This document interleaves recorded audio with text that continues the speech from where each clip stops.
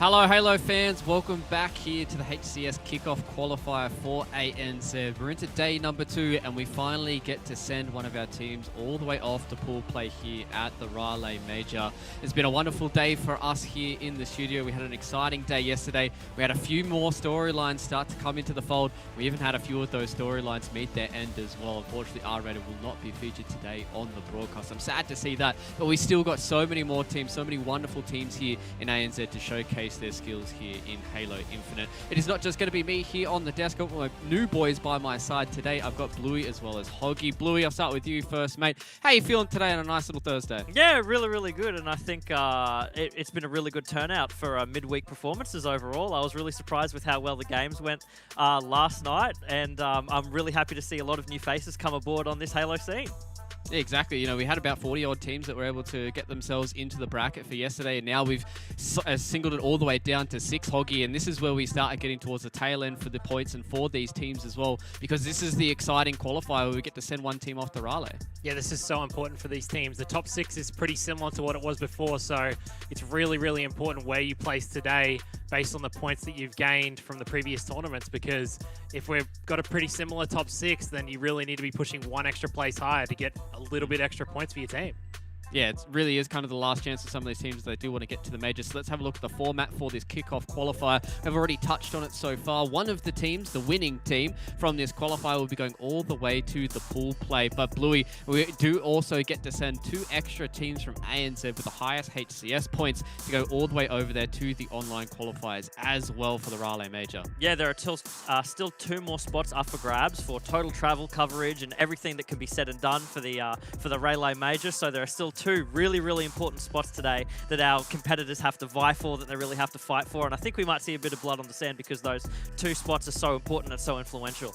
Yeah, it's a very grueling fight for that 3rd spot, and yesterday it did start the trail for us. We had a few storylines ending, we had a few storylines starting to start. We've got a little highlight package from day number 1. He's putting in some ball time as well, so he's proven that he can get some kills and he can get some objective done as well. And they are opting to rotate this ball. They're going in to challenge these 2 players in the arcade. They're, you know, hunting them down at the moment. 12 in the second. It's still a respectable stat line. And here he is putting some nice BR shots into Tempest. Kill assist comes in. Good to see he's helping his teammates. Look at that. Millsy wasn't watching his back. Got one to the back. Triple kill or double. It just timed out. Unfortunate for him. But now Apes, they're the ones set up in the tram getting ball time. Look like that.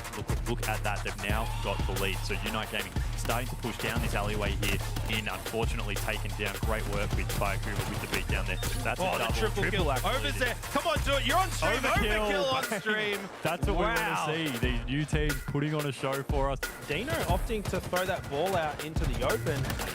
Nice little cleanup working with his teammates there. Marzi's there, little jump scrape there. Nice. Easy killing spree and double for Dino. They're outslaying somewhat, but only just. But they're able to move the ball where they want it to. Just the one thing for them is to just try and get a good crack of time. We're seeing double kills here out of freeze.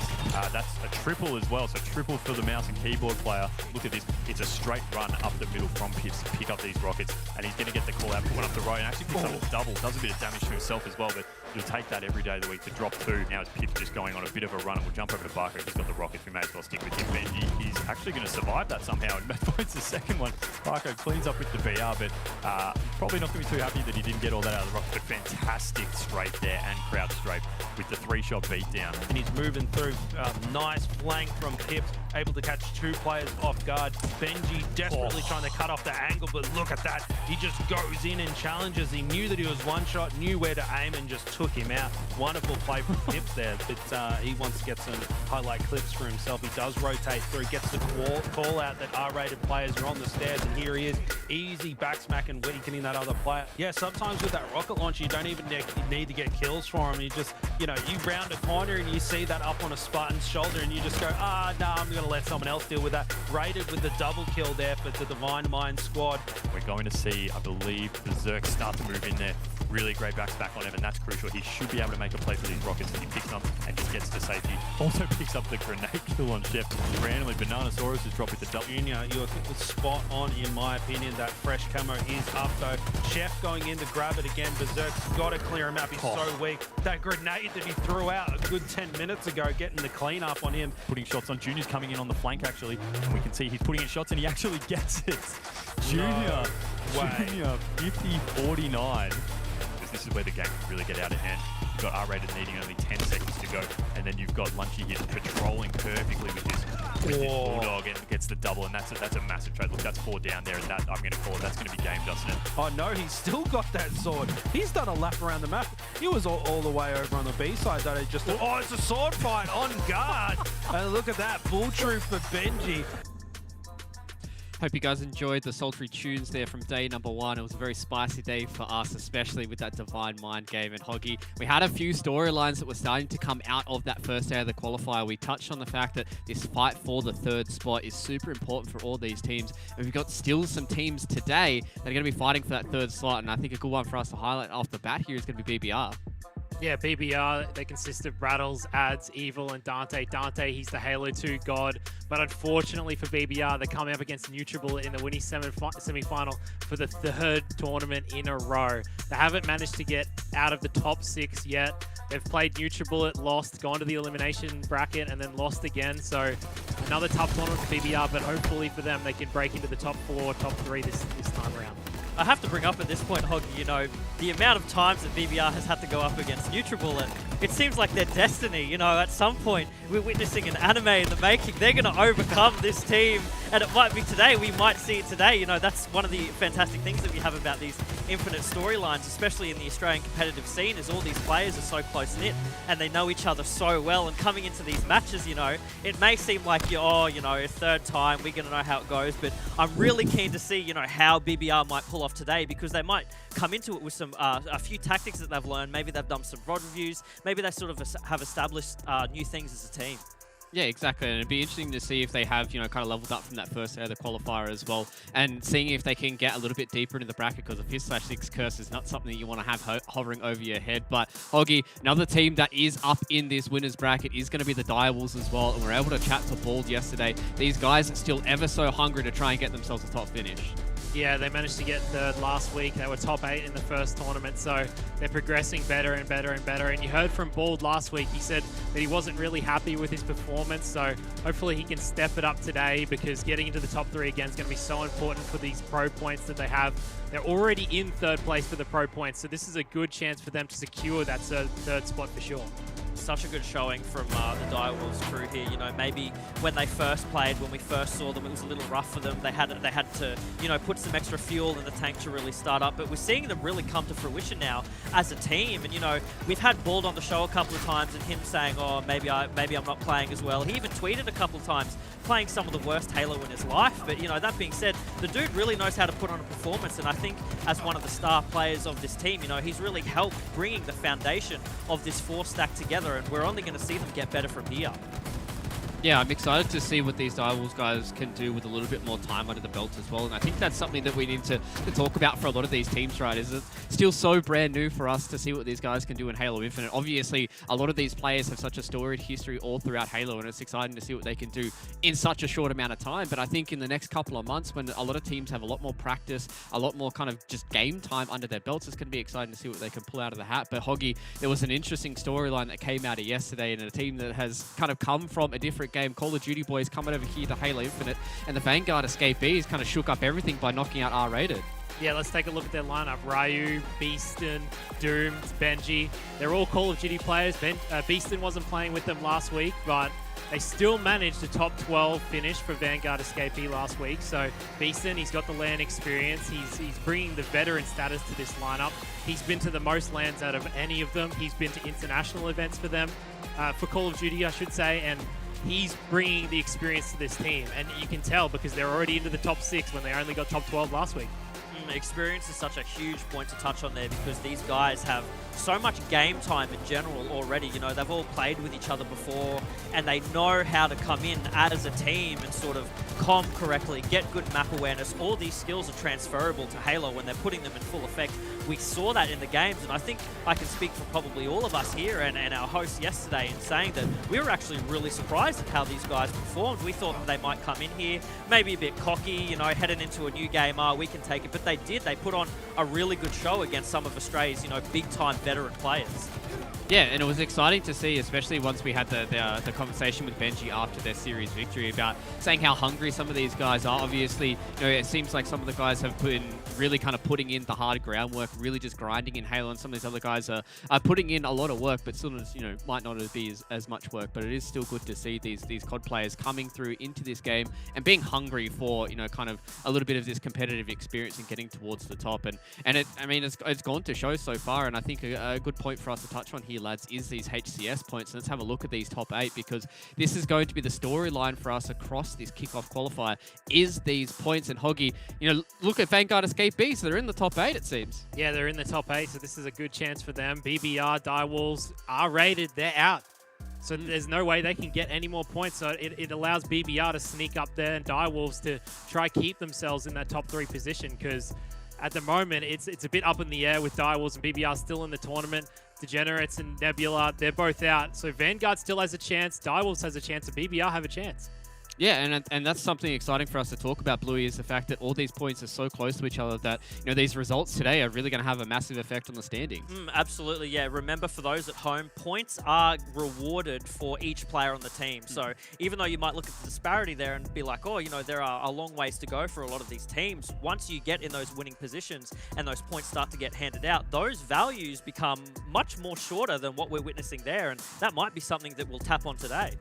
Yeah, exactly. And it's going to be exciting for us to start to crunch the numbers. Maybe our admin team out the back should be able to help us out and see how we do end up at the end of today. And obviously at the end of today, we're going to be seeing who's going to be going all the way to pool play as well. So lads, let's go and have a look at our bracket so far. We are looking at the winners bracket to start off here. And yesterday, it was an absolute barn burner for us to look at. A lot of 2-0s for us, Hoggy, but very expected results. I feel like maybe that R-Rated versus BBR could have gone one way or another, but very expected to have our top 4 here. Yeah, no, very, very expected. BBR had to face Direwolves last week in the quarterfinals, and it was a close series. So the fact that Direwolves get themselves on the other side of the bracket, this is a really good chance for them to push to top 3 without having to go to the elimination bracket. They could beat Divine Minds and get themselves to the winners final. BBR, though, they've got to play NutriBullet again. A broken record, it seems, but they have to play them for the 3rd time in a row, unfortunately for them. Yeah, it's a bit rough for them. And let's go on to the elimination bracket here, Blue, and have a look to see who is hovering down there and who might be some storyline killers, because, we've got 16 to 20 Kings as well as the Vanguard Escapees waiting down here in the quarterfinals of the elimination bracket. And the 2 losers from that upper bracket do drop down as well. And that's where we can start to have these storylines come in, where maybe these upstarts might be able to crack into the top 4. Yeah, this elim bracket here is no joke, and especially with 16, 20 Kings and Vanguard Escapee, these teams are coming in to mean business. We may not have seen them in our previous competitions, and they might be some new names and faces, but we've seen them play and how they're developing as players, and I think putting that spotlight on them is just giving them more hunger and more fire to be able to come at this competition just full bore and break down those walls. So really excited to touch on them today and see what they can do. Yeah, I'm excited to see what they can do in the ANZ region, and I'm excited what everybody in Twitch chat can do as well by supporting us here in the ANZ region by getting the hashtag CrocGang skin in game. You guys can jump into the game, you can get the region bundle, get a sick little nameplate, you get a sick little skin as well for the sniper. It's not just us, it's all the regions that have them as well. Europe, Latin America, and North America, they all look so clean, Hoggy, and I mean, rocking these bad boys in game certainly feels like you get about 15%, probably 20% accuracy. Yeah, I've got my CrocGang skin on my sniper, and by the help of watching Barcode, I think it's made me 10 times better. So make sure you get out there and you get your skin. Yeah, it'd be good to see everybody repping the CrocGang, especially once we start heading towards Raleigh, right, Bluey? Because that's where we get to see the CrocGang up on the live stage. Everybody gets to talk about it. Everybody gets to look at it. And it's going to be good to see not just the ANZ boys out there, but also the CrocGang. Oh, yeah, absolutely. We see that Voltage Sniper up on main stage. I know I'm going to be getting a little bit hype, and hopefully we can teach those North America boys a thing or two about how to snipe. Right, Barcode? Please? Come on. Yeah. Come on, Barcode, please. The region's on your back, bro. Maybe even we might see the North American boys picking up, our skin as well. There could be some interesting tactics with that. Maybe some mind games that the boys might be playing with that. But, it's time for us to start talking a little bit deeper into today, Hoggy, because I think this is going to be a very big storyline for us to tell so far, is the fact that we've got NutriBullet, who are such a big juggernaut for us today, and BBR, who are going up against them here in the upper bracket, that they still need to try and make sure that they get deeper in this bracket, but it's so hard to get through NutriBullet. Yeah, it really is. They have to do it for the 3rd time. you could say that they've probably improved from the previous tournament. I'm sure they've gone over things, had a look at some films, and they'll come into this better than before, but it's always tough going up against NutriBullet. NutriBullet have made a lineup change again this week. Seduce no longer part of the team this week, and Pips comes in from Divine Mind. So it's Madsy, Praddies, Barcode, and Pips. So Pips is the new man in. I don't know if it'll change too much for them. He's already coming from Divine Mind, so he's already a top player. Yeah, exactly. And the fact that we've got this amalgamation of Pips coming in, replacing Seduce here in the NutriBullet squad, just, I mean, it's kind of a match made in heaven for us, right, Blue? Because we get to see Barcode and Pips going head-to-head, going together. Yeah, absolutely. We have two of the main slayers, I think, that we've witnessed, especially on the overall stage here in Australia, you know, vying. Maybe it might be a bit of a competition between Barcode and Pips, but at the moment, you know, it's Barcode who holds that crown. You know, we know him. We love him. We hate to see him in matchmaking, though, on the other team. Overall, the dude's been absolutely cracked out of his mind and showing, you know, putting Australia on the precipice, really showing off the kind of talent that we have here, kind of underground. Luckily for him, maybe not luckily, you know, he worked hard for it. He deserves it. He had Snipe Down and Halo host him last week, so he had a huge exposure for that. And it's so great to see him put ANZ on the map. I don't think we could ask for a better and more passionate representative for the game in our region. Yeah, exactly. And, you know, getting himself a little bit of a cameo there on the North American broadcast as well as a little bit earlier this morning, had an interview. If you guys didn't see it, you can just go back and have a look at it. He did a really good job to, you know, represent our region and get towards that. But this is where we start to talk a little bit more about BBR on the other side of the map, Hoggy, because these guys, they've got a challenge in front of them. They've got to get through NutriBullet for the third time, might we add, but they still need to start to accrue these pro points. Yeah, they really do. It's a really tough matchup for them. They've got players that are old, and then they've got Evil coming in. It's just, it's really tough for them to be able to work together. They've managed to get 6th place 2 times in a row now. So for these pro points, it's really important that they can win this matchup. And if they don't, they need to be winning their elimination round. You know, that you can't be getting top 6 every tournament and then expect to be able to go to Raleigh, because that's not how it works. I know they want to win. I know they're trying super hard, and they're really going to put out a good performance against NutriBullet. Yeah, I'm excited to see what they can do here on the server, and I think somebody for us to highlight here, Bluey, is going to be Braddles. Yesterday, he was having an absolute pop-off in their series there to qualify against R-rated. It may be a camo hog, but man, he was doing a whole lot of work in the server. Oh, you know, absolutely. Look, here's the thing. All the boys on BBR, they're accustomed to this kind of performance and having to do, you know, the task that's put ahead of them. Braddles especially has been such a huge name in the ANZ region for such a long time. If you played Australian competitive Halo back in the day, on Halo 3, you would know who Braddles is every time. He was on the grind every single day. Such a star player, such a huge performer, and it's really awesome to see him in Infinite showcasing his talent. Yeah, I'm excited to see what the old guard can really start to do as we start to get deeper into the game as well. You know, it's something I've touched on already, and I'm probably going to be harping on for the next couple of weeks, as well as the fact that this is such a infant game here, not infinite game, for us to look at. And it's only been a couple of weeks for these guys to get in here, and there hasn't been that much competitive practice. And I think, Hoggy, it's going to be good to see what these old heads can do when they start to get a little bit more game time, because that's when you can start to dissect a very few small things in these maps, right? Yeah, no, definitely. And even in Halo 5, we saw that Braddles was on a team that won the first online tournament, won the second online tournament, came into the LAN. They weren't as good at LAN, but Braddles can get to the top early on. He hasn't been able to do it yet, but you know, they're all really good friends as well, and I think that also helps in and out of game, and they'll only get better over time because they've been around for so long. They know how to do it, and they'll do it again, I'm sure. Yeah, and I'm sure this is going to be something that we're just going to continue to touch on here. But Bluey, I'm just excited for us to start to talk a little bit more about, you know, kind of the top 4, top 5 kind of vibes that we've got going so far. Obviously, the story that we've been telling across a lot of these qualifiers is NutriBullet far and above #1 right now. Divine Mind ever so close in that second open qualifier. But after what we've seen here from the kickoff qualifiers, do we feel like that the gap is starting to close between these top teams, or we still feel like that NutriBullet is kind of head and shoulders? Oh, you know, I would say it's quite arguable that NutriBullet is king at the moment, especially in the ANZ region. I think it's going to be really difficult for a team to be able to dethrone them and take their spot. So at the moment, we have this back and forth between the teams underneath them vying for those points, you know, as many as possible before Raleigh sort of creeps around the corner, because again, it is so close and teams only have so much time to get organized, get prepped, and vie for those points. So competitions like this at the moment really matter, and you can see that in how the players are organizing themselves and playing. Exactly. Well, we talked about these points a little bit here, so let's just go and have a look at the roadmap and see what these points really do mean for these players. Obviously, we talked about the fact that we're going into the Raleigh Major here, and you can see it already on your screens. We've only just taken a very small sliver out of the left-hand side of this roadmap, and now we've got so much Halo for us to look forward to, Hoggy. And, you know, these HCS points are going to be all important as we start getting into these online supers, as we start getting into the Pro Series, as we get a little bit later on as well, because these teams can continue to rack up these points and continue to compete. Yeah, no, the points are so important. And early on, right, building the points early is super important for your team to be able to carry that momentum further into the season. And teams at the top right now, it's very much a top 6 sort of thing. It keeps changing, you know, between 5th and 6th place, but the top 6 teams seem to be like very much the top 6. And seeing 620 Kings and Vanguard Escapee kind of throwing that out at the moment, you know, they took out R-rated yesterday. It shows that being able to grab the points where you can early on is also super important. You don't want to let teams get too far ahead of you, you know?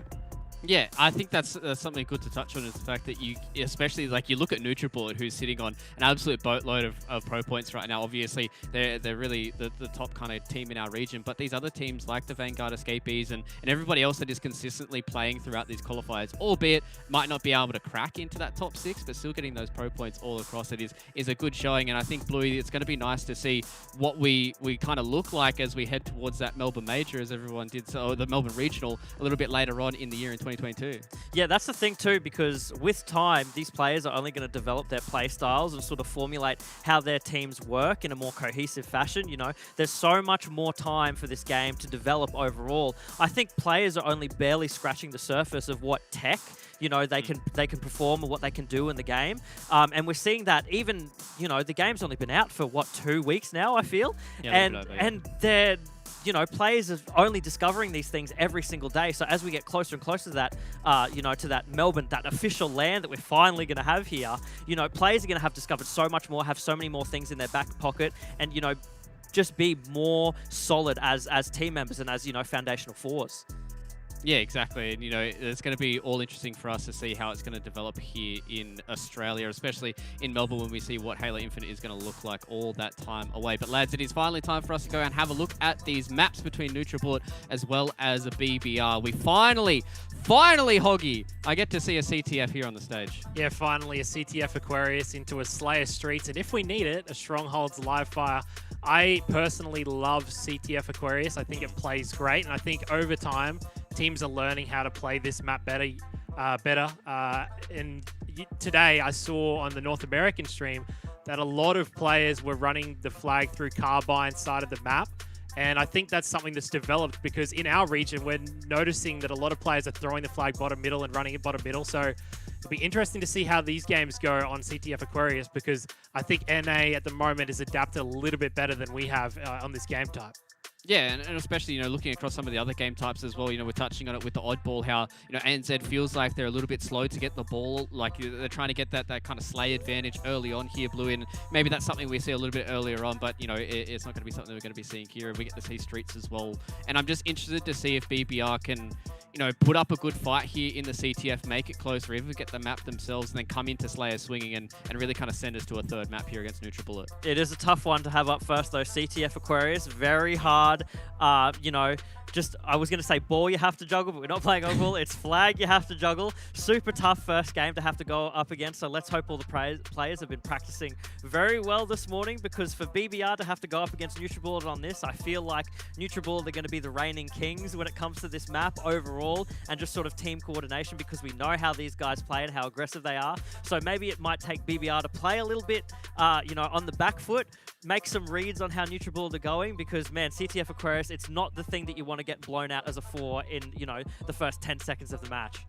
Especially opening up a qualifier that is all important for the rest of your year, and, you know, even just in the next couple of months for BBR, right, Blue? Because this is where, you know, if you start a little bit slow today, you've got that elimination bracket to go through, and then you just start talking about it with everyone. You know, we got 5/6 in the first qualifier and in the second qualifier. Is this really destined for us to be kind of bopped by NutriBullet and then not be able to crack into the top 6? And I really hope the mental is going to be good for the BBR boys today. You never know. Maybe BBR just enjoys the punishment, Luke. Maybe they just maybe they just like going up. Hey, I'm not not going to judge, dude. I'm not going to judge. Maybe they just like going up against Nutribullet over and over again and you know, repeating destiny, repeating insanity. But, you know, as we get into this first game here, we might see a break in that pattern. Hallelujah, let's hope so. We'll get into it with Nutribullet and BBR going straight off the bat. Hoggy, I want you to jump us into it. Yeah, BBR versus Nutribullet. It's the third time we're seeing it. It'll be a tough series for BBR, but as soon as BBR get to the elimination bracket, they struggle, so they're going to need to win this game. On board with Barcode straight off the back. He's going straight for the heat wave, and he's going straight into the base, Bluey. Yeah, fantastic plays already for Barcode to just make such speed and such efficiency. Usually you see a lot of the teams prioritize that top mid control, but that's not what Barcode's doing here, and he's already got one and grabbed the flag. This is huge. And Hoggy, we may see that flag run coming out that you were just mentioning before. This seems to be the strategy that a lot of the teams in NA region are making, because they seem to have developed that this is in fact the fastest and safest way to run the flag rather than tossing it out bottom middle. Yep, Barcode doesn't want to run it any further. Two of his teammates go down. Two of BBR go down as well. Barcode's going to play super sneaky. They're running the flag in right next to him. Brattles is right there. He takes down Brattles. He's got another player to contend with, but he won't be able to get through it there in time. Ads is coming in. Can he get there? He will be able to. They get the flag to grab, so the flag will be on either side of the map for both teams. Dante, perfect grab from him. Madsy's trying to come in as well, so we're in a stalemate. Camo in the hands of Evil, though, and he's going to try to get the flag, Bluey. They have to grab that flag. They have to make a push for it, you know. Praties has got their team's flag right now, and he's going up against two, so BBR can't exactly make any play there and manage to capture the flag for themselves. We're going to see a standoff here so early into the match.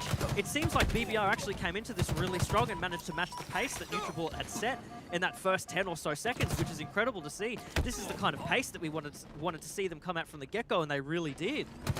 Yeah, Evil defending his base. He'll take down Madsy. He finds Barcode. Barcode takes him out, though. It's 3 dead now for BBR Momentary. Ads is the last one alive. Dante spawns up in the base. Pips will find him, though. He'll get taken down. Dante challenges Pips as well. He gets taken down as well. Brattle's last one left, and he is up on top. He won't be able to do too much, will he? He can't. He doesn't take down Mads. Madsy's still alive. The flag is still out. Brattles is doing what he can. Evil gets a kill on the side. It's 2 down now for Nutribullet. Brad is trying to get the reset, and he looks like he will be able to do it. So Brattle's coming up clutch for his team, and he's going to run a flag. It's so staggered though, Hoggy. Like, the back and forth here is actually ridiculous, because neither team is actually managing to get, 4 or 3 players to really hold the board and hold it down on either side of the map.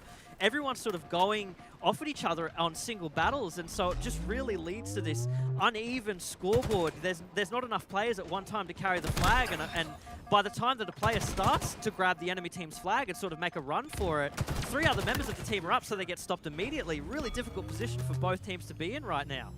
Yeah, Brattle's playing perfectly. He stays alive inside the Nutribullet base. They manage to 4 down Nutribullet while they're running the flag. Brattles gets a free return. So a perfect start for Brattles. Barcode, though, he's 8 kills, 2 deaths, Bluey.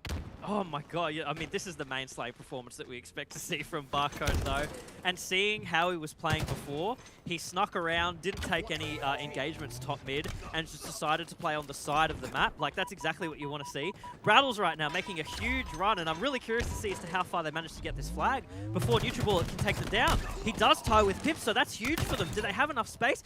They are 4 down. BBR are 4 down right now. That's so unfortunate for them after such a good flag pull. Man, oh man, I feel like this is kind of the story that we're going to see throughout the rest of this map, Hoggy. Yeah, big kill for Barcode. He's going to pull the flag. No, he won't. A nade comes out of nowhere. Brattles, perfect nade from Carbine. But Brattles, he was staying alive inside the Nutribullet base, and he was one of the reasons why they were able to get that cap running, Bluey. But it didn't really go too far in the end. Nutribullet managing to stop it, and they didn't really get them down before they ran it, and that's probably one of the reasons why Nutribullet could stop the flag run so easily. Yeah, BBR are actually putting on a really tough defensive game for Nutribullet right now, which I don't think is something that we've seen out of this before. Evil with the VR there. Like, what is this? It feels like we haven't seen this BBR before. I'm curious to see what they changed in the matter of, less than 24 hours for them to come out. Did they just study Aquarius more? Well, we might not see this kind of performance come out on the second map. Are they just good at Aquarius and we haven't seen this kind of performance before? It's really tough to say. But overall, there is a really good back and forth going on at the moment. Very, very good to see from BBR. Yep, the flag is being run by BBR as well. Camo is up. It will go in the hands of Nutribullet. The flag is put in, though, and it goes 1 up for BBR. BBR, they managed to get Nutribullet 3 down. They run the flag. They're up 1-0. Yeah, this isn't the kind of story that we're used to seeing from BBR. Again, I'm going to be honest right here, Hoggy. I'm kind of shocked. Yeah, BBR's showing up. We're seeing like such a great sort of performance from BBR, the kind of stuff that we used to see back in the day when these guys used to run Halo 3 together. There seems to be a level of coordination here that we haven't seen BBR play at in all of these open tournaments, and right now it's actually really good to see. If they can keep up this pace, NutriBullet, they're going to have to answer it in a way that I don't think NutriBullet have had to answer any other team before. You know, that being said, I'm looking at Barcode's name on the list. He's still 13-7, so how is he managing to get these kills? Yeah, he's just killing everyone as usual. Typical Barcode things. But BBR, Bluey, they don't want to go down to the elimination bracket because they're cursed down there. As soon as they lose to NutriBullet, they just happen to lose again. So the only way to stop that is to beat NutriBullet, right? 3 down now for NutriBullet though, and BBR is showing exactly why they do not want to go to the elimination bracket. I feel like it's too early to call it maybe a little bit of a David and Goliath situation right now, but it certainly feels like that's what we're seeing in the game. Like BBR are just coming out super strong here. It just seems like, you know, none of them are particularly performing at what I highlighted before, where Barcode very clearly has the most amount of Slayers on their board. Look at BBR's board right now. They're all really even in their, you know, their kills and their assists and even their deaths. So it feels like they're just managing to put like a really good pace on their coordination as a whole. And you can even see right now with this flag run, like they're taking it so far. Obviously their flag has been pinged, it is out of bounds, but Pips is down. And unfortunately, as I say that, you know, 2 members of BBR go down. But like this play, so solid, so foundationally solid, really good for them. Evil, that's a huge kill for him. He might have to reset the flag, though. He'll find another battle from Pips. Pips is trying to take him down. He throws the nade at the wrong time. He gets help from Madsy. The flag will probably get reset, and it'll be trouble for the side of NutriBullet. Although they do grab the flag, BBR in a perfect position to try hold out NutriBullet. They don't want to run this. They're going to have to slay, try to stop NutriBullet from coming in. Barcode's trying to be sneaky. He'll have to back down. Dante's going to run it in. This might be a flag for BBR, Bluey. This is fantastic. This is such... Did you see that hold there, Hoggy? The fact that they all coordinated as a 4 and stayed in that elbow position. None of them died. You could see that whole time. I think it was Ads just in that top mid position there, sort of laying down shots. He was taking fire himself, but only so much to get peppered, and then he would back down. Call it for his teammates, give them the information as to where the rest of the members of NutriBullet were, and that's how they were able to make that flag cap so convincingly. That was such a fantastic coordination. Only one of them managed to go down, but that was after they'd capped the flag. So it didn't even matter, Hoggy. They managed to stay 4 up for so long during that engagement. Yeah, it looks like every time we're on the side of BBR, NutriBullet just go down. They cannot win a battle. The only person that is winning right now is Barcode. He's 19-11. He's keeping them in the game because it's only 2-0, but it could easily be worse, Bluey. Yeah, absolutely. Look, Barcode right now has double the amount of kills that anyone else on his team does. So, and there's not necessarily a disparity in the assists either. Like, all of them seem to be pretty close-knit. Obviously, Barcode having the lesser of here with only 3 assists, so maybe he's sort of playing clean-up, and that's where that reflection of the kills is coming from. But the rest, you know, Pips, Madsy, and Pratties, they all seem to have around about the same, both in kills and assists, and then racking up those deaths. So, again, when you look at that comparatively to BBR are all playing really structurally, like, just tough right now, sticking together like glue. If they die as a 4, which means that they get a full reset, which in, you know, some instances you say, okay, well, they're going down as a 4. NutriBullet are able to, you know, push in their flag, get the return really quickly, etc., etc. But NutriBullet aren't making those pushes. BBR spawns, and then they give it to them right back. So BBR are answering back to NutriBullet, you know, in the strongest way that they can. Yeah, NutriBullet overextending a little bit. The camo's now in the hands of Evil, and the fact that they're overextending, you saw it in that previous flag run. They kept trying to run in 1 at a time just to keep the flag alive, but BBR's always there. They managed to get the flag carrier dead, or at least 2 dead on the other side, and they're able to stop the flag every time. Evil will find another. It's 2 dead for NutriBullet. Beautiful work from Evil. He's got camo. It runs out now, but he's done a beautiful job with it to at least keep the game in a stalemate while they're up 2-0. There's only 3 minutes left. Look at Evil's positioning right now too. So bold for him to be playing up there and manage to pick out 2 kills. He's still alive too. Like, you're witnessing this, folks. He still has the camera on him. Will he be able to get another kill here? Will he be able to extend that life? Unfortunately, it does go down. But Evil's play, just that consistent sort of play right there, is the exact kind of thing that I was trying to make reference to, just with how solid BBR are playing overall. overall. For Evil to be able to play in that position, for the rest of BBR to be able to stay alive for as long as they have been, is a testament to how strong they're playing against NutriBullet. Because I feel as though, Hoggy, and you can feel free to correct me here, but I don't think you're going to. The majority of other teams that go up against NutriBullet seem to go down within seconds, and it's like before that, oh, the best of threes are done. But how it's playing out now, it feels like we've got a real game on our hands. Yeah, individually, BBR are just on top right now. The only person holding their own is Barcode, and you can see it in the kills and deaths. He's 25 to 13, and he's going to have to do it all as he pulls the flag again. Every time he's getting into a battle, he's finding a second one, but his teammates aren't showing up as much. It looks like it might have been a Madsy nade that just killed him. Pips will take on Dante again. He thrusts away. Perfect kill from Dante. Praddy's is trying to find him. He won't be able to. Dante doing work, and Evil has camo again. Even for those instances where it's a trade, there's nothing that can be made for NutriBullet. Like, BBR are holding their own in the sense that, okay, well, we die, but we still traded. So they can't make a 4-man push. They can't even make a 3-man push because if you've been paying attention to the scoreboard, it's usually 2 for 2. So you can't make a well-rounded, strong, coordinated push just off of a 2-man when you know that you're going to be facing up on another 2-man. So what you have to do there is take the back foot, wait for your spawners to come in, wait for the rest of your team to push up, and then you can make a coordinated push. But BBR is up 2 flags right now, so they don't really even need to push at all. They could just play super passively for the next minute and 10 seconds here off of these 2 flag caps, and they'll be sitting pretty. Yeah, Ads is running it though. He's not hearing what you're saying, Bluey. He's already got it all the way into his storage. Dante grabs it as well. Dante's doing perfectly this game on the slays as well. 3 dead for BBR. Barco turns around, tries to take down another. He won't. Evil's still alive for his team, but Pips is running it bottom middle. This is the chance for NutriBullet to try get back in it. They had him 3 dead momentarily. Evil's in the base though. He throws it out. He'll take down 1. It's 2 down. Evil's there to return it. Can he get it? He leaves it though. He runs back into the base and he's going to look for some slays to run up right behind Madsy. He'll be there. He won't be able to get him. Madsy gets a double. The triple is there. He doesn't get it. Praddy's cleans it up. They grab the flag. Can they get the return though? No, Evil's in the base still. He's still there. He gets a kill and he's going to stay alive. Praddy's is trying to find him. Praddy's gets a reset on the flag. Evil goes down, so it might be a flag cap here for NutriBullet. No, it won't. Evil's still there, and he pulls it bottom middle. Bluey, what is going on? How is BBR doing it? How did they make that stop? It's as if they just came up at base and they went, all right, beam this man. Do not let him cap this flag. That's exactly what we just witnessed. That was such a good play for them. They do, you know, NutriBullet does actually manage to make that cap there, but it's still a win for BBR. That's massive. What a game. Yeah, huge start for BBR. Look at the assists on their side. Most of them in the double digits for assists. And on the other side, NutriBullet, they're not starting out too well. They're struggling. They're struggling, Bluey.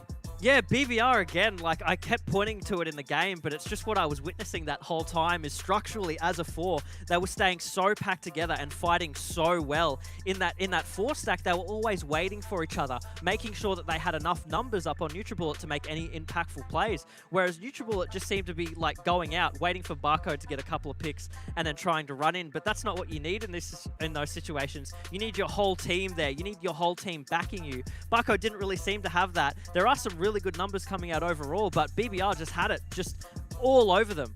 Yeah, BBR with the assists, just way better in terms of performance. Look at them. They all have solid damage on the side of BBR, but not so much for Pips. He's lacking behind just a little bit on the side of NutriBullet, and BBR coming out hot. Dante was doing work with the thruster. He was doing work in game, and every time we went to the side of BBR, there was a member in the enemy base of NutriBullet, and that was probably one of the pains for NutriBullet. They weren't able to get anyone from BBR out of their base at any point in the game. No, they never managed to make that clear that was appropriate for them to be able to pull a flag and make a good run. Again, BBR were just able to call those instantaneously and then get on top of them and take down as many members. Even if it wasn't all 4, they still only had to leave 1 up on the board because that 1 man couldn't make an appropriate flag run against 3 members of BBR. There's no way he was getting away with that. So, again, BBR have got it turned on right now. And this is what we wanted to see, I feel like, from the series get-go of our first competition in Halo Infinite. You know, like, this is exactly what we expected to see. And for us to see it in Game 1, it's really promising for the next few games. Yeah, very, very promising for BBR. They know they're cursed in the elimination brackets. They do not want to go there this time. third time's the charm, it seems, for BBR. They take down game number 1. We'll move into game number 2. We see this triple kill almost from Madzi. They managed to get a cap right at the end, Blue, but they ran out of time. That was really what it came down to. Perfect work from BBR to be in the enemy base with NutriBullet at all times, and they just forced it to the end of the timer, you know, and they couldn't get another cap. Yeah, it's going to be interesting to see what they actually manage to do going into this next game, because there's less objective that they have to focus on, right? We're going into like a Streets game on Slayer, I believe it is. Yeah, so, like, if their sole priority now pretty much has to become in shutting down Barcode, because he's probably going to be top of the board right now. If you know how he performed in that objective game translates to a Slayer game, BBR are actually going to be in a lot of trouble. So we may be looking at a third game in the series. But for now, Street Slayer is what they have to prep for. And I am a little nervous. I'm not going to lie, Huggy. I am a little nervous for BBR. Yeah, I will say one thing. I have spoken to BBR before this tournament, and I think Aquarius is probably their strongest map. So for them, this is a good chance to be able to take the series going into a Slayer on Streets. And if we looked at the stats in the previous game, they actually outslayed NutriBullet in the first game. So that's a good stead for them going into game number 2 with a Slayer.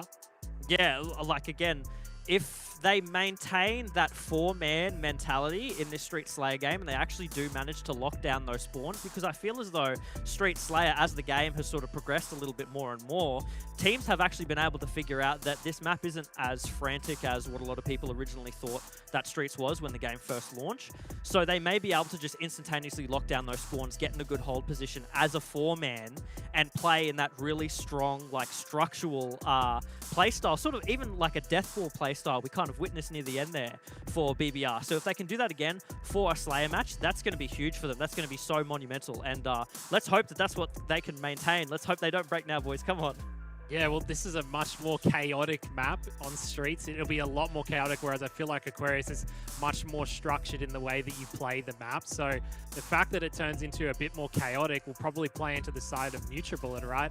There's also a Rockets to contend with, which gives you 2 free kills if you use it correctly. There's a Bulldog as well. That map, Aquarius didn't really have much other than the Heat Wave, and we saw it in the hands of BBR, so maybe they can utilize the Bulldog and the Rockets to their advantage. The chaoticness of the map might not be their playstyle going into this one, because I feel like NutriBullet will come up on top in a map where it's a bit more chaotic, especially if Barcode gets into more one-on-ones, for example, because the chaoticness of the map will create those one-on-ones for him. Yeah, remember too, with this new NutriBullet lineup, they do have Pips on hand as well, and so that's 2 main Slayers coming into it. So if Pips also manages to get his hands on some power weapons and transition a little bit more, even, you know, we have the Stalker Rifle on this map, 3-shot tap to the head, and we have such good aimers on the side of NutriBullet, then that's going to be real trouble for BBR, because how do you answer that? That means you have to get close into CQC, and we're usually going to see a playstyle come from NutriBullet where they have pairs of 2 sort of in these positions on the map. So going to be really tough for BBR. I said it before, I'm nervous, and I'm nervous going into this game. Let's get into it, Hoggy. Yeah, Pip struggled in the first match, but we're on board with him. Maybe he can do a little bit better in the second match. This is BBR's chance to get themselves away from the elimination bracket. They do grab the Rockets. Dante has him, and he's taken down 1 kill, but he does go down. So the last Rocket will be in the hands of NutriBullet. It's 3 dead for BBR. Went 4 dead momentarily, Bluey. Not a great start. No, not a really good start overall. BBR did only manage to match 2 of their kills there and didn't even trade off that much damage to the rest of the members of NutriBullet. NutriBullet were able to secure those kills and then sort of like dash away at a moment's notice. They are sort of stuck. BBR is sort of stuck back here in this trend position, which is not really what you want, because all it takes is 1 mistake, and we just did see that. Dante went down even though all 4 were in Tram side. His peak just led to pretty much instantaneous death, and that's 1 up again on the board for NutriBullet. So it's going to be really tough for both these members. I believe it's Evil and Ads right now stuck in Tram to actually get out. They need their other members to make some space for them and able to rotate. Yeah, finally the Stalker Rifle in hands. Bluey, you see Evil, he gets a kill with it. NutriBullet momentarily go 2 down. Barcode finds 1. Perfect use of the thruster, but no, Evil comes back. Reversal perfectly from Evil. Evil is showing up today. It's 0 kills, though, for Brattles. He's not quite showing up in this map just yet, but they're still within contention. They're only down by 1, Bluey. They've brought it back. Yeah, this is, again, they might have broken a little bit on the beginning of the game, but they're sort of restructuring themselves right now. They go 2 down though, but that was to match the 3 down that I believe was just on NutriBullet. And we are all tied up again. So from that lead that NutriBullet had of 4 kills in the very early game, BBR has actually managed to come back and match those kills by just sort of slowing down a little bit on the pace, making a read at where NutriBullet would be positionally on the map, and making enough space for them to be able to breathe and give themselves enough time. And we are actually going to see Brattles get the rockets. He's going to whiff one here, but he actually does manage to hit one, so that's huge for them because he managed to secure a kill, and rockets are now off the map for that for the remainder of the time, so they can sort of restructure their next move off of that rocket spawn. Yeah, 2 of his teammates went down. Evil will go down at the back of A. Brattles is going to have to work with his team to try get Madzi out of the tower. He sees 2 of them. He gets one. Perfect teamwork there to get the free kill for him. Dante takes down another, so it's 2 down for NutriBullet. Barcode's pushing in, but he's going to find 2. Manages to take down 1, though. Trades his life. So back and forth, Bluey, 16 points each. Close game. Even though BBR managed to get the second rockets, they still can't pull away. Look how much it's slowed down to, Hoggy. Like, in perspective of how we usually see NutriBullet play against teams on a Slayer game, they're really having to, like, take their pace right now and make sure that they are slowing down to match BBR, because BBR are just playing that, like, that deathball comp where they sort of have all eyes on the map. They do take 2 down simultaneously right there, and they are going to manage to take down a 3rd here in Pratty, so they are actually making numbers. 4 scored the difference right now, and they immediately turn around. Did you see that rotation from Evil and Ads? They knew that they spawned Arcade and immediately made that rotation there. Oh, Barcode gets the double on Evil and Adsy though, so I don't know what they're doing, but Dante left them to their own devices and Barcode killed both of them. He makes it seem easy, but now they're up by 3 kills, and NutriBullet, they're 4-man pushing to find Evil. Evil's in a lot of trouble. Barcode straight in there. He'll take a kill for himself, and NutriBullet working together perfectly around the map. Rockets up in 25 seconds. Barcode doesn't care. He's straight into Brattles. Brattles has the Bulldog though. Perfect use of the thruster to get the kill anyway. Rockets up in 15 seconds. Can NutriBullet get this to get back in the game? They are only down by 1 kill now. Both teams are just dancing right now, Hoggy. Like, I'm looking at it, I'm looking at the pacing of the map, and they seem to be just like rotating with each other on either side of the map. No one's really taking that mid control because there's no reason for them to unless rockets are up, right? So why would you not just take Arcade PD side, and why would another team not just take that Pink Cafe side and sort of match each other, try to do a bit of a dance with the BR and just pick off the mistakes that either team are making? And that's exactly the kind of plays that we're seeing come out now. It is really difficult because Ads is stuck here with these rocks. You can see that he wants to make a move, but he knows as soon as he messes up, he's dead with him. So he's got to make sure that he gets 2 clean picks with these right now, because that's going to be huge for the members of BBR. They are up 3. He does manage to take out Barcode. That's huge, and that's a killjoy as well. Can he take out the second? And he does. That's 2 rockets, 2 kills. Huge for the members of BBR. That's got to feel really good for them because they've managed to secure rockets both spawns, the last 2 spawns now. Yep, BBR working perfectly together. Ads working perfectly with the rockets. They find 2 more over at Cafe. Dante will go down. NutriBullet working well together, but BBR have shown their teamwork has been better this game. That's why they're up by 2 kills at the moment. Pratties finds 1 at Cafe.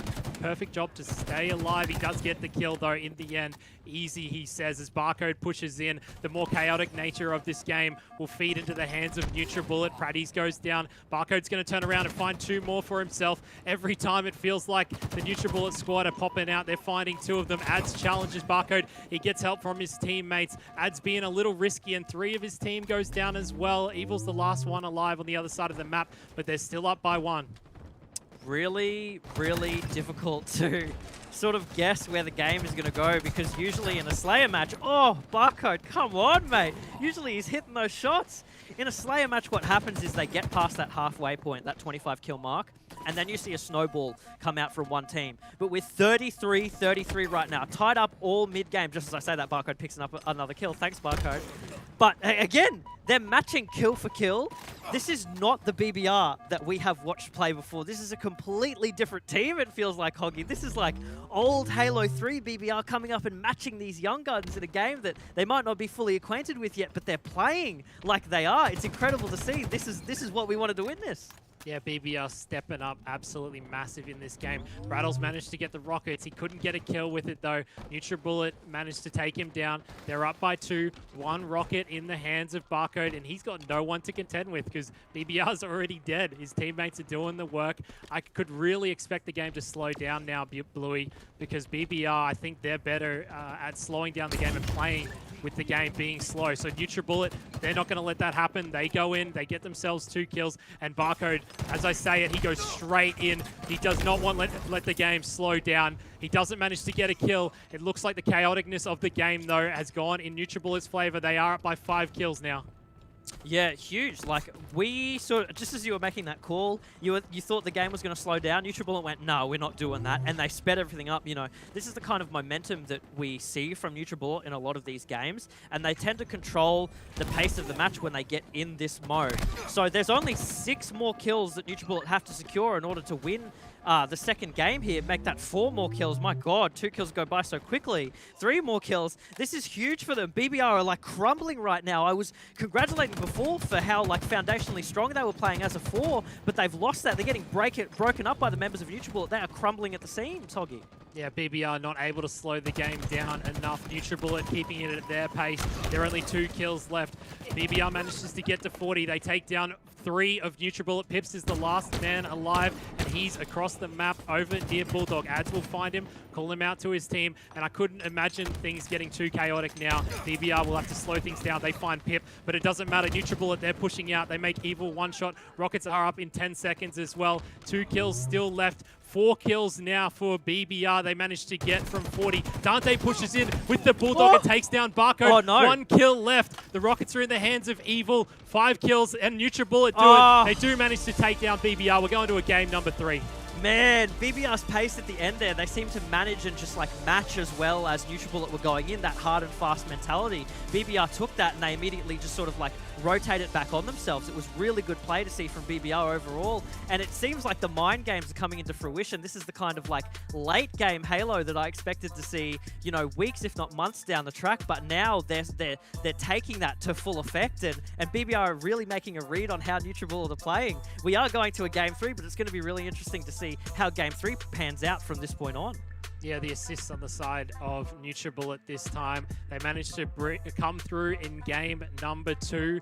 Barcode showing up as usual, but Madzi tops him with the damage. Madzi says, it's my turn, Barcode. You can sit down for this game, but it's only a 5-kill win in the end. Madzi, 18 kills, 11 deaths, 10 assists. He's doing work everywhere. 2 double kills, a killing spree as well. He's putting up numbers for his team, and he doesn't want to go out just yet. He doesn't want to let BBR take the winners bracket final. No, and I wouldn't too either, you know, like so early. NutriBullet are the king of the mountain right now, and they do not want to be dethroned.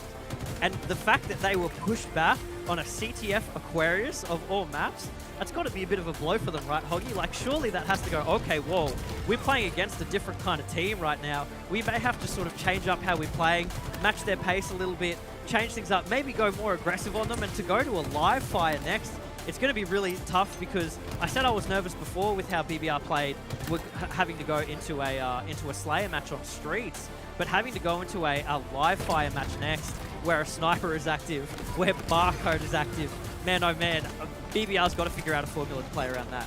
Yeah, BBR, they're in it though, they're in it. They've got a chance to get to the winners bracket final, and they do not want to go to the elimination final. That's where they go to die. So they've got a big game coming up, and Brattle's stepping up pretty big in that game. You got Dante with 14 kills as well. And the side of BBR, they've come out firing, Louis. They've come out firing. And even though they've lost the second game, they're still in it to win game number 3. Yeah, this, again, I feel like I'm reiterating myself over and over again, but this is the kind of BBR that we used to see back in the day when they were pushed against the wall in Halo 3, and they actually managed to sort of read their opponent and go, okay, they're playing this way, so how can we adapt to that? And they're doing that right now with NutriBullet, albeit they've had much more time to prepare for all their NutriBullet matches, and they've certainly played against them plenty enough to sort of be able to get that read on them now, but I feel like we're seeing it in full effect. Like, they've become sparring buddies. It's like Ken and Ryu in Street Fighter, you know? They know all their moves, and they're sort of trying to copy them hand for hand. So, like, overall, just fantastic play for BBR. Going to a Strongholds live fire next, though, it is going to be really difficult because there is a lot of slaying that they have to focus on, and a huge objective portion that they have to focus on with those rotations on the map to also take into consideration. And having to also asset deny from Barcode, that sniper, because if that gets in his hands, you know a few members of BBR are going down right quick. Yep, and in Strongholds, you really do need to rotate around the map with your team. And we saw towards the end of that Slayer game that's exactly what NutriBullet were doing. They were just kind of rotating around as a 4, pinching from both sides and taking down BBR, and that's why the score ended up blowing out a little bit. BBR managed to bring it back a little bit. I think it's because they kind of matched the pace that NutriBullet were playing, but going into a Strongholds, I think it favors NutriBullet in that sort of more chaotic rotation playstyle where they can move around, kind of take them out one by one sort of thing. It's scary to be BBR right now because this is usually, I mean, this is one of the maps that we've seen highlights from all the NutriBullet players come out on Strongholds on Livefire. So if you're BBR right now, you're pretty much focusing on making sure that you don't become a highlight clip, right, Hoggy? I mean, you've been there before, you know how it feels. So how do you think BBR are going to have to adjust coming into the Strongholds game? Yeah, well, off the bat, Madsy's going straight in. And BBR, they just need to slow the game down, I feel like. Even if they take 2 capture points and can manage to sort of trap NutriBullet inside Garage or even at Tower and sort of use that to their advantage, because I think NutriBullet, when the game's moving quickly, it's definitely in their favor. Camo will also be in the hands of NutriBullet off the bat, Bluey, and the sniper's in the hands of Barcode. There it is. Easy snipe for him. He makes this sniper seem super, super easy to use, doesn't he, Bluey? We're already seeing Barcode. What is that? The Barcode effect in full effect. As soon as he picks up that sniper, it's just back-to-back kills, and he's putting on a show for us already. It feels like he heard us talking about him, Hoggy, and he went, all right, time to activate the Golden Touch. And that's exactly what he's doing. BBR really have to play the focus game on him right now, because he is such a priority on a map like Livefire, where there's so many of these high angles, especially when a player has the sniper, in order to take down your team. And it's not even just straight kills, it's also the communication that that Barcode has right now. He's being able to call these players' positions just on a tee, like just bend that whim to them, because NutriBullet, are going to be responding to every call that Barcode makes right now as he sees these players come through. And BBR are just seemingly going down one after another over and over again. Yeah, Barcode, is being an absolute menace, just staying alive with the snipe. He used every single shot in that thing, and he is still alive. So he's on a bit of a spree for his team. They managed to get a trip cap momentarily, and they will manage to take B and C back, so they're out to an early lead. Barcode's going in. He challenges too. He doesn't care. Doesn't manage to get Brattles, though. His teammate cleans him up. Dante's weak as well. He'll just back down. He'll find another player, though. Madsy's going to try to take him on. Madsy is hiding behind the pole. He gets hit by an nade. He's still not dead. How is he not dead? Dante gets taken out. I don't know how Madsy managed to stay alive. That was... what is that play? I swear, if I do that in matchmaking, I'm dead in 2 seconds. That nade hits me and I'm gone. But Madsy seemed to have cracked the code there and been like, nah, nades, they don't mean anything to me. I'm staying alive. I'm making sure that this point stays ours. It was a huge mistake for BBR to let that go there. Just simple mechanical errors. But BBR getting that A point there would have been crucial for them. Would have let them capture, get a couple of points on the board and also change the momentum of the game, because obviously NutriBullet right now are making those rotations so strong. They're making the rotations exactly how you would want to play Strongholds on Livefire. And it's going to take BBR to be able to cap some of these points to make sure that they have some points on the board and disrupt that rotation in order for the match to change right now. Yeah, Pips is finally getting it together. He's got 6 kills, 1 death. He hasn't been too great in the first 2 games, but it's 4 dead for BBR again. Might be a trip cap, and as I say that though, BBR managed to get the flip on the A point as well. So it'll be 2 points for NutriBullet again, and they're still racking up time, Bluey.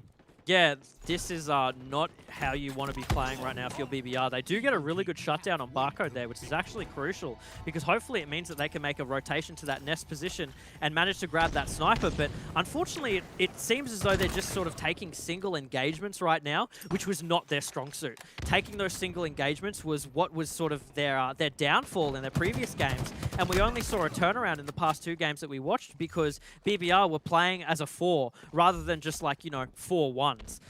So it is kind of defeating to see BBR sort of return to the playstyle that they lost to before, especially because they seemingly made such good coordinated pushes on the other maps, but now Livefire just seems to be playing them like a fiddle. These rotations that they're making exactly are just not optimal. They're not working in the way. Something's got to change, because BBR have a massive lead on them, and that's only going to go stronger with this triple cap that they have right now. Yeah, it's 2 down again for BBR. NutriBullet have them exactly where they want them. They've got a trip cap. They're very close to closing out the game already. They're almost at 200 points, and we're only 4 minutes in. They keep getting them where they want them. Pips with another kill. He must be close to a killing frenzy because he's 12-1. So let's stay on board with him. He's got the snipe. Not sure how many bullets he has left with that, but he's going to just keep tower control, keep spawning them over at dummies. 3 dead again for BBR. NutriBullet are putting on a clinic.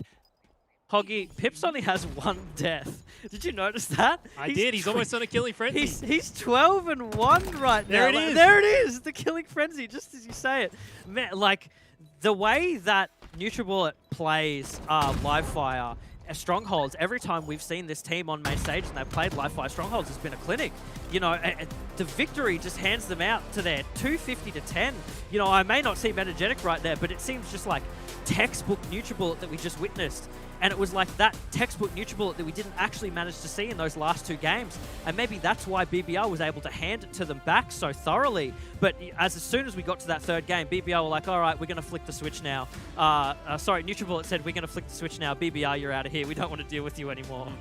Yeah, that was an absolute shellacking in that 3rd game. Like that was a pretty big domination coming in from NutriBullet. And I mean, after what we saw on the CTF, Hoggy, I was excited. I was sitting here in my chair, I'm thinking, oh, maybe this is, the big shake-up that we need here. Maybe NutriBullet, if they dropped out of that elimination bracket, they're going to cause all kinds of havoc. But NutriBullet, they keep it calm, they keep it collected, they get the Slayer done, and now they get the domination here on the strongholds as well. And I mean, this is the NutriBullet we expected from Game 1 and Game 2, right? Yeah, they just needed a bit of a warm-up, right? They just needed Game 1, they warmed up in Game 2, and then they put it on in Game 3. But BBR came out hot, and that's probably the reason why they took game number 1. And to be honest, even the Slayer was close. They only lost by 6 kills. Yeah, NutriBullet went on a nice little run where they managed to get 10 kills ahead, and BBR brought it back, but NutriBullet just needed to warm up, and they were ready to play in game number 3. BBR were no match for Barcode Snipes. They were no match for Pips either with the killing frenzy. Pips went 13-1, man. 13-1. You can't let that happen in a live fire strongholds game. You can't let a player get 13 kills up on you, a killing frenzy up on you at this caliber of play. It's just not meant to happen. That man needed to be shut down. He was just too strong.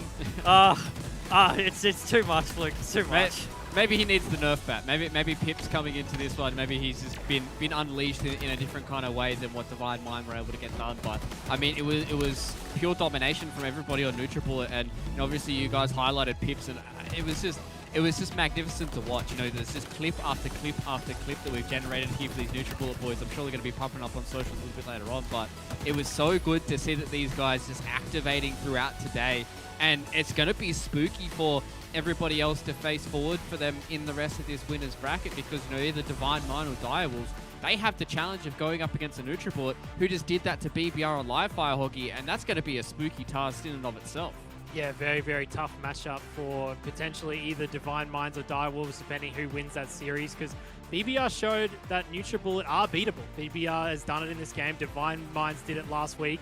But the fact that BBR were able to take a game, you would say that they're not as strong as Divine Minds. So it shows that Divine Mind have a very good chance going to the next matchup if they win, or Direwolves if they take down Divine Mind.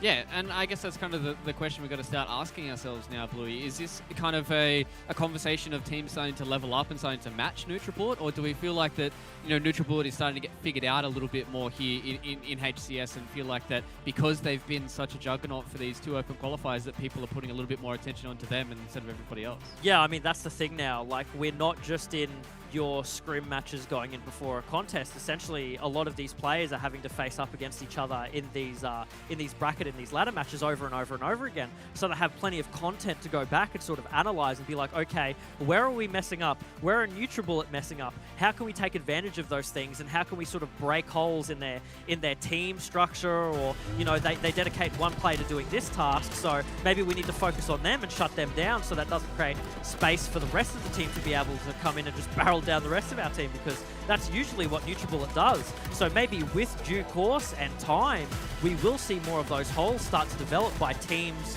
just going back and essentially just VOD reviewing NutriBullet and their playstyles and being like, wait, we can just take pages out of their book and do the same thing. Yeah, exactly. And, you know, we're having a quick look back here at the series highlights here, Hoggy, and it just goes to show that, you know, this CTF match, there was so many scenarios there with VBR boys were able to just be a bit of a nuisance to Nutribort, and then as we headed our way over to the Slayer, it was oh so close, very, very close there for VBR to get it done, but when you've got players like Barcode and Madsy who are just kind of popping off and getting unleashed in this map of streets, it's very hard to keep them contained. Yeah, very, very hard. They managed to contain them in the first game, but I think that was because they really did keep control of the side of Nutribullet. By going into game number 3, Barcode got the snipes, he showed you what he can do with it, and then Pips, he's just slaying in the background. He didn't need the sniper till near the end of the game to put it to use to get himself a killing frenzy. So Pips showing up when it matters, Barcode showing up at the start to help his team. Even though they didn't win the game number 1, he was there to kind of bring the team back together in game number 2 and number 3.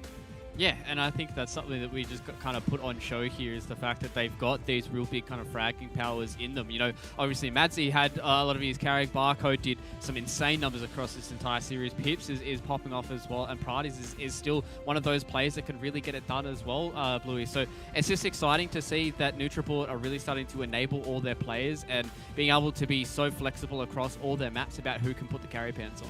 That's exactly what they're going to need to do, though, with them heading over to Raleigh, because they're heading off against the NA teams who already seem to have such good formula within their fours. You know, Nutribullet as a four themselves really need to lock it down and sort of decide, okay, what playstyle are we really going with here?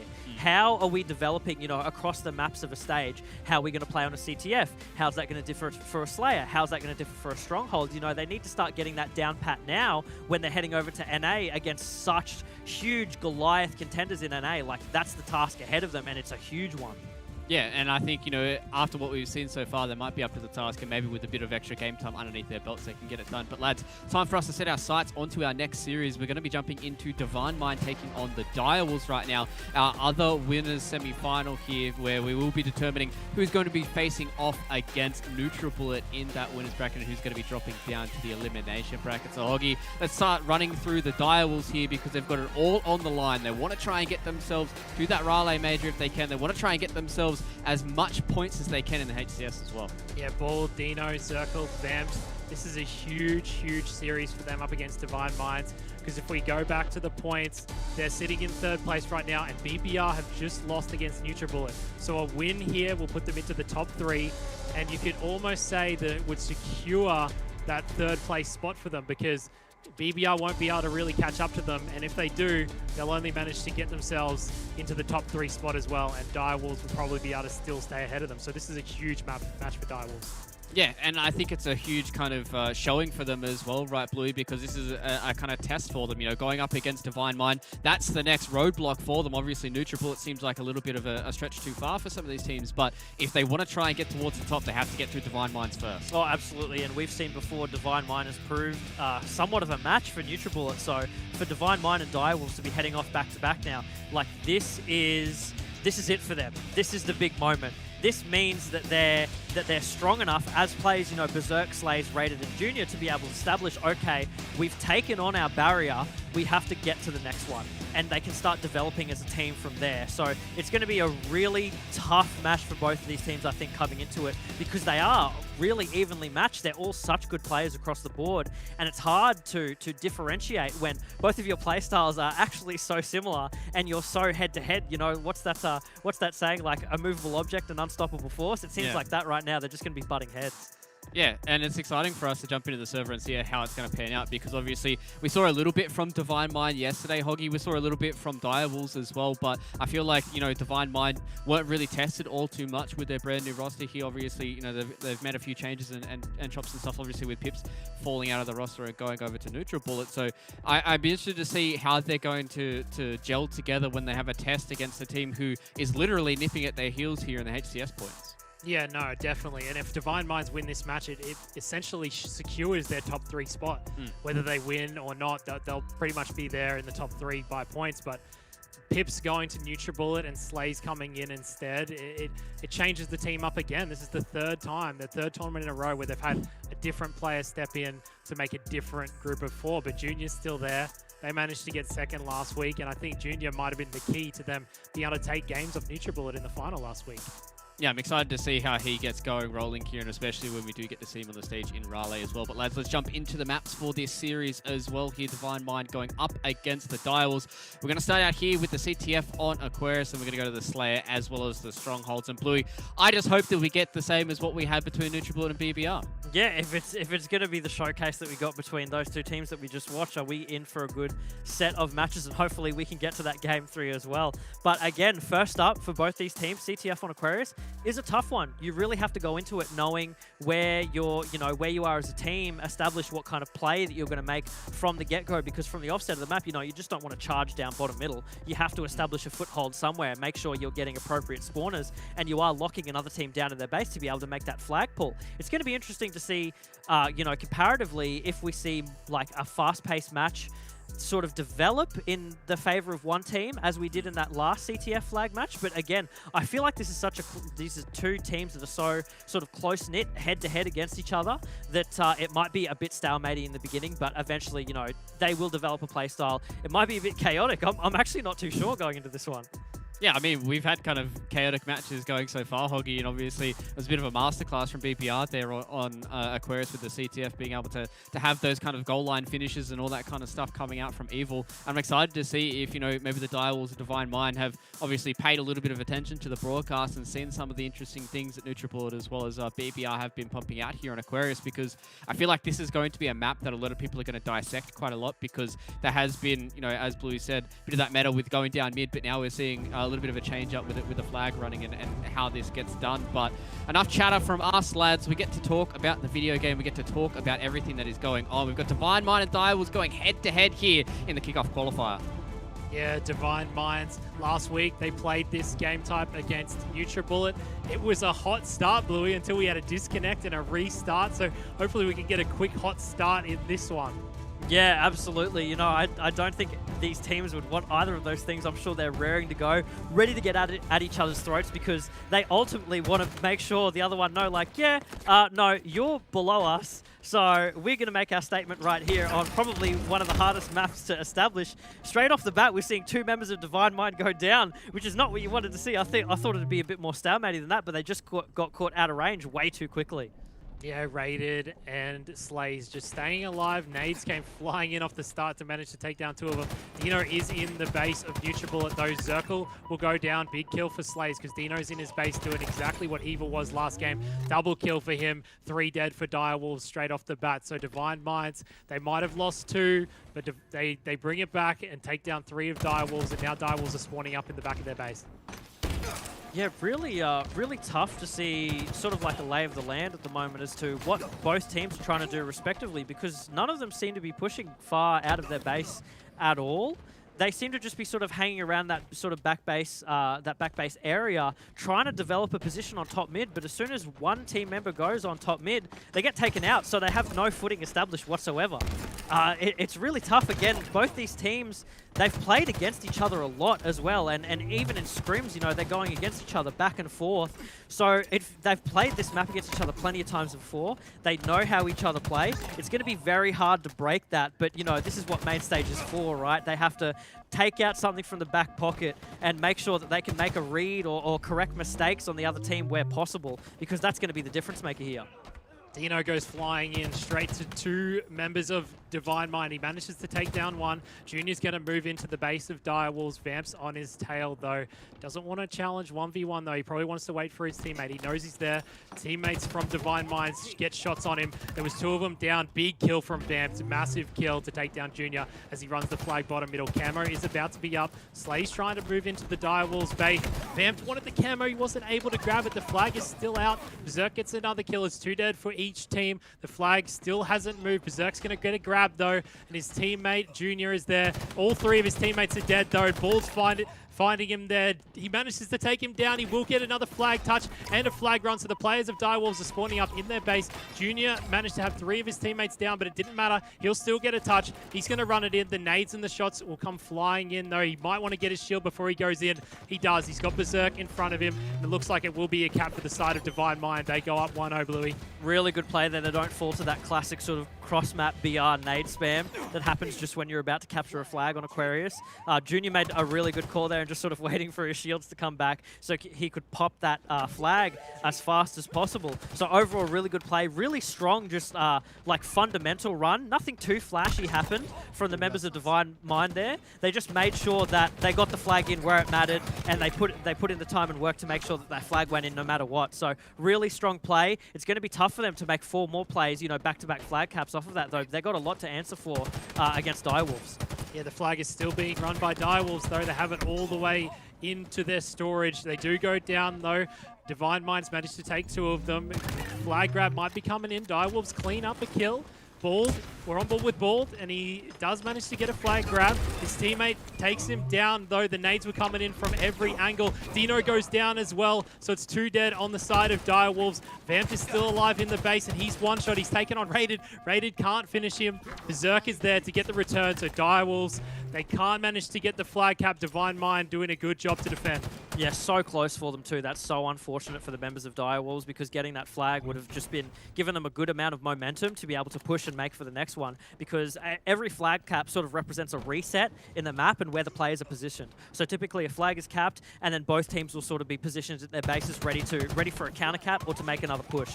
So really unfortunate there that they couldn't secure that flag, because that would have meant that, okay, we can start playing off of this momentum that we've developed and go forth and make more flag caps further on. But we do see the sneaky camo play. Him come out. Overall, good play for him and a good place to stop that flag. So now we can just sort of linger around this flag with the camo and make sure no other members get a hold of it, Hoggy. Yeah, he doesn't manage to do any offense with the camo, but he does do the defense, and they got 3 dead for the side of Direwolves. So they managed to stop the flag run. Junior didn't really do too much aggression with the camo, but played it exactly how he wanted to. Managed to get the kill. He can't kill Bald, though. Bald is running away from him, but he does find him in the end. Thruster, no use for Bald. Junior will take him down. It's 2 dead for Direwolves. The last 2 are in front of Junior. Uses the Thruster to challenge, but backs down in the end. 2 of the players from Divine Mind are in the base of Direwolves. Junior getting shot in the side again, trying to work with his team to get the flag going. They won't be able to, though. Direwolves spawning up, and they're a little bit split as 3 members of Divine Minds go down. Junior is stuck here by himself. You can see 2 members from Direwolves pushing him. The Dynamo nades are going to stop them from pushing him, but he does manage to go down in the end. If you look at the scoreboards right now here on both teams to sort of compare them, there's no real standout main slayer. You know, it's not what we saw with Nutribullet with Barco dropping a huge amount of kills and the rest of the team was sort of under them. On both sides, we're seeing very equal amounts. You know, Zirkle unfortunately is for, you know, 4 and 10 right now, but still overall both teams are very close knit, and I think that's just a testament as to how close these teams are sort of on each other skill wise, like on a technical and a mechanical level, because they're both able to read each other very well and know where, you know, every member of the enemy team is. Again, like, these are teams that have played against each other, who have known each other for a long time now, so coming up against each other, it's almost like another scrim. The only difference is the cameras are really on now, and you have eyes, so it's going to be really tough for Direwolves to actually break out and get a flag cap here with how Divine Mind are playing, because Divine Mind have seemed to just take that passive role after they capped that first flag. Yeah, another camo in the hands of Junior. He's got 2 in front of him, and he's got a heat wave. That's 1. He's going to look for the other. The other runs top middle. His teammates have thrown the flag out, but they haven't moved it anyway. Zirkle doesn't even get a call out. He doesn't even know that Junior's there. Junior tries to take down Dino. He gets him. He's on a killing spree. He'll manage to stay alive with the camo. It'll be running out any moment, but he still has the heat wave in hand. Player behind him. He's going to go for a flag grab, because why not? He's dead anyway. But I don't know if that was the play from Junior, but the game's turned into a little bit of a stalemate. We are halfway through. It's only 1 cap for Divine Mind. Yeah, stalemate though, but without you know, the flag on the side of Direwolves, something that they still have to make up for after how close it was the last time they got that full flagpole run. But this could be it here. That is 4 members down for Divine Mind, so this is prime opportunity for Direwolves to make way into their base and get a good flagpole. Right now, we're going to see them sort of look for where the spawners are coming from. What side of the map are the spawners? And you can see the call already being made. They are down bottom mid. Junior in the front of his base. They're going to want target on him, and a huge perfect kill for Vamp. That means he's laying down shots on Berserk as well, and Berserk is 1 shot, so they may be able to make a little bit of momentum, a little bit more ground here with the amount of damage they're pulling out. But I do say that Direwolves go down 4, and Divine Mind are able to counter their counter cap. Yeah, Dino's trying to do what he can, but Divine Minds already have the flag moving. Oh. He doesn't manage to get the double. That would have been massive for the flag stop, but the flag is still running across the map. Slays is trying to look out for his teammate that's running it. Vamped is top middle. He makes him one shot and forces him down. His teammate cleans it up. That's another cap for Divine Minds. I was going to say before that Direwolves needed to slay Divine Mind one more time before they ran that previous flag, but they didn't. They didn't manage to get it very far, though, and Divine Minds took them down because they didn't go for that extra slays, and now it's 2-0 for Divine Mind. Divine Mind in a good spot with only 4 minutes remaining. Direwolves need to start establishing the holes. They got that camo again. Yeah, they do. Like, they need to start establishing these holds on the map. They need to start looking at where the holes of Divine Mind are in order to make the appropriate reads. Like, right now, they should be able to know that camo's up on the map somewhere, but none of them really seem to be looking for it, specifically making sure to shut down that player, because it's so easy for Berserk to weasel his way into the base with that camo and take down one member of the team for them to be able to make another flag pull. And this could be another run that we see here, Hoggy. Yeah, it looks like the map's flipped on its head. Direwolves are on the side of Divine Minds. Divine Minds are on the side of Direwolves. Berserk gets one, makes another one shot. Maybe he can get a grab and run it. He can't. Dino from top pink, he'll take him down, and we're on board with Dino now as I say that. He's on 15 kills, 17 deaths. He's doing work for his team where he can. Zirkle, he's struggling a little bit with only 8 kills on the side of Divine Minds. Slays is stepping up for his team with 21 kills. The flag is out, though, for Divine Minds. They're running it across the map. Perfect help from Rated, though, as he takes down another. Junior's going to run it in. Can the nades come in? Will they be able to stop it? No, they won't. It's 3-0 now for Divine Minds, and I feel like this is going to seal it. All they need to do is slay out. Although I say that, 3 down for Divine Mind momentarily. 2.5 minutes left on the clock, though, Hoggy. It's really hard to pull 3 flags and make a successful run in that short amount of time, because that is a really short amount of time. But you see Berserk just make a huge double kill play there. But, you know, that being said, that's more in the favor of Divine Mind. That's not what you want to see in the hands of Direwolves. You know, Direwolves had 2 members there on the 1 member of Berserk. They should be opting, you know, they want to take down that player, but they can't quite finish the kill where it needs to be made and make that space. Berserk with another double kill on that fantastic, clean, crisp BBR. It's insane. Like, watching these players right now, Berserk, Slays, we've had their POVs up quite a while now, and we've seen how strong fundamentally they are as players in getting those appropriate slays, not just for the kills on the board, but so that the whole team in general can make space, can get footing on the other side of the map. Huge plays coming from Divine Mind. They're playing fantastically out of their minds right now against Direwolves. Yeah, it feels like Divine Mind are in the base of Direwolves every time we switch over to one of their POVs. It was 2 dead for either team. Slays doesn't really have to do too much. They're up 3-0. He just needs to play, basically be a little rat around the base of Direwolves and stop them from being able to get out. He does go down. He isn't able to do too much. Junior runs the flag because why not? There's no reason not to, and he's got his teammate in the base of the Direwolves. They're 3 dead, though, but Junior's going to keep running it. He's getting it pretty far, actually. It was 3 dead for Direwolves as well. So Dino was the last man alive. Junior was the last man alive, but Junior's got a flag. He's running it in. He's taking an unorthodox route. He doesn't get it. The flag gets stopped right on the pole. This is Direwolves' chance. There's only 1 minute remaining. They really need this return, Bluey. That was a bottom mid run too from Junior, which you know, usually leads to a hail of nades and you going down, the flag being tossed slightly forward, but Junior managed to just run it all that way, and they put 4 on the board. I think this pretty much wraps it up for Direwolves, which is super unfortunate for them, because going into this series, we thought that they'd put up a really strong fight, and they have overall. I mean, look at Vamped right now, 22 kills on the board. Even though Zirkle was a little bit lackluster in the beginning of the game, he has managed to catch up, and he does have 12 assists to his name, as long with those 12 kills. So the players are strong. The players are strong overall, but they're just not making to manage. They're just not managing to make that good foothold overall. And a triple kill from Slays. Like, you've got to shut this man down. You have to do something about that, but they're just not making any of that happen right now. Yeah, 29 and 13. Slays has been the anchor on this team for Divine Minds. He's been in the enemy base of Direwolves for a while now. He tries to run the flag, but it doesn't really matter too much. Vamped is in there to grab it, tries to throw it up, but he can't make it up there. I don't know what he's doing. Junior backs down. This will be the end of the game for Divine Minds, and they'll take it 4 caps to 0. Junior dies for his troubles, but it's game number 1 to Divine Mind. Yeah, just good game overall from Divine Mind. I don't think there's much to say there apart from Slays dropping a 30 bomb on a CTF game on Aquarius. That's huge. Like, usually you don't get enough time and enough space on Aquarius to be able to make those numbers, but that's exactly what he did there. So I think that's just a testament to how strong this Divine Mind crew is, and a testament to how they actually nearly put NutriBullet in their place very on in some of the earlier games that we saw last week. So, you know, Direwolves have it really cut out for them unless they can change up a lot leading into this next game here. Man, you know, Divine Mind probably has this on lock, Hoggy. Yeah, double positive for Slays. He started out perfectly, doing the role of what Evil did in the first game between BBR and NutriBullet, and that's one of the reasons why they've won this game so comfortably. He's putting out massive damage for his team. Look at it, 30 kills, 14 deaths. He got that triple kill. He got himself 2 killing sprees, so Slays is on fire, and going into a Slayer, that's exactly what you want for Divine Mind. You want one player popping off, and that's Slays right now. Yeah, exactly. You know, if Slays can take this momentum that he has right now, because clearly the man's got to be feeling a little something.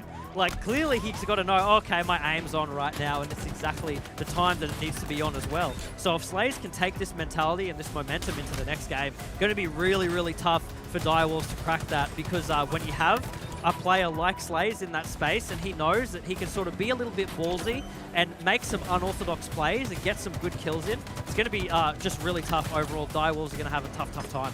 Yeah, another thing we should touch on is Direwolves struggle to grab the camo in that game. And going into the next match, it's going to be so important. They do not want to let Divine Minds grab the power-ups any more than they do, you know, that they want to make sure they at least get 1, 2, 3, as many as they can. They don't want to be handing them over to Divine Mind every single time, which is what happened in this game. And that was probably another reason why they didn't manage to close out the match, and why Divine Mind could win it so easily. Yeah, I mean, 4 caps up on the board to 0 is huge, and that speaks volume about how the game actually played, like, as a whole. You know, it's really heartbreaking for a team to see a 4-0 happen, because usually on Aquarius, we even saw before that, you know, the flag caps sort of trade in a way that, okay, you know, they've made a pull, they've made a cap, now to counter cap, we can match their score. But when you start to build that snowball effect of like, okay, they've got 2 flags on the board, we have none. They have 3 on the board, we have none. They have 4, game's done. Like, what can you do at that point? There's no match to give. There's no, you've made too many errors at that point, and all it takes is to go on to the next game with a fresh mindset and make sure that you're coming at them in a way that you're not going to crumble. Yeah, and last week we spoke to Bald, and Bald, or maybe it was the first tournament, I'm not sure which one it was, but he spoke about how Zirkle told them to slow the game down on Slayer Streets last time previously, and I spoke about it in the previous series between NutriBullet and BBR, how BBR really want to slow down the game because I think it favors them more. And going into Street Slayer, I think it's almost the same for Direwolves. So for Divine Mind, if they can create this sort of chaotic sort of gameplay and get up in the face of Direwolves, it'll be tough for them, because I think Direwolves play a lot better when they slow it down, and Bald said it himself. Yeah, it takes a really strong team to be able to set the pace of a match, and I think that's what makes or breaks a lot of these games, especially in Halo Infinite. You know, in some of the older Halo titles, you see a bit of a trade back and forth, the game slows down, and then it becomes like this level of stagnation, right? But now, the snowball effect is in full effect, and if a team can manage to set that pace of the snowball, then you're kind of doomed. Like, there's not really much that you can do from that point on. I'm sure you and I have experienced a fair amount in matchmaking, going up against some of these players that we're seeing on main stage right now, and it's really tough to come back from a spot unless you have communication on lock, unless your aim is on lock, unless everything about you as a team, as a 4, is on lock to be able to make that pace change happen. Yeah, definitely. The pace change is super, super important for Direwolves, probably more than Divine Mind, because I think it's harder to speed up than it is to slow down. So it's going to be tough for Direwolves going into game number 2, and this is a massive game for them, you know, like, they need the points to keep themselves inside the top 3. So even though they've lost the first game, they need to win this second game to be able to keep BBR away from the 3rd spot that they're vying for. It's not something that you just want to let go, right? And I think, you know, last match sort of slipped through their hands like sand a little bit before, and that's not what they can see going on, because even if, you know, they they lose and they're done, they're out of, you know, they're out of the bracket, they can still have those points holding them up overall, standing against the rest of the teams. But if they dip in the points category, then it's bad news for them, and they sort of have to take a step back as a team and reestablish, you know, what went wrong. Why are we dipping so hard? This is not the Direwolves that people have come to expect, especially within the last week. They've been playing so well. Yeah, this is Direwolves' chance, I guess, to get themselves into the top 3 without having to go through the elimination bracket. And down there is BBR, and lucky for them, BBR is cursed at the elimination bracket. So maybe it won't matter too much if they win this map, because BBR might end up getting knocked out anyway, and it won't matter too much for their points. But we're going into game number 2. Divine Minds is up 1-0, and we might end up seeing a replay in the winners final again. Divine Mind versus NutriBullet. Divine Mind are in the top 2 teams at the moment, and they've proved why in the first game, they've proved why in the first tournament, and they've proved why they're very, very close to beating out NutriBullet in the second tournament. We're on board with Dino, the Rockets are up, and it's time for the Direwolves to pounce on Divine Mind.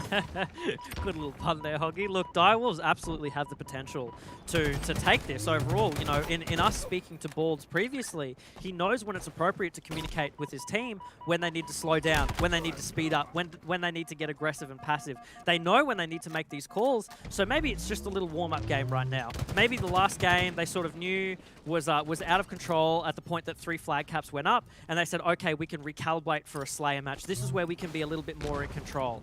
So it's going to be really tricky, though, coming into a match like this, especially if they're not getting hold of those rockets, especially even the Bulldog is a bit of a power weapon on this map, wouldn't you say, Hoggy? Yeah, it is. Even though he wasn't able to use it there, Junior manages to clean up a kill on the other side of the map. He finds another on stairs. Vamps manages to live, though, so great job from him. He's got Dino down there with him as well. And he has rockets. He takes down Junior. Slays is down at Shram, and he's trying to move in for a bit of a flank, but he doesn't manage to find anyone just yet. Berserk and Rated are on the other side of the map, and they're in trouble. Berserk goes down. He's trying to move in to help him out. He's got a player next to him. His teammate takes him down. 1 dead free the team. He helps Junior with Dino. So Slays is on a bit of a tear at the moment. He doesn't manage to get the kill. He backs down. He's got Junior to help him out. Vamp does challenge him and takes him down. So 2 down now for Divine Minds. The score is 9-8, so it's only 1 point the difference, Louis. Divine Minds seem to just have the team shot sort of methodology down pat right now. We're seeing like pairs of 2 split off on the map and watch both lanes, whereas Direwolves kind of seem to be like, okay, you know, send 1 player pink side, we spawn Tram, let's try to push Arcade, let's make these sort of pushes here, but they don't really seem to be working out, whereas Divine Mind are like, okay, we have a read on the map, we know where they'll spawn if we make this play, so let's make sure we already have the footing necessary to do so. And Direwolves seem to just be struggling a little bit with making that, you know, like answering that play. But as I'm saying this, they've managed to pick up like a whole bunch of kills right now, and they're making a really good lead on Divine Mind in the early game. Yeah, and they have the rockets as well. Zirkle has him in his hands. Slays has found him. Slays takes him down, but the rocket gets him in the end. So it's still a 5-point game in this favor of Direwolves. Junior trying to put shots on Vamps. Vamps will get called out by Junior, and all the players of Direwolves are on the side of the PD map, and Divine Mind, things are slowing down a little bit. It gets crazy and then it slows down again. Divine Mind just putting shots across the map, calling out to their team, and things have slowed down a little bit, even though, as I say that, it's 3 down now for Direwolves. Zirkle, last man alive. Slays knows where he is. Junior knows where he is. They're coming in for him. They spawn over on Cafe. Junior finds Bald. He will take him down. Slays gets Zirkle. Zirkle's still there. He's hiding. He'll get called out, though, and they'll take him down. So Divine Minds catch them out, but Direwolves don't care. They're straight back in there on the Cafe side. 2 dead for either team. Rated cleans another one up. So things get real scrappy, and Divine Mind pull it back. It's now 18 all. Just before when Direwolves were set up in that PD area, not sure how it happened, but I believe it was Rated that actually managed to get behind PD and put enough damage out for them, so the rest of the members who were on Divine Mind in that arcade side could just push forward and sort of get the wipe on him. That's where that hold-up that Direwolves had just fell apart. Not entirely sure how they actually managed to let Rated into the back line there, if that was a player who was there, but there was definitely one, and it's mistakes like that that you just can't be making, especially not on a Slayer match, and when the stakes are as high as they are right now. You know, both teams are battling out for these points. They need these positions. They need to hold these ladder spots. And if you're letting a member just kind of in your back line and just put a whole bunch of burst damage down, then you've got to talk to each other after that and be like, yo, guys, what happened there? Can we not let that happen again, please? Yeah, rockets are up. Dino goes in, gets himself killed. Shots down from Slays onto Zirkle. The rockets are down. He will be able to grab them. No, he isn't able to grab them. I don't know where they are. He does get taken down by an AR, though. The rockets were there. I don't know who has grabbed him. Finally, Bald gets them. I'm not sure how Slays was not able to grab him himself. He'll get taken down. Rockets are down again, so no rockets have been used this time around. Zirkle goes down. 2 dead for the side of Direwolves. Dino goes down. It's 3 dead. 4 dead now as Vamp gets taken down as well. Divine Minds pinch him. The rockets are down though. I'm not sure who's going to be able to grab him. Yeah, those rockets, I still believe, are just down, sitting entire, unless they've despawned at this point. No, they've got him. Slays in the hands of Slays right now, and he still has 2 in the back pocket. Ball didn't even manage to let one go before he died, which would have been better to do because that means that there's only probably 1 confirmed kill now in the hands of Divine Mind. But now they possibly have 2, even 3 if a good onset comes like now. But you do see him sort of lob one out, get the damage necessary, does take out Dino, and he is going to get challenged here in Red Room, and he will back off to Arcade. He needs his team to back him up right now, you know. The score still isn't too far off for Direwolves to be able to make the appropriate and correct play to be able to match the score, but it just takes Direwolves to be able to slow the pace of the match like we were talking before on Divine Mind, take control a little bit more in order to turn this match around. Still rockets in the back pocket, and oh my god, Slays Ball takes him down with the Bulldog. There was a rocket down on the ground from Slays. I don't know why he wasn't using it. He manages to get taken down by Bald, but his teammates get slayed out. Bald trades 1 back. It's 2 dead now on the side of Direwolves, and every time they push out, they don't seem to manage to get more than 1 or 2 kills. The rockets are spawning in 10 seconds. Charges in. That'll be Dino charging in. Slays gets himself a Bulldog. Rockets are about to come up. Maybe this is the chance the Direwolves need to grab these rockets and get themselves back in the game. They are only down by 3 kills now. Yeah, the rockets is absolutely something that they need to prioritize right now, even just making sure it's a bit of an asset denial so Divine Minds can't get their hands on them. And as I do say that, Junior managed to grab them, take them back stair side, but he did get taken out, so there is a possibility that if Direwolves make a good push here, they can get those rockets in their hands. A little bit of a do-si-do going on between Slays and Dino there, and we do cut to Vamped. He has the rockets, so does he manage? Yes, he does. He takes out Junior right here, which is huge for them. They are actually up 1 kill, and Vamp does have another rocket in the back pocket. He does need to play safe with it though, because if he manages to hand that over to Divine Mind, that's going to spell bad news for them. Yeah, Direwolves trying to work out where the side of Divine Mind are spawning. Finds Berserk. He does a pocket rocket dome. Berserk challenges him. Easy kill for Berserk. Vamped down now. The team of Direwolves is going to have to play a little passive. They don't want to get caught out as Divine Minds is going to make a push. They'll take down 1. Dino's there. Stays alive. Berserk is there with 2 other teammates though. Dino is trapped. He manages to get a beat down, but he doesn't get the kill. Raided and Berserk pushing into Tram now. Berserk goes down from a random nade, and Divine Mind have managed to keep the score tight. Direwolves did not look great in that passage of play, but they've still kept it close. It's 39-39. Direwolves are still holding on, Hoggy. Like, that's the thing here. There have been gaps established, but we've seen this before with Direwolves, particularly on this map. They know when things are getting too out of hand, and they know when adjustments need to be made, and they're managing to set the pace of the game right now. It's not exactly, like, just right in their favor, but 8 kills is all it's going to take for them to be able to take the second game here and push Divine Mind to a game 3, which could, you know, with this back smack, you know, Dino playing sneaky right here on the stairs is the kind of play that we need. And if he manages to pull off this Bulldog kill, but he is going to play it smart. I like this play right now because they're not sacrificing anything. They're not making sure that they're just throwing their lives, trying to get a tie kill. They're making sure that they need to be alive at all points. 4 kills the difference, Hoggy. This is intense. 3 kills the difference. It's coming all up right now. Yeah, only 3 kills to go. Direwolves have said, let's get in there, let's kill him. Only 1 kill left. Slays the last man alive. And there's rockets a rocket. are down as well, so this is Direwolves' chance.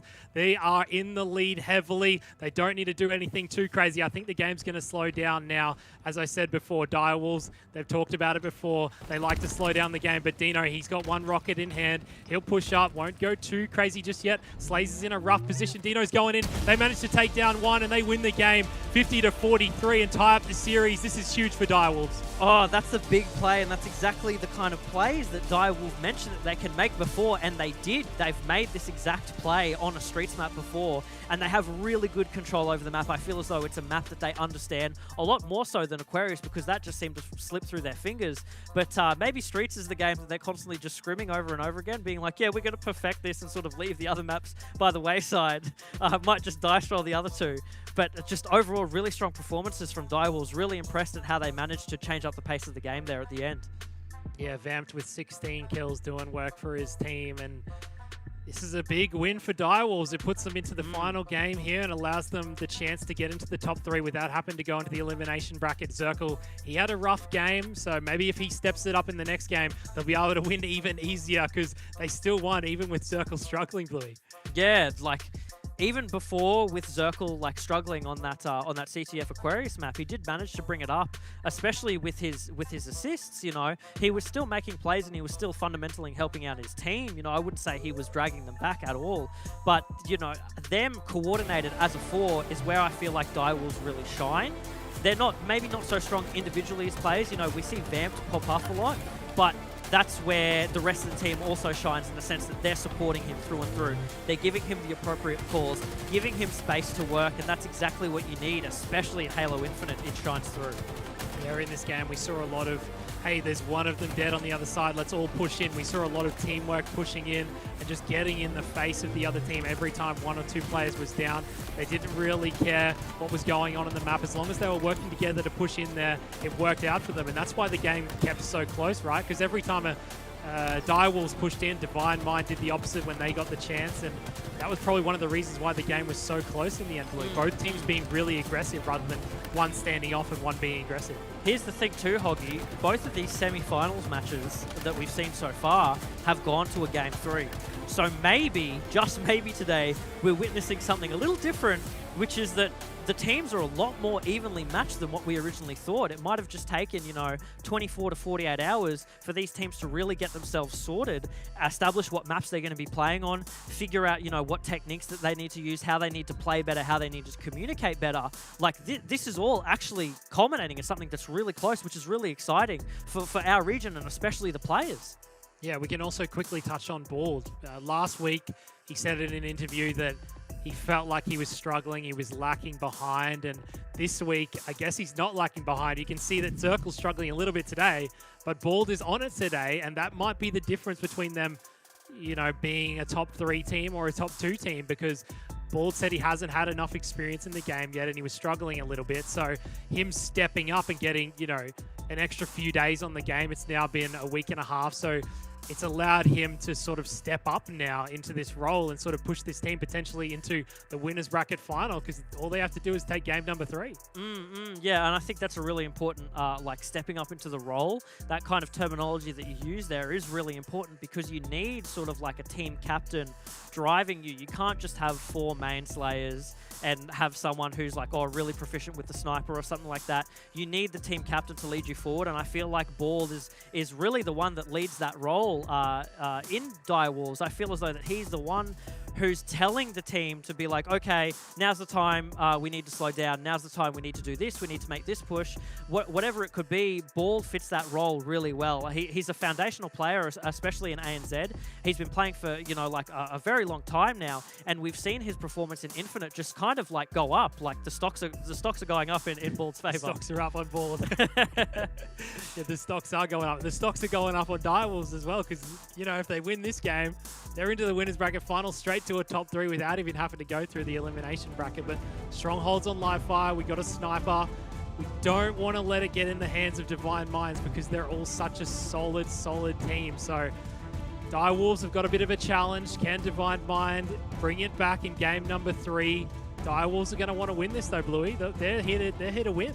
Let's just hope that we see Direwolves prioritize Power Weapon and that Power Up spawn a lot, because on live fire, that's the make or break for this map, right? You can have really solid rotations on strongholds. You can have all that, but when it comes to if you're lacking in the power up control, unfortunately we've had a DC here, so we are going to reset that match, which is Quick good for them because neither team wants to get eliminated on a DC. But to just rattle off on that point that I was going on before, power up and the power up and the power weapon spawns are so crucial into holding control over map. It's something that we see NutriBullet maintain on Stronghold live fire over and over again. So if a team like Direwolves can replicate that, they might have this match in the bag, but it's just gonna take for us to see, because Divine Minds are also just as equally good at doing that same thing.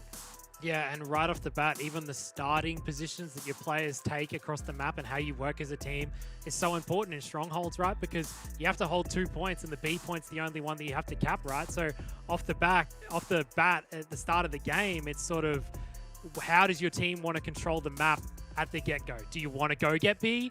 Do you want to go slay them? You know, what sort of strategy do you have, and how do you want to play it? In that map, we just saw the Divine Minds were sending 3 straight over to B. So yeah, right off the bat, it just depends how you want to play it, because if you go over onto the camo overshield side and through the dummies, you're really on a flank for the side of Direwolves. So it just depends how you want to start the game, because things can go very different for different teams depending how they want to play.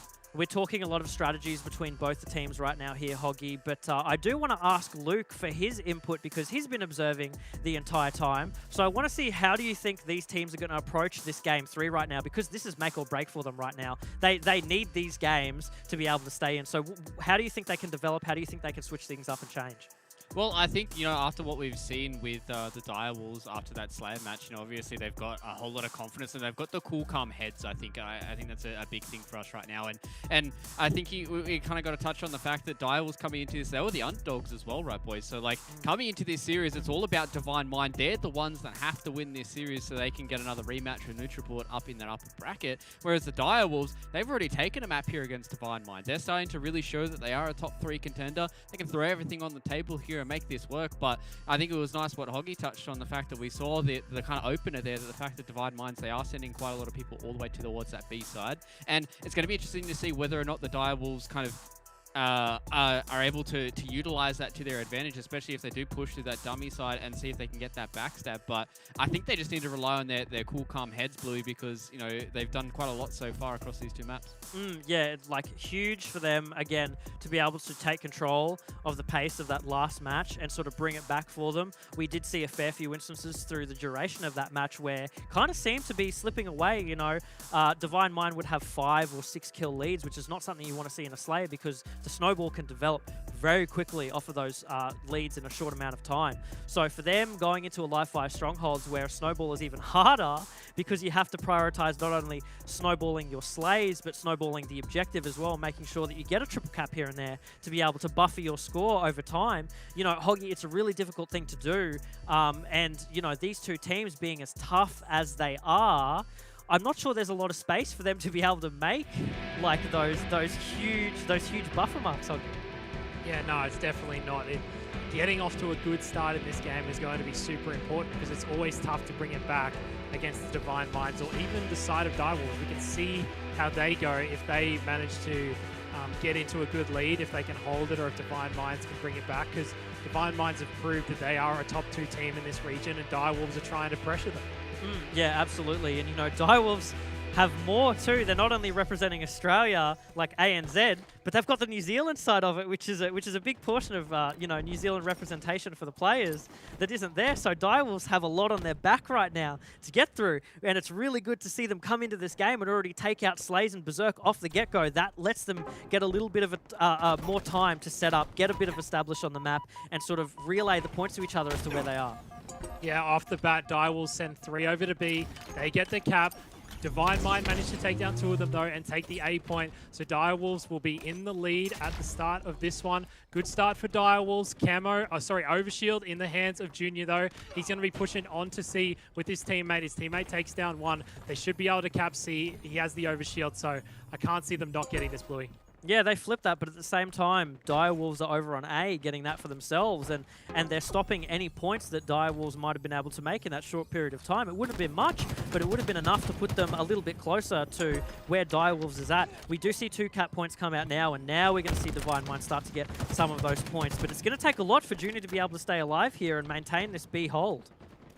Yeah, he'll see Dino. He'll help his teammate out to get him. It's 2 down now for Direwolves. Junior's going straight in for A, though. He wants to cap this. He finds Circle in front of him. We call him out to his teammate. One of his teammates goes down, but it doesn't matter. He's going to try get this A cap. C cap is still in their control as well. It's not being turned over, but the side of Direwolves is going to get themselves B. Sniper in the hands of Slays as well. B does manage to get capped in the end, but Divine Mind flip it on them, and they're still getting the points. Such good rotation there to come out from Divine Mind, even when that B cap was being contested and ultimately being taken by Direwolves. They were just on A, capped that, so any time that would have been stopped for them, it wasn't. You can see that the clock is still ticking up, and now they have a triple cap in place. So we're going to see the disparity of the scoreboard get a little bit bigger here, and Direwolves might be put on the back foot and have to make up for those points. And it's going to be really tough for them to do so because 4 dead. Because they're 4 dead, and Divine Mind still have 3 caps on the board. Look at that score tick up, Hoggy. That's ridiculous. Yeah, Divine Mind rolling over the top of them at the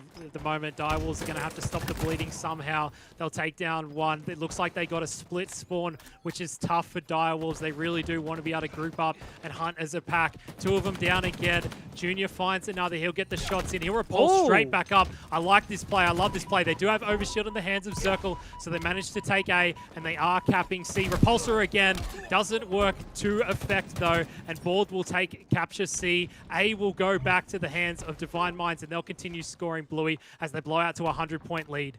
Good little play there from Junior with the repulsor, because he managed to get himself up on that high ground and then repulse up again. And even though he didn't manage to get the kill, he got the rest of that overshield and managed to make, I believe it was Zirkle there who had the overshield. He managed to make him 1 shot, so he could get cleaned up anyway. So that repulsor play, even though it resulted in him dying, still meant a lot for the members of Divine Mind. Yep, Bald has the sniper, and they do have capture point B and C, so they'll finally start ticking up some points. Divine Mind were 3 dead, and that was the reason why Direwolves managed to get themselves 2 captures. Bald's got to watch out from C, though. He'll find a sniper on 1 and clean him up, get shots on Berserk, call it out for his teammates. He'll back down. His teammates are going to get A, and the capture points have been flipped again. The reset is huge from Zirkle. Zirkle gets the free reset, so it's a trip cap now for Direwolves, and Divine Mind are in trouble. They are swarming the tower. They'll try to find Zirkle. They won't manage to get him. Rated goes down. Bald still has some sniper shots to work with. His teammates are doing a perfect job at defending, and they'll push straight into B to defend it as well. Berserk will probably go down as well, and Divine Mind, they're in trouble. They've been 3 down twice in a row, and they're getting trip capped. Yeah, massive coordination, though, from Direwolves to be able to pull out the triple cap, especially for as long as it has been. You know, there was some really good rotations, some really good plays that you could see coming from that C side, sort of spanning out through to mid and looking over B to make sure that at no point Divine Minds was contesting it. And they're still managing to hold on to these points. You know, they're getting points up on the board with those 2 B and C caps. This is really good for them, but unfortunately with Slays having that overshield, he's just going to be able to barrel on through. They're going to probably take C point here, unless he does manage to whiff that sniper, and he does get the double beatdown. That's so unfortunate for them, because that would have been a game-turning play right there. Berserk's there, though, to clean up the kills, even though his teammate couldn't do it. Berserk will capture C. The point of A is almost turned over, but they do reset it, so they'll be getting the time. Takes down another. Berserk is on a tear, though. He finds a double kill. He's looking for the triple. Zirkle's going to hide, so he cannot get it. But Berserk's got a teammate pushing in with him. It's 3 dead for Direwolves. Sniper in the hands of Berserk. They're spawning over at tower, and he knows it, though. Yeah, I wouldn't want to be Berserk's triple kill. Would you, Hoggy? I don't want to make that highlight reel. There's no way. I'm hiding for my life. And, you know, seeing still him being alive right now is such a huge amount of pressure, because they realize that they have this main Slayer on Divine Mind right now, and he is making a roll, so that just makes another target that they have to focus on while they're trying to get these caps. There's a lot of things that you have to juggle in a Strongholds game between the objectives and the plays themselves and the power weapons, and making sure that you don't have one player just steamrolling you constantly. You're going to have to put shots down on a player like Berserk to make sure that he just doesn't get all that space and all that free reign on the map. Direwolves are doing that really well. You can see that they have 2 caps now, so they are managing to focus those objectives a little bit more than what they were before, but it's just going to take a lot more for them to be able to pull through, match the score of Divine Mind, and take this match home. Yep, the points are ticking up for Direwolves. They're managing to get a decent hold going. Can he take it down? Zirkle does take down 1. He's got 2 in front of him, though. He's got the Magma. Dunn hasn't managed to get him. It's 3 dead for Direwolves, and Divine Mind managed to bring it back. Every time Direwolves get 2 capture points. They can't hold it for very long. Overshield is up. Dino grabs it and he will pop it. Slays with the crucial miss on the headshot of Dino. He'll pick up the new snipe though, and they'll be ticking over the points again. 40 points the difference, 6 minutes in. Circles down, it's a killing spree for Slays. Slays pushes in to try get another. He'll challenge, he'll go down. Sniper is down, 2 dead for each team. Vamp gets another kill, and Raid is the last man alive for Divine Mind. It's such a flip. Like every time we look at these players, we think, okay, you know, this game is going one way, you know, they're 4 down, but again, that just flips like instantly, and we saw overall such good, you know, like power weapon control in the sniper from Divine Mind, but as soon as they had it, it just fell out of their hands like near instantaneously, and there could have been so many plays that Divine Mind could have managed to make there just space-wise, but they couldn't keep a hold of it though. They were challenged too well by Direwolves, and Direwolves coming back right now. You see that triple cap just instantaneously. They still have points on the board though. They're denying Divine Mind any more points. Divine Minds have been sitting around this 160, 170 mark for so long now. That must be so frustrating for them, Hoggy. Yeah, Direwolves finally able to take some control for the last couple of minutes of the game. They've been getting the points. Divine Mind haven't managed to get too many points. It's only 2 dead now, though, for Divine Mind. Balder's running in to try get the A capture to bring the points back in his favor. He gets help from his teammate to take down Slays, and they're flying in the garage to take down another. That's Bald with the cap on A, and they're ticking over the points still, Bluey. They've got control, and they've got the sniper again. Yeah, like it seems as though this this sniper is managing to find itself in the hands of Bald. Like any time, you know, he's sort of just scrapping players and being like, "Oh, cool, there's a sniper there. Didn't notice that before." But you know, it's going to take now from this point on.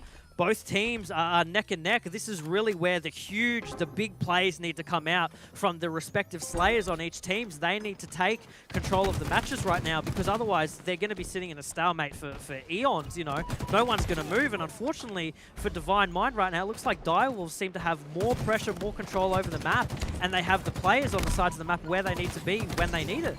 Oh no, Rated got the overshield, but he got mangled by 2 players of Direwolves, and he wasn't able to keep it for very long. Lucky for him, his team is getting the points in their favor. The scores are tied, Bluey, so this game is super, super close. It's a 4-shot from Vamped, and he'll try to cap C, but he is getting taken down by Rated. His other teammate will be in a battle. They will clean him up together. They find another one. Junior's 1-shot. Can he stay alive? It is still ticking over for Direwolves. Junior goes down. It's 3 dead momentarily for Divine Mind. Slays. He's stuck at B, and he'll probably get sniffed out by Direwolves.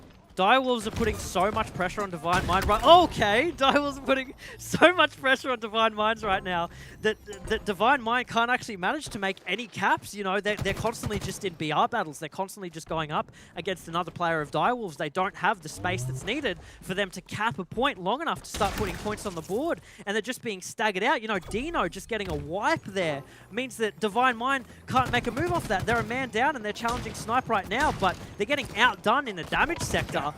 And they can't make space. They just can't do anything, Hoggy. It's crazy how these players are playing right now. Dino with the clutch kill. He was 1-shot for so long, and that's huge for them. Yeah, killing spree for Dino. They managed to get the C capture point to keep the points in their favor. Junior's in front of him. He'll try challenge him. He's got the heat wave, which is a beautiful weapon to use on this map and get free kills for himself. They take down 2 from the side of Divine Minds. Dino's going to charge in, though. The nade hits him. His teammate takes down Slays. He'll go down. Berserk will get the C capture point, but Direwolves are going to take A, so the points are still going in their favor, Bluey. Yeah, huge, huge, huge. We're not really seeing any like main Slayer highlights right now, but I think that's because Direwolves are just on that mode of being so focused in as a 4. It doesn't matter who gets the kills. It doesn't matter who manages to clean up. We just want to make sure that at no point Divine Mind can get on these objectives and start getting points on the board. We want to keep them down near that 200 mark for as long as possible, because Direwolves are so close to being able to wrap this up and take it home for themselves, which is exactly what they need. They want to stay in that ladder position, and a stick from the grave is huge for them to be able to take at this point. Yeah, Berserk goes in, finds a second one for his team, and they do get the reset. Bald is in a big challenge there. He goes down. He won't manage to get B. Can they get the reset? They do. The trip cap for Divine Mind. Slays is pushing in to try stop Direwolves from taking down C, but he won't be able to do it. He'll have to back down, stay alive, and keep the points in his favor at least, and keep his life in his team's favor. They're only 25 points from winning the game, Bluey. They managed to Divine Mind managed to climb back up so well because of how long they held a triple cap, especially late game. And that's a mistake that you don't want to make if you're Direwolves. You don't want to let a team like Divine Mind hold a triple cap for that long. And it's just swirling more and more in their favor. You know, the scores are pretty evenly tied up right now, but all it takes is a decent wipe on one side, and we're seeing just kills go back and forth. But Direwolves right now, they're 3 down. Vamped is the last one alive. If he goes down right now, it means that there's potentially a triple cap on the board, which is going to wrap up the end of this game in the hands of Divine Mind, and he can't let that happen. The scores are too close right now. They're not going to be able to handle it. Can they make it 250 the points with Divine Mind? They popped off. I can't put it any way other than that. Divine Mind came back so well. Direwolves had such a strong lead, but they couldn't hold it. They crumbled right where they really needed it, Hoggy. Such a shame for Direwolves, though, because they played so strong, man. Oh. Whew. Heartbreakers, lads. Absolute heartbreakers. Very Like, heartbreaking. That's like one of those matches where you look at it and you go, the Direwolves are doing this. The Direwolves are pulling this back. They've got so much control of the map. Their points are starting to rack up. They get themselves up to 232. And then, I don't know, Divine Minds just say, no, we're going to get this done ourselves. And they pull that one all the way back. And Blue, you said it perfectly. They just popped off. And it's just insane to watch what these guys do. It feels as though in that last couple of minutes of the game that all the members of Divine Mind really just stopped in a millisecond. They were all thinking the same thought in a hive mind. They were like, no, we have to hold this down. It's slipping through our hands right now. We've let them claw back up way too much, and that's exactly what they did. Some really good kills, some really last-minute crucial kills coming out from the members of Divine Mind. Well played. Such a good game, man. Yeah, I mean, also well played to the guys of the Direwolves as well, absolutely. because sending this all the way to a third game, getting themselves in pole position to take this series away from Divine Mind and set themselves up with a date with NutriBullet in the winners final. That's when it starts to get this Cinderella storyline going for the boys. But obviously Divine Mind, they just had the clutch factor they needed here to close the series out. Yeah, it was a massive chance for them to get into the winners bracket final. They're not able to do it, but we'll see in the replay just how things swung back and forth for both teams. You know, early on, Divine Mind managed to get a lot of points on the board, and then it turned in Direwolves' favor, and then Divine Mind just clutching up at the end. As you guys were saying, they were just popping off towards the end. They were working together perfectly and getting things done. So Divine Minds, they want to stay in the top 2, and they're able to do it here against Direwolves, even though Direwolves put up a really, really, really good fight.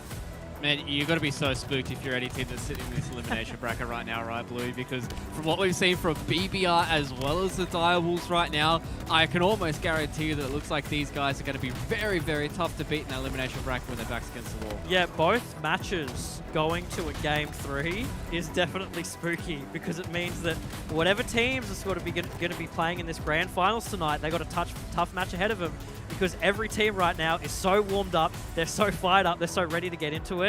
And especially like a game for Divine Mind, you know, whoever NutriBullet ends up playing against, it's going to be tough. It's going to be a good one. It's going to be bangers all around. I can't wait.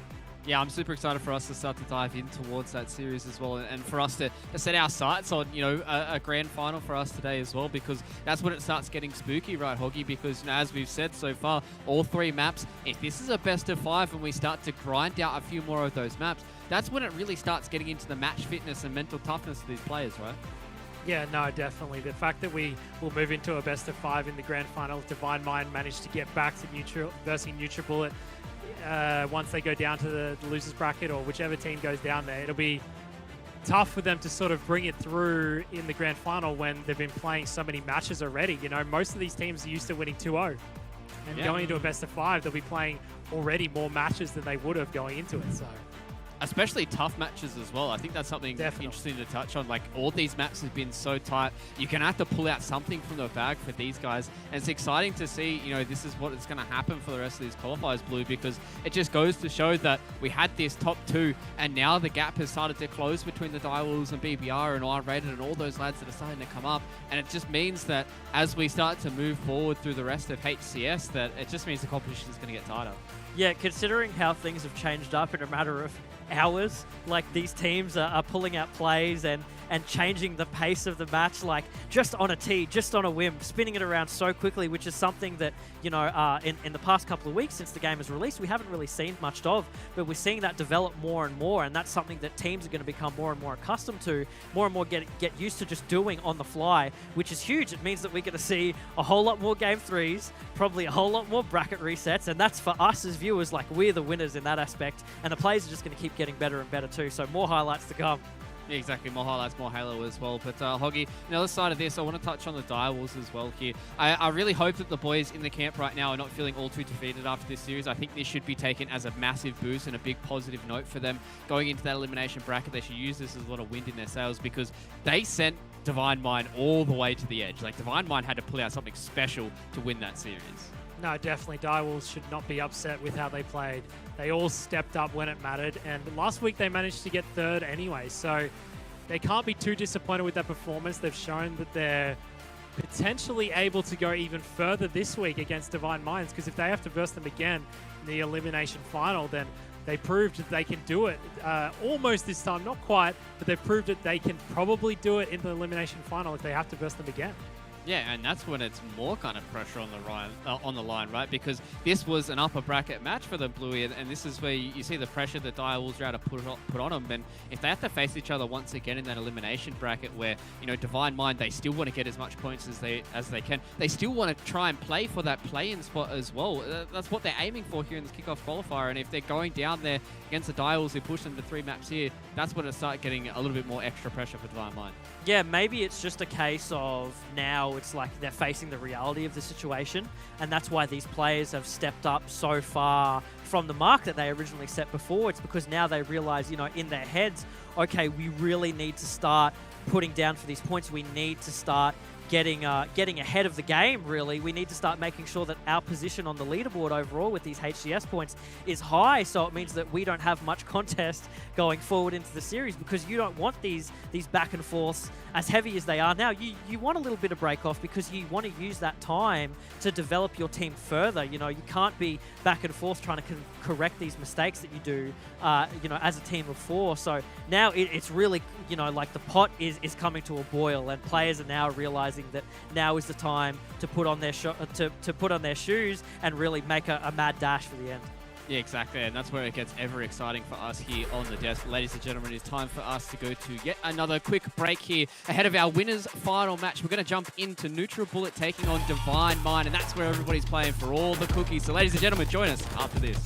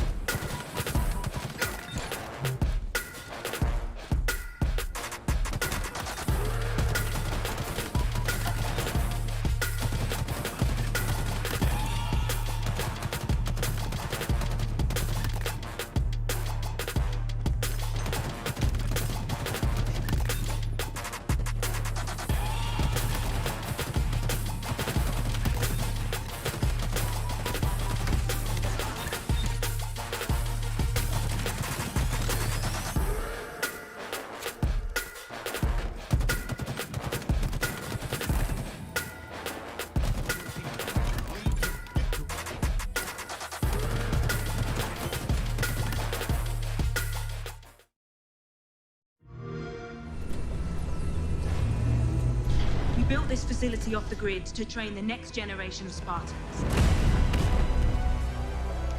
To be a Spartan, you must become the impossible. Greetings, Spartan. It would be my pleasure to serve at your side.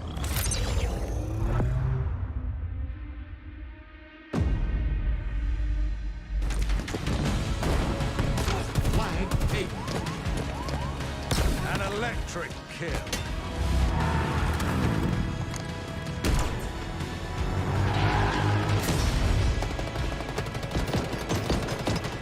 Cluster luck.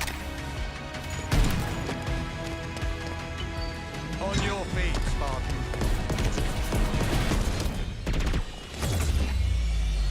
Ninja.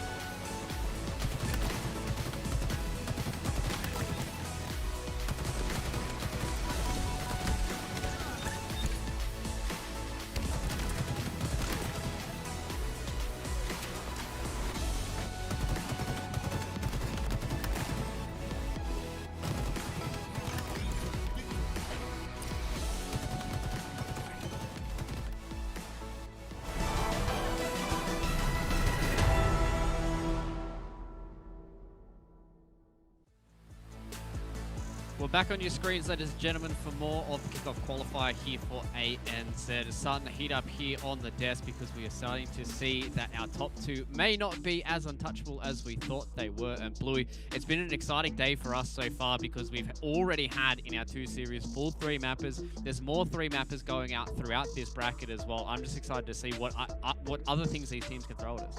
Yeah, exactly. Like, the competition has been so close-knit so far, and if that gives any indication as to where we're going as we get more into our like winners brackets and grand finals, then boy, do we have a night ahead of us. Like, I don't know how much my voice is going to be able to keep on this, because there's going to be some huge games coming up, and I know that our players are raring to go.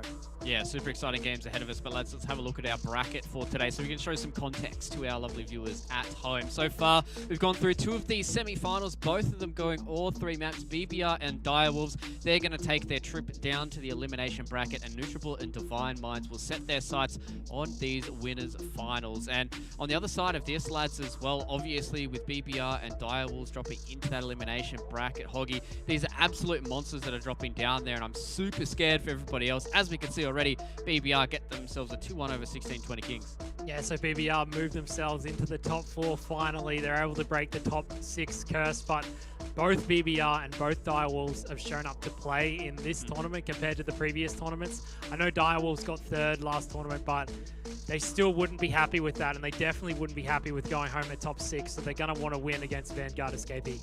Exactly, and speaking of the Vanguard Escapees, Bluey, you know, they're going up against the Direwolves, who put on a pretty monster performance, so those boys from the COD scene are going to have to try and step up. Oh, absolutely. I was just about to say Vanguard Escapee have got a lot to step up for. You know, we saw them play yesterday, and again, I think we mentioned in the pre-show, we were all really surprised at their performance, but now they've got a team to really have to go up against to show, you know, how strong they are against a team like Direwolves, who just before played so strongly. It's got to be having them quaking in their boots a little bit. I hope, you know, coming over to a game like Halo, this isn't their turf, and going up against a team like Direwolves, this is their turf, so they've got a match ahead of them, and can't wait to see that one. Yeah, it's going to be exciting to see what the result of that is going to be. If, you know, the Direwolves can clinch that one out in the 2-0, whether or not the Vanguard Escapees can take the series or even just take a map, Hoggy, because I'd be excited to see what those guys can do. And, you know, obviously, so far, they've already put a kind of stamp on the scene, you know, just kind of coming in, taking a few big names and a few big scalps. And, you know, if they can do some damage here to Direwolves, that's just going to be an even bigger bonus for them. Yeah, it's got to be a big confidence booster for them if they manage to even just take a map. I'm sure the series will still be good for them, and they'll get a good experience, but Direwolves look so strong. So if Vanguard Escapees were able to take a map, then I think that shows that they're really here to play. You know, they're going to step up every week. They already did well last week, and doing well even better this week, sorry. So for them to step up against Direwolves would be big for their confidence. Yeah, exactly, and obviously being, you know, coming into the Direwolves who are a little bit hotter in form right now as well as the Vanguard Escapees, might be a little bit hard for them to get through, but we'll have to wait and see for the result of that, ladies and gentlemen, because we get to look towards our winners final now. We get to see our 2 juggernauts going head-to-head. It's going to be Nutribullet and Divine Mind. 2 of these teams have been going blow for blow, Bluey, so far across these open qualifiers, and Nutribullet has been the one that's coming out on top all the time. Every single time. Luke, I don't think you can touch on that point enough. Nutribullet are our reigning champs, the dominant force, the ones that you want to beat, but you can't quite make it every single time. You know, their roster, you know, including, of course, as we highlighted before, Barcode, is so huge now. You know, Nutribullet have made their name sort of known globally in the Halo scene. So they have lost to Juice, unfortunately, but they did sub in Pips for, I think, yesterday's tournament and today's. Yeah. And we haven't seen much change in sort of the team dynamic at all, really. In fact, having 2 main slayers, both in Barcode and Pips, has proven a huge strength for them. Yeah, exactly. And Hoggy, on the other side of this, we also touched on the fact that it seems like Nutribullet are able to put the carry pants on anybody. And Madzi for us today has been one of those players that really did kind of put his carry pants on when the boys needed it, when they were down up against BBR earlier on today. Yeah, Madzi's showing up today, and he's been there before. He's been in the top. He's been in the best team. He's been overseas to international events before.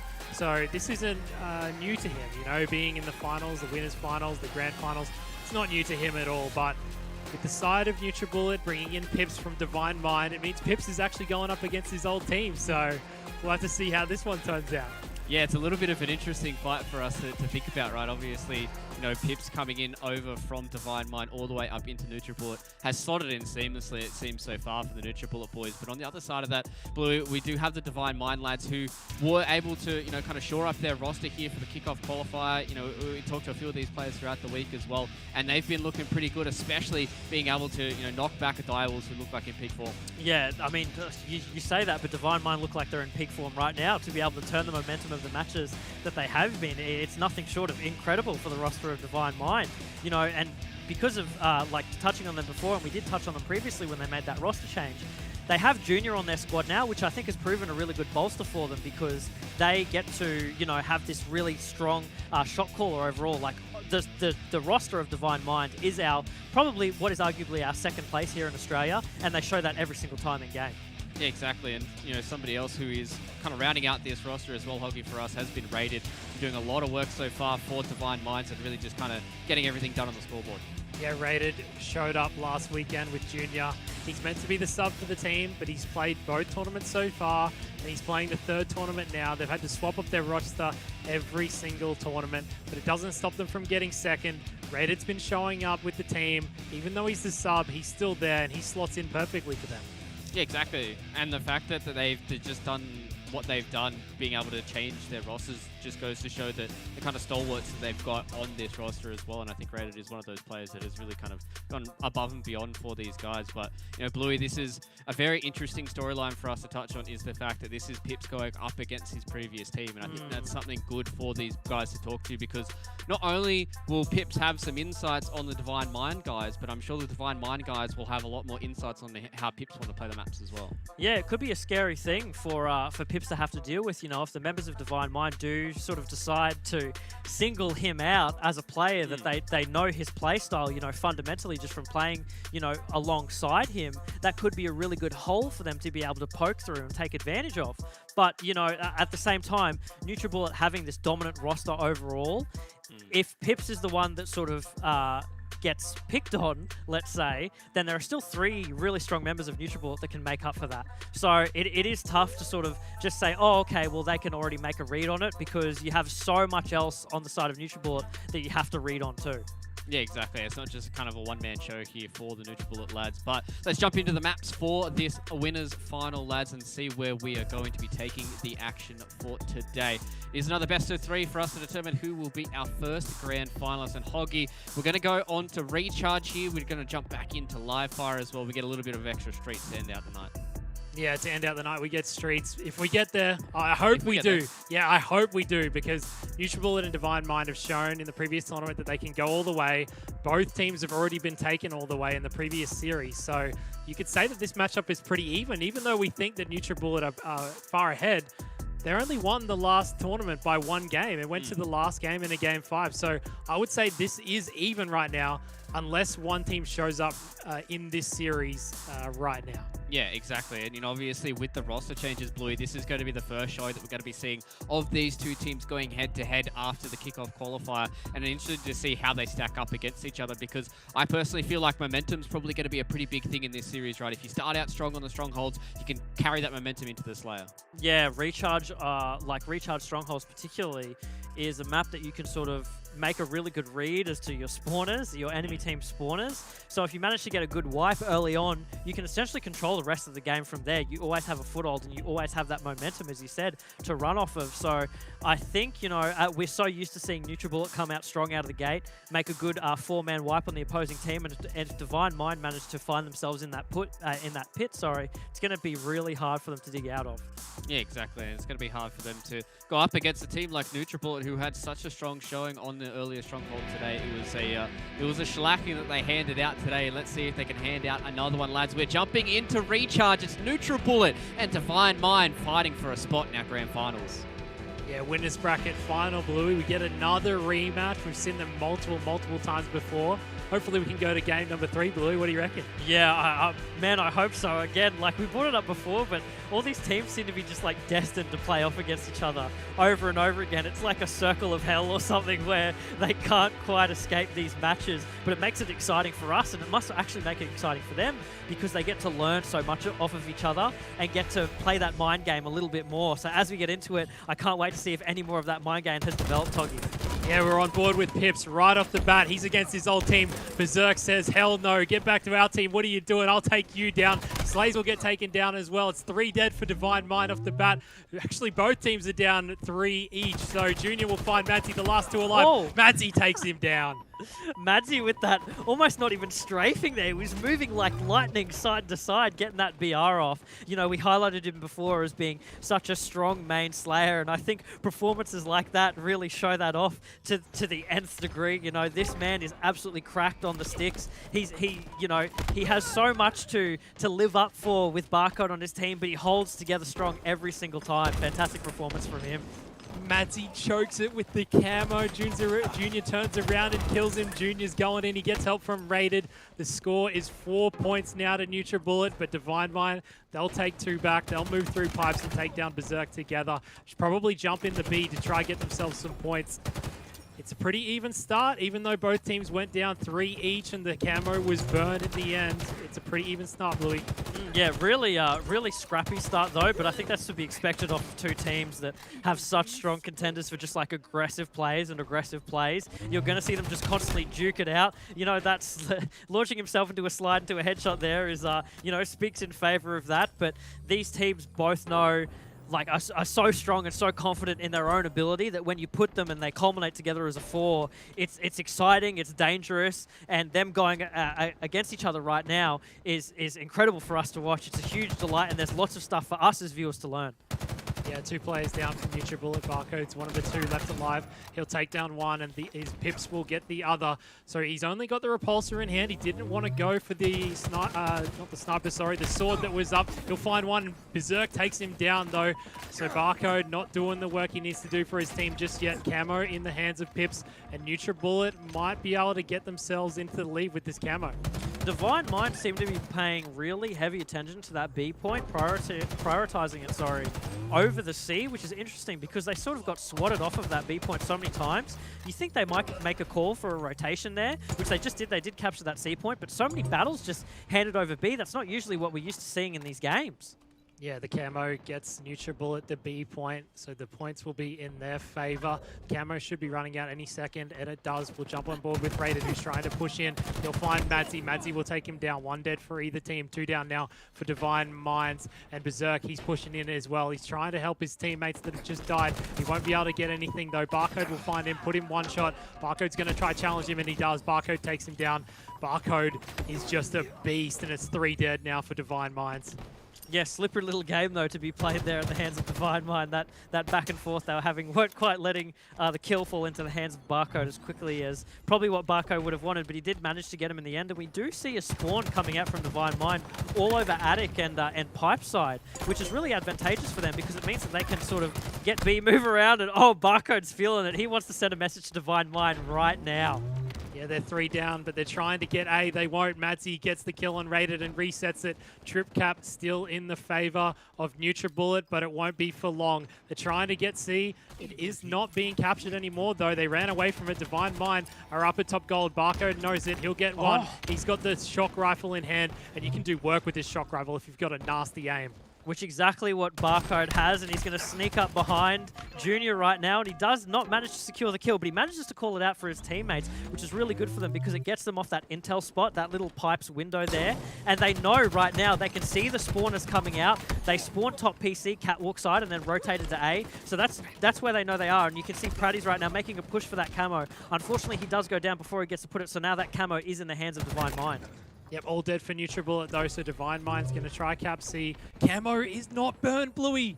He gets the camo. Junior has it now, so this is Divine Mind's chance to potentially get a trip cap. Junior will find Madsy and take him down with the team shot. Barcode drops down, not realizing Junior's there. He will get the call out. He'll turn around and try to take him down. He doesn't do the reversal on Junior. Junior with the camo. So the fact that the camo didn't get burned, Bluey, is huge. Yeah, it's huge, but they didn't really make up for any ground. Like they didn't manage to get a cap during that whole time. The Slays were down, and they've only just gotten the cap now, which isn't good enough because by the time that they've made this cap, all the members of NutriBullet are back up, and they've lost Berserk and Junior near immediately. So how are they going to be able to make space for this? It is 2-2 on both sides of the board right now, but in terms of scoreline, I mean, look at it, 172 to NutriBullet and only 14 points for Divine Mind. They have a lot to answer for.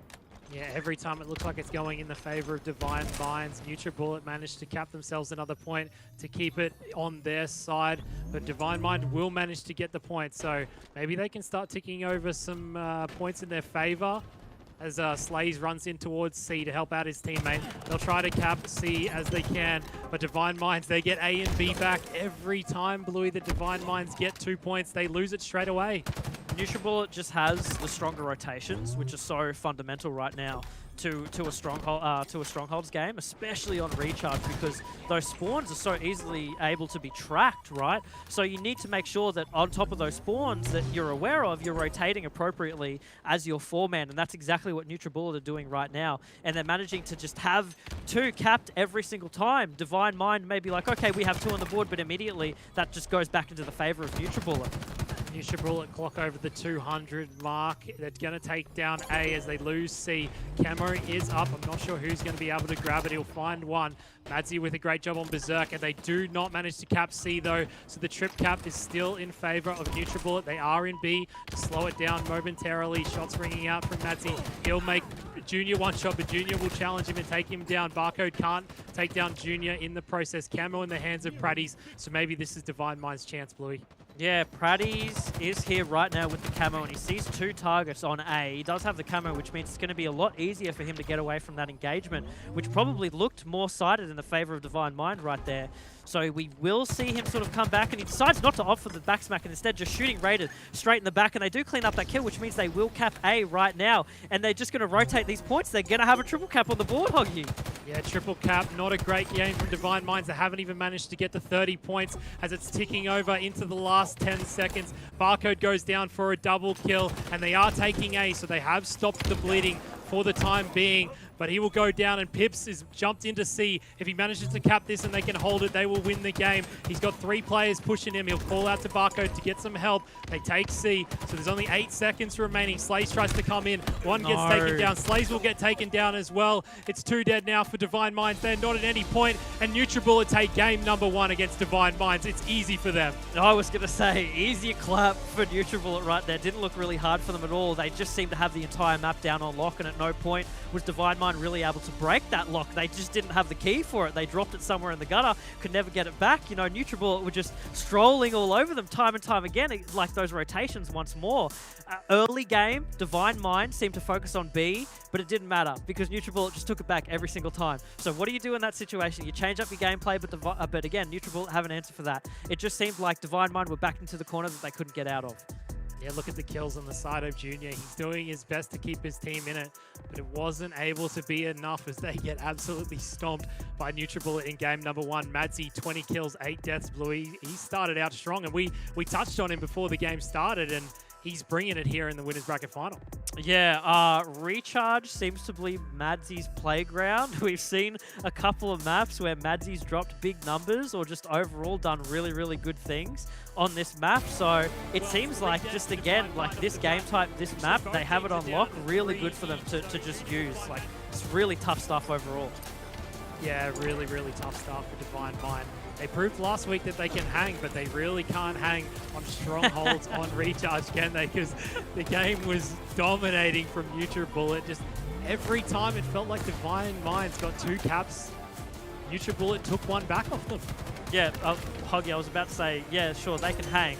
They can hang up the white flag because it looks like this is exactly where it's going to be taking, especially when Barcode's going around smacking bodies. Like, he knows where this series is. He knows how he's performing. And I think at the moment, if Divine Mind continue to play like this into the next game, then it's going to be no challenge for NutriBullet. They're going to sweep him. Yeah, unfortunately for Divine Minds, they're not showing up just yet. Oh, beautiful shot from Barcode in the replay. But this is where the 3 players of Divine Mind try to charge in, but they can't get there because even just jumping on the cap, Blue, just stops it, right? So you can stop the bleeding even if you don't cap it, but they can't get there in the end. And dominating performance. Yeah, for them not to, just in those very last moments where it was just Barcode, like on the point with 2 other members, it was a huge mistake for Divine Mind not to focus that and just be like, look, just get kills. We don't need to worry about caps. Just get them off the point. That's gonna stop the bleeding right now. But they couldn't even manage to do that. Sort of just running onto the point, getting beat down. It was just all over the place, man. Not the kind of thing that you expect to see from Divine Mind, especially after that Die Wolves game that they had previously. Yeah, we're moving into a Slayer on live fire, so things not looking too good for Divine Mind in terms of the slays in that game, because going into a Slayer is obviously very hard if you can't get the kills, but there is a sniper, so maybe they can use that to their advantage. Just don't let Barco get it, right? Just don't let him get it.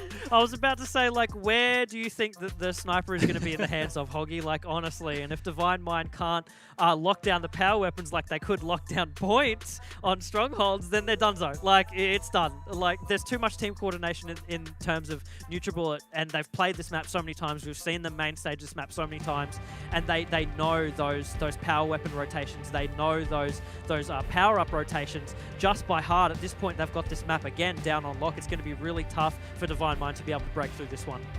Yeah, Divine Mind, they need this map to stay in it. I know that they want to be the #1 team in the country, but they can't do it if they can't take down NutriBullet in the winners final. This is their chance. The sniper is in the middle of the map. Barcode's going to be going for it off the start, that's for sure. We're on board with Rated. We jump back over to Barcode, though, to see what he's doing, and he is going straight for the sniper. As I said it, Bluey, look at him. He just runs in, runs out, and he dies, though, so he's not able to bring it out. Berserk knows he's going for it, and he's behind him already. Yeah, about to say immediate, unchained Barcode just sprinting straight down mid, grabbing that sniper, but it's like Divine Mind knew that play already. They had Berserk flank all the way around through pillars and just come up to mid, so he could pinch off Barcode there just, at the run through. So a really good play to come out from Divine Minds, and that's what you'd expect to see from both of these teams, who've played off against each other before and should know how each other are intending to play. Yeah, Pips starting out hot with 2 kills already. Madzy goes in, he doesn't manage to get the kill. He's got Pips behind him though, and Praddy's is there as well. They'll take 2 of them down. Overshield's still up. Raid's trying to get it. He gets help from his teammate to take down another, and they will grab the Overshield. So Overshield in the hands of Divine Minds and the Heat Wave. So good chance for Divine Minds to get a bit of a lead. They're already up by 2. It looks like Raiders just going to focus on playing more of a CQC game, but as I say, that switches to the BR and does manage to kill Madzy there. But as I say that, all of his Overshield just burned right before our very eyes. Didn't manage to use that at all, and Barcode's looking to pick up some kills here. He does manage to land a nice body shot, but it wasn't enough to confirm the kill. So we do see the power weapons, the crucial points of the map go in favor of NutriBullet, but at the moment, Divine Mind do have 3 kills up on the board, and Madzy's got the sniper, so he might be able to change that. Yeah, NutriBullet still has the snipe in hand. Things slowing down as both teams were a couple dead. So no one's really sure where anyone is at the moment. Madzy's going to get challenged though by Slay's perfect nade to take him down. His teammate's weak as well, so they'll have to stay alive. Raided's top middle trying to push him with Berserk, and they will get Madzy. It's 2 down now for NutriBullet. Praddy's on the other side of the map. He'll get a kill for himself. Overshield in 17 seconds. 2 players from Divine Minds are there. Praddy's manages to stay alive as long as he can to help his team. Barcode's in a fight as well. Oh, no. The Overshield might be in the hands of Divine Mind now, so again, they'll be able to get themselves a bigger lead because they're already out by 6. Look how close Divine Mind are playing here. They're playing so, like within proximity of each other, so they can sort of react to the calls that are being made when necessary around each other, rather than sort of just splitting off on the map one by one, trying to take these individual fights. They're making sure that, they're matching NutriBullet's sort of tendency to do that and saying, well, no, if you're going to split off one player, he's going to run into 3 of us, so you're not going to be able to confirm that kill. You're not getting a score on the board. Instead, they're just making sure that they play balled up, and it might be a change of pace that NutriBullet do here, because we see 3 members of NutriBullet sitting around tower, but 2 of them just don't go down. Yeah, 2 dead for each team. We want to check out the scoreboard though. Barcode, he's only on 2 kills. Okay. It's very, very, very surprising off the bat. Praddy's will pick up a heat wave and he'll head behind a player, manage to trade with them. We're on board with Barcode. He's ready for the sniper. This is what he needs to get back in the game because he's struggled off the bat here, it looks like, Bluey. He'll go down again though. Only 2 kills, 7 deaths. He was too keen on it though. That golden allure of the sniper blinded him right there, and he couldn't see the 2 nades that were lobbed right at his face. And unfortunately, he does go down as punishment for him. The gap seems to be closing a little bit more here. It's now 19 to 21 for NutriBullet. We did see like a 5-kill lead just before from Divine Mind. So they are playing this really strong. Definitely not how I expected it to see from the break of the match, because I thought Divine Mind might be a little bit all over the place and NutriBullet would have more control, but they don't seem to at the moment, Hoggy. Yeah, Madzy in a tough position with Pips here. They're both stuck down at the B capture point. They will work together as a team though and take down one. They've got 2 players inside garage. Pips has got a snipe and a needler.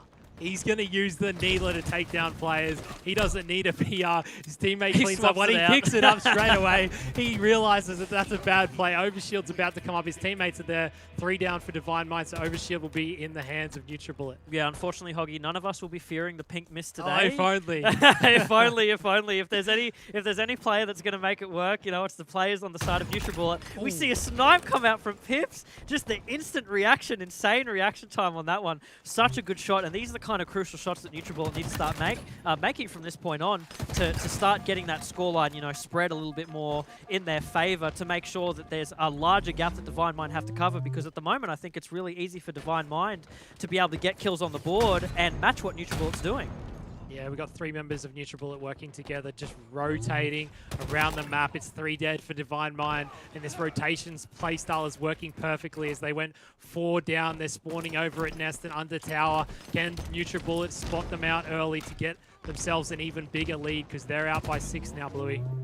Yeah, like this is exactly as I mentioned it. It feels like off the back end of me mentioning it, they are starting to get that snowball. Again, it's mentioned time and time again, but in a Slayer match, once you past hit at this level, that 25 kill mark, one team will establish themselves more on the map and be able to hold a stronger snowball lead and develop that into the last set of kills. We are seeing that blowed out bit by bit more. They have 7 kills on top of Divine Mind right now, and it's going to become harder and harder for Divine Mind to catch up to that lead.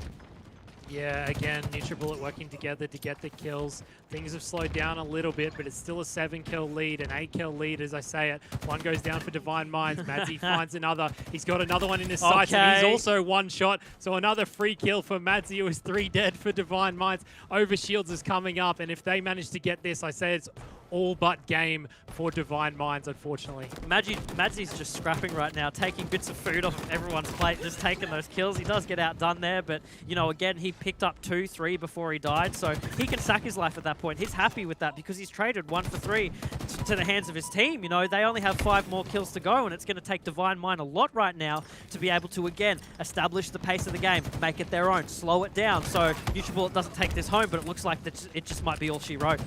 Every time we're watching a NutriBullet player, they're killing a person that is 1 shot. Their teamwork is on point right now. I say that though, 2 of them go down. Pips is trying to get another. He won't be able to. Overshield was still up, so Divine Mind should have that in their favor. But Pipsy's got the heat wave. Flanked. He doesn't manage to stay alive though. Madzy can't get another either, so a lot of 1-shots coming from both sides. No one able to clean up. He'll get the assist. They're only 3 kills away. 7 points the difference. Divine Mind, they're still in it, Bluey. They're still in it. Raider takes down another. Still 3 kills away for NutriBullet, but every time we swap to a different player, they're 1-shot, so Divine Mind's doing something right. Pips manages to get 1. Barcode finds another, makes him 1-shot. He backs down. He gets taken down. It's only 2 kills left now. 4 points the difference. 1 kill left. Madzy finds Rated. Can he take him down? He will be able to. And that's NutriBullet winning the winners bracket final. They'll go into the final for the 3rd tournament in a row. And just like that, once again, man, NutriBullet take it over Divine Mind. It's a tale as old as time at this point. Unfortunately for Divine Mind, you know, they get taken down yet another peg by their arch nemesis, NutriBullet. But NutriBullet had that game on point. They had that game on lock. I feel like every point that I brought up in the early stage of the match, you know, getting down that power-up control, that power weapon control is exactly what NutriBullet did throughout the entirety of that match, and that's what won them the game, ultimately. Yeah, exactly, and we even saw some of the control coming through, you know, from Barcode, really trying to put a lot of emphasis on that sniper in the middle of the map, and I think Pips is a big highlight player for us here on NutriBullet. He did so much work across the map, just being able to get a lot of info for his teammates as well. Got a lot of frags on the board on top of that as well, and it just really felt like that NutriBullet had this kind of cool, calm, collected kind of attitude, right, Hoggy, because there was a point there where it looked like Divine Mind might have been able to close out that map, but you know, obviously NutriBullet being able to pull that one back and get themselves a sizable lead from a little bit of a deficit as well. No, definitely, and even in the damage stat, we see Barcode might have been struggling at the start of the game. He still had more damage than all of his teammates. Even though he was struggling, he was still putting out the damage for his team, and I think that was probably one of the factors. When Barcode stepped up more later into the game, it just brought them further and further away from Divine Minds. Divine Minds tried their best to bring it back, but NutriBullet, every time they were finding a player, they were 1-shot, and it made it easy to get a lead when all you got to do is shoot him in the head once. Yeah. And it's super easy, like especially with a lot of this teamwork. Something you touched on a little bit, right, Bluey? The fact that it seems like the teamwork just seems so strong coming in from Nutribullet that they're able to just get these 2v2s, these 3v1s, and everything across the map. And they're a very scary force for us to look forward to. But at least luckily for us, we get to see them a little bit more today as well. Yeah, I mean, we know for a fact that these guys are on point when it comes to comms, and general teamwork. Obviously, we did highlight before that Seduce is out of the picture for this team at the moment, but them bringing in Pips, they've managed to fill that gap in a strong player and someone who's also got a lot of experience themselves in team settings and good communication settings. So Pips is right there with the rest of the team and what they've already established and developed. So really good pickup for them overall. Yeah, and it seems like he really has kind of slotted into this team. Hoggy, after what we've seen so far from Nutribullet, I don't really want to talk ill of anybody, but do we feel like this is an upgrade coming in for Nutribullet, the way that Pips is playing for these guys? Well, it's hard to say because when we look at this series, you would say the first game wasn't that close. Second game was pretty close. Divine Minds kind of brought it back at the end, but they dropped a game to BBR, and that didn't happen in the previous tournament. So it's hard to say if it's necessarily a massive upgrade because they struggled a little bit against BBR, maybe not as much as they did last week or last tournament against Divine Minds, but they struggled against BBR, so it's hard to say, it's hard to say where they're at. Yeah, I think it's more kind of a tell for us that we have to wait and see how this, this roster does kind of stay together and how they pan out and how they get better as well. And I think it's good for us to see that we, we get to potentially have, another rematch here, Bluey, because, obviously Divine Mind dropping down into that elimination bracket. They are waiting a few results to go their way. And I feel like right now, maybe if we see the Direwolves head back up there again, we're going to have a spicy elimination bracket for us to look at. Oh yeah, both teams are absolutely clawing for it at the moment. They know what's on the line, as mentioned before, and if they have to go back up against each other head-to-head once again, they're going to want to correct the mistakes that they made the first time, and they have time to do that. They've been in game time long enough now where they're all warmed up, they have no excuses, so it just comes down to nailing down, those micro mistakes that them as players at that high technical level have been making. Yeah, exactly. And it's all about, just making sure that you keep that match fitness going and make sure everybody keeps in the right mindset as well, because it is going to be a long day of games for all these teams so far. So let's have a look at our updated bracket, lads. Obviously, Nutribullet getting themselves at 2-0, send themselves into the grand finals as well. And Hoggy, an interesting thing to touch on, they're coming in from the winners bracket as well. They need to get reset if they are going to lose that grand finals as well. So whoever comes in from the elimination bracket has got a whole lot of road to go ahead of them. Yeah, it's very, very hard trying to reset on Nutribullet. Divine Minds almost did it last time. Maybe they'll be able to get back there again. Obviously, that series didn't go too well for them, but even in the last tournament, this series didn't go that well for them, and they took them to 5 games in the finals. So anything could happen. Yeah, and I hope that we do get, everything thrown at the wall for us today, because it's going to be exciting for us to have a look at it. But let's drop down to the elimination bracket, lads, and see how these results have panned out for us as we start to look towards it. BBR obviously got themselves a 2-1 against 1620 Kings, and it looks like the Direwolves are 1 map up so far against the Vanguard Escapees. So Bluey, after looking at that being 1 map up, Direwolves almost, you'd probably back them to be able to get themselves in an elimination series against BBR.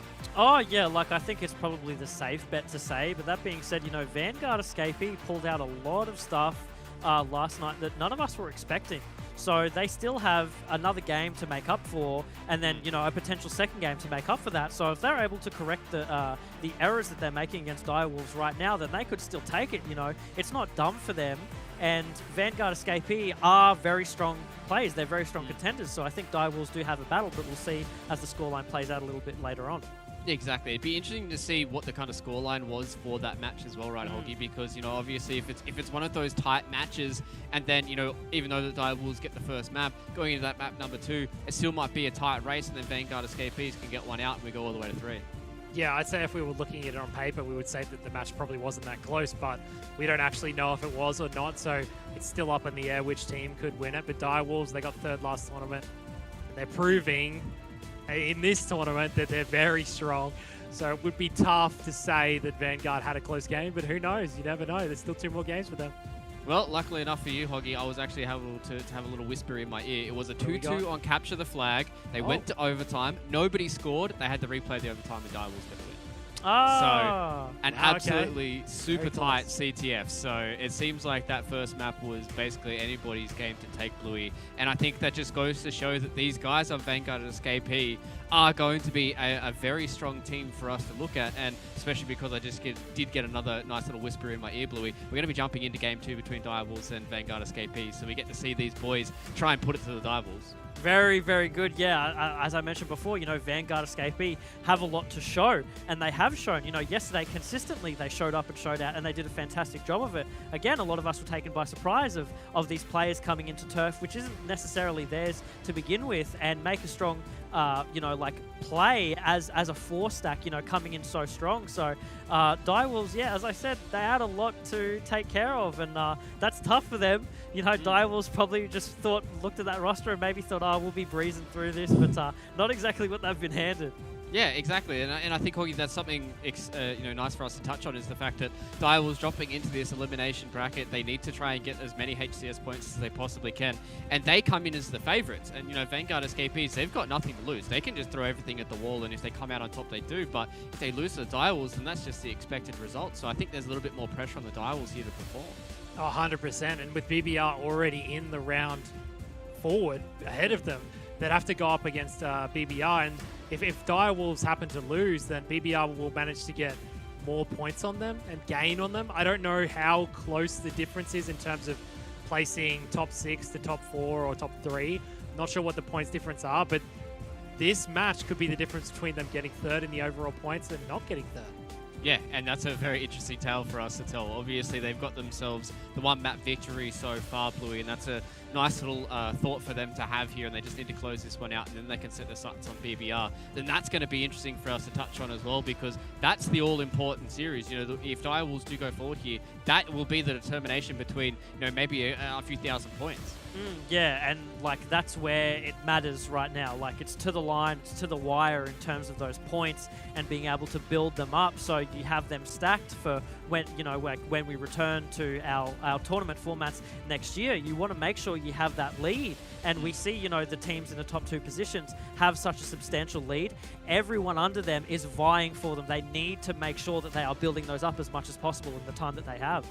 Yeah, exactly. You don't want to continue to have to scrap for every single qualifier. You don't want to have to go into every qualifier, be like, I need to make sure that I beat these guys by 2 places so I can get to this next event. You want to make sure that you have the buffer, much like NutriBullet as well as Divine Mind have right now, and you need to make sure that you're winning these nice and convincingly. And it's going to be exciting for us to see if the Direwolves can get into that next series up against BBR. But before that, they have to go through the Vanguard Escapees. Lads, we're going to be jumping here onto live fire. So let's jump into the series between Direwolves versus the Vanguard Escapees.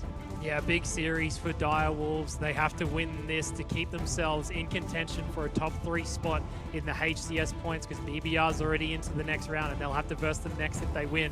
Vanguard Escapee, they're all Call of Duty players. Let's see what they can do. It's game number 2. Snipers up, and we're on board with Ryu.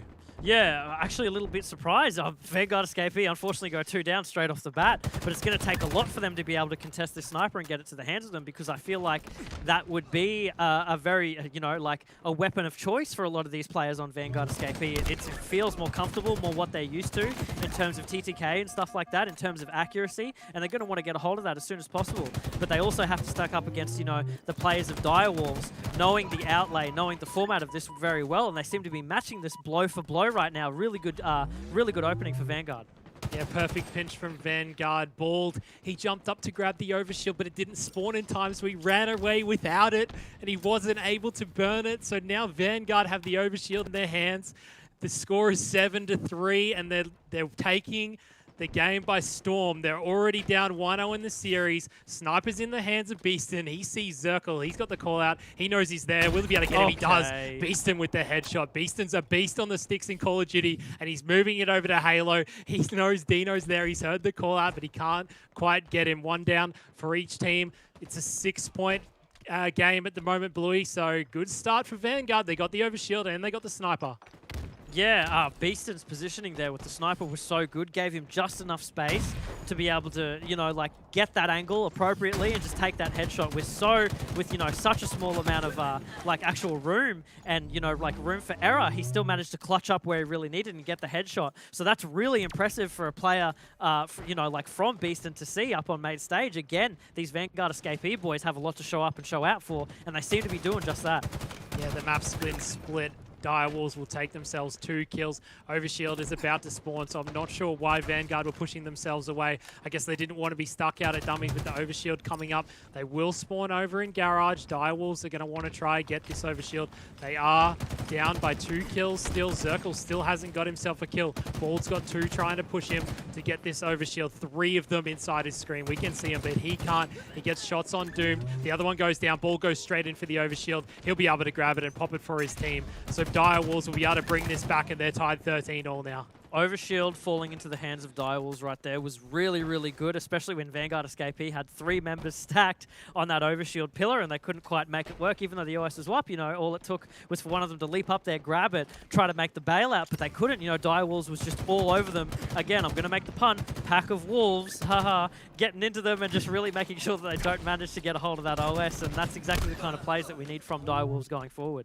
Yeah, it's 3 dead for Vanguard Escapees. 1 point the difference, though. They're keeping it close. Even though they didn't get the Overshield, they're still keeping it close. Sniper should have been spawning. I'm not sure who has managed to grab it.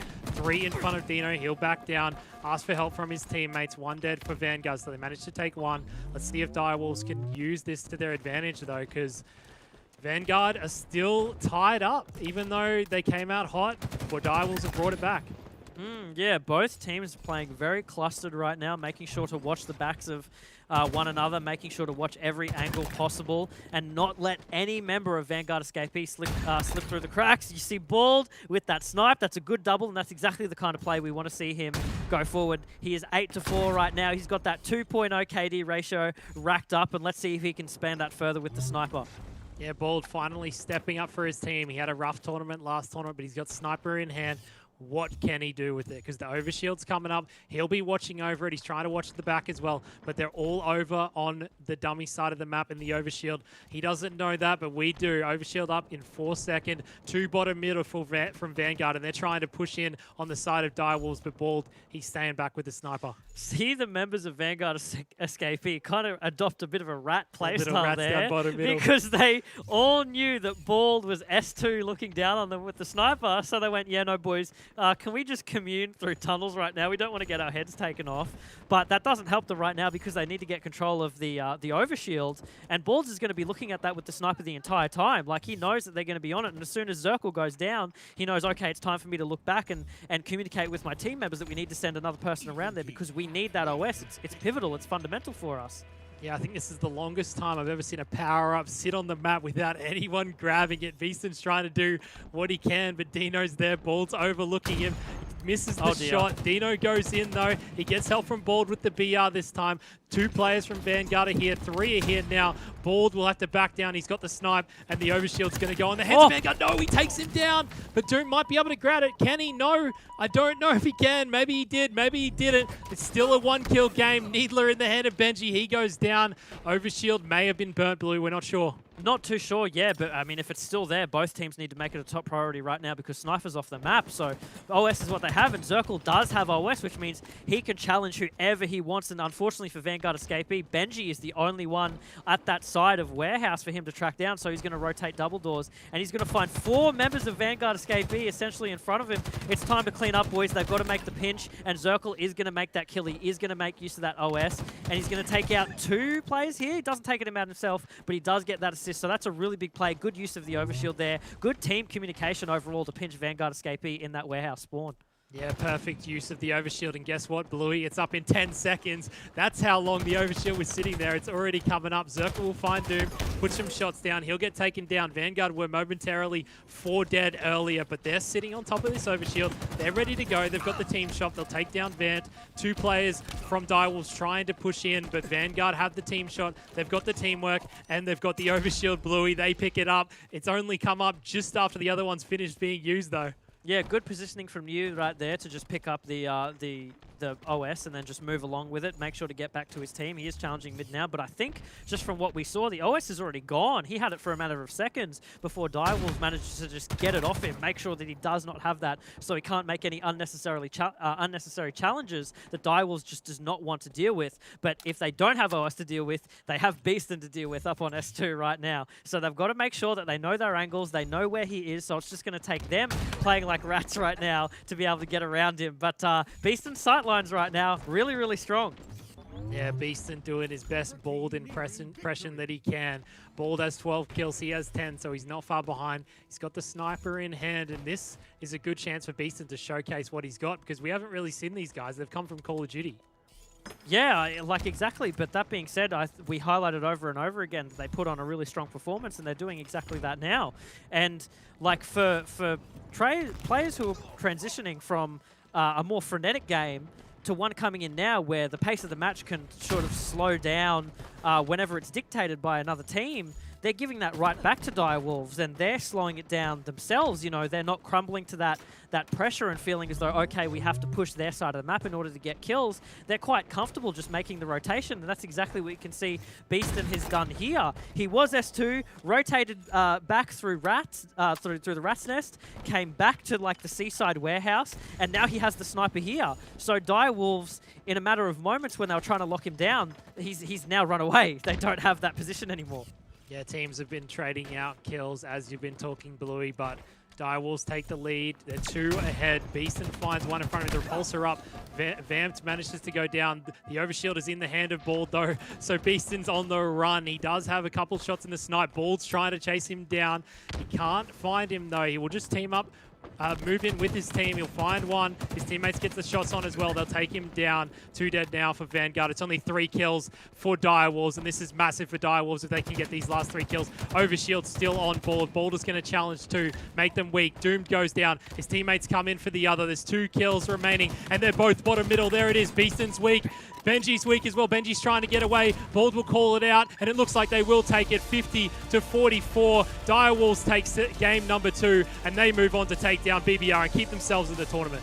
Huge for them. Very good show, Direwolves. That's exactly what we want to see to you guys. I think we all would have been a little bit disappointed if they managed to fall to the hands of these other players who are encroaching on their turf. But again, a huge performance from Vanguard. They did play really well, and they definitely showed the potential that they can lead on in later series. If they just hone their skills now, they're going to make great strides into the future.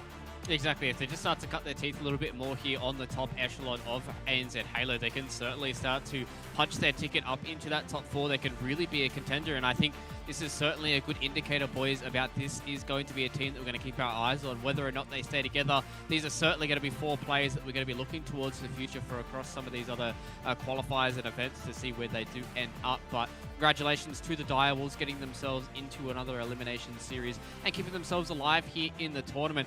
This is where it starts getting a little bit spooky, though, because this is where it gets all the pressure, right, Hoggy? This is where these guys need to make sure they perform. BBR had a really amazing series as well.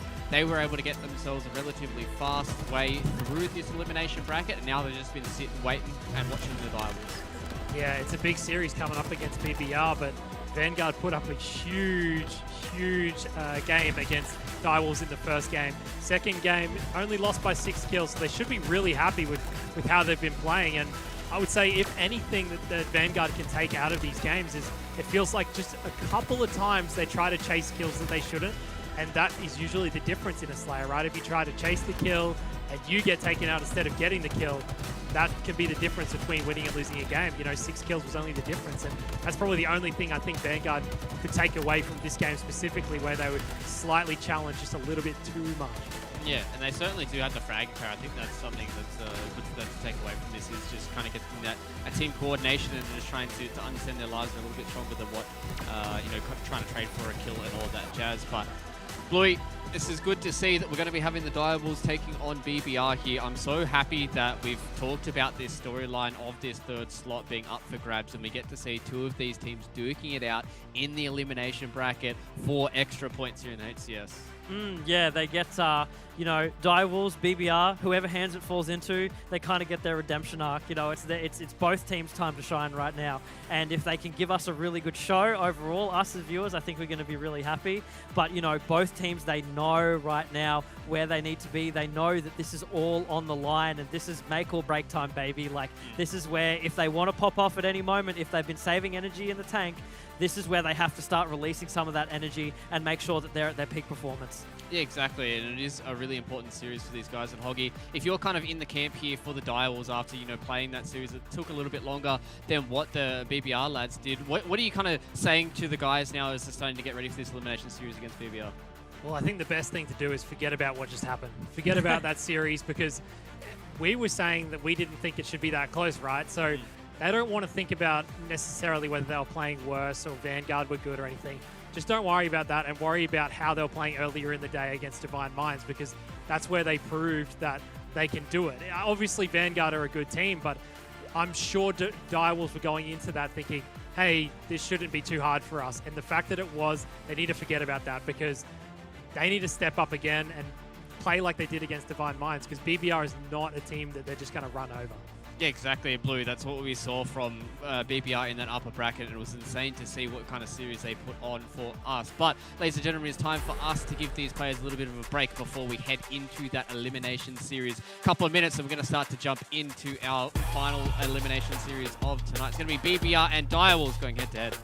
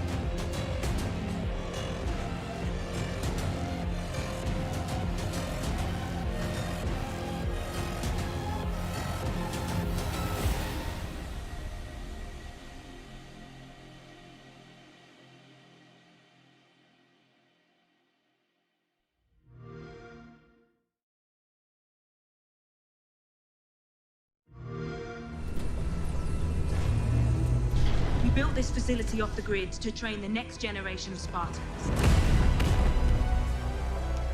To be a Spartan, you must become the impossible. Greetings, Spartan. It would be my pleasure to serve at your side.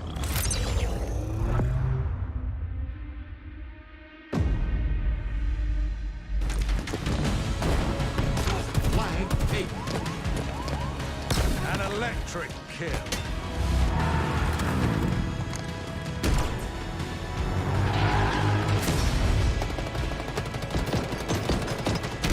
Cluster luck. On your feet, Spartan.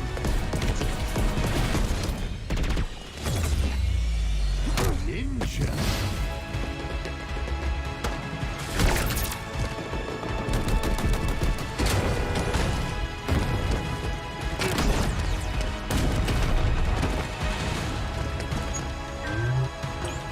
Zone captured.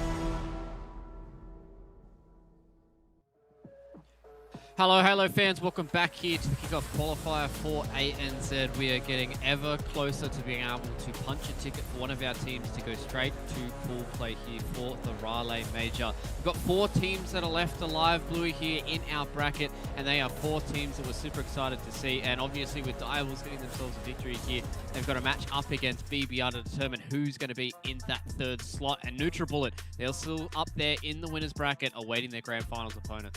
Very, very tough position to be here down in this elimination bracket to claw your way up to that grand finals against NutriBullet, because it's an even tougher place to have to put yourself in once you're up against NutriBullet. So there's going to be some feisty competition down here in the depths. Can't wait to see it. Can't wait to see our players get as muddy as possible, trying to scrap for dear life. So it's going to be really cool going forward. Yeah, it's going to be a bit of a bar brawl here to try and figure out who is going to be the opponent for NutriBullet up there in the grand finals. But I did misspeak a little bit earlier. We do have 2 elimination series that are left here for us, Hoggy.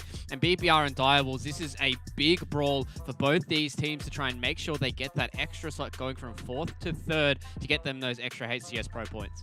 Yeah, it's definitely bragging rights for who's 3rd best team in the region. But in terms of points, it's so crucial for both teams here to win this matchup, because I think this might be the difference between getting themselves into 3rd or not into 3rd, if you win this or not. So yeah, it's a big matchup. Exactly. It's going to be a huge matchup for both these teams. So let's jump right into it, lads. Direwolves taking on BBR here. The fight for 3rd is raging ever hotter here in the Kickoff Qualifier. The Direwolves, they really want to try and get themselves all the way to Raleigh, and they want to secure themselves the spot as 3rd here. And Bluey, they did it in the Open Qualifier last week, and now they're looking to do it again here in the Kickoff Qualifier. It all depends on if they can make this magic happen once again. You know, they did put on such a fantastic performance last time, but being able to do it again, you know, now as we creep later and later into the night, and especially a team like Direwolves has played so many matches so far, they have to start taking tabs on their stamina, you know, where they can go from here. They've got very strong contenders and a lot of players who have already been in these situations many, many times before, but it's time to actually put that to practice. It is down to the wire. They're going to need to perform. Yeah, and they're going to need to have a big day as well, because on the other side of the server, Hoggy, we do have the BBR lads who have been putting up some big numbers today against the best in our region, NutriBullet, and they're going to come down here and they're going to give Direwolves their all.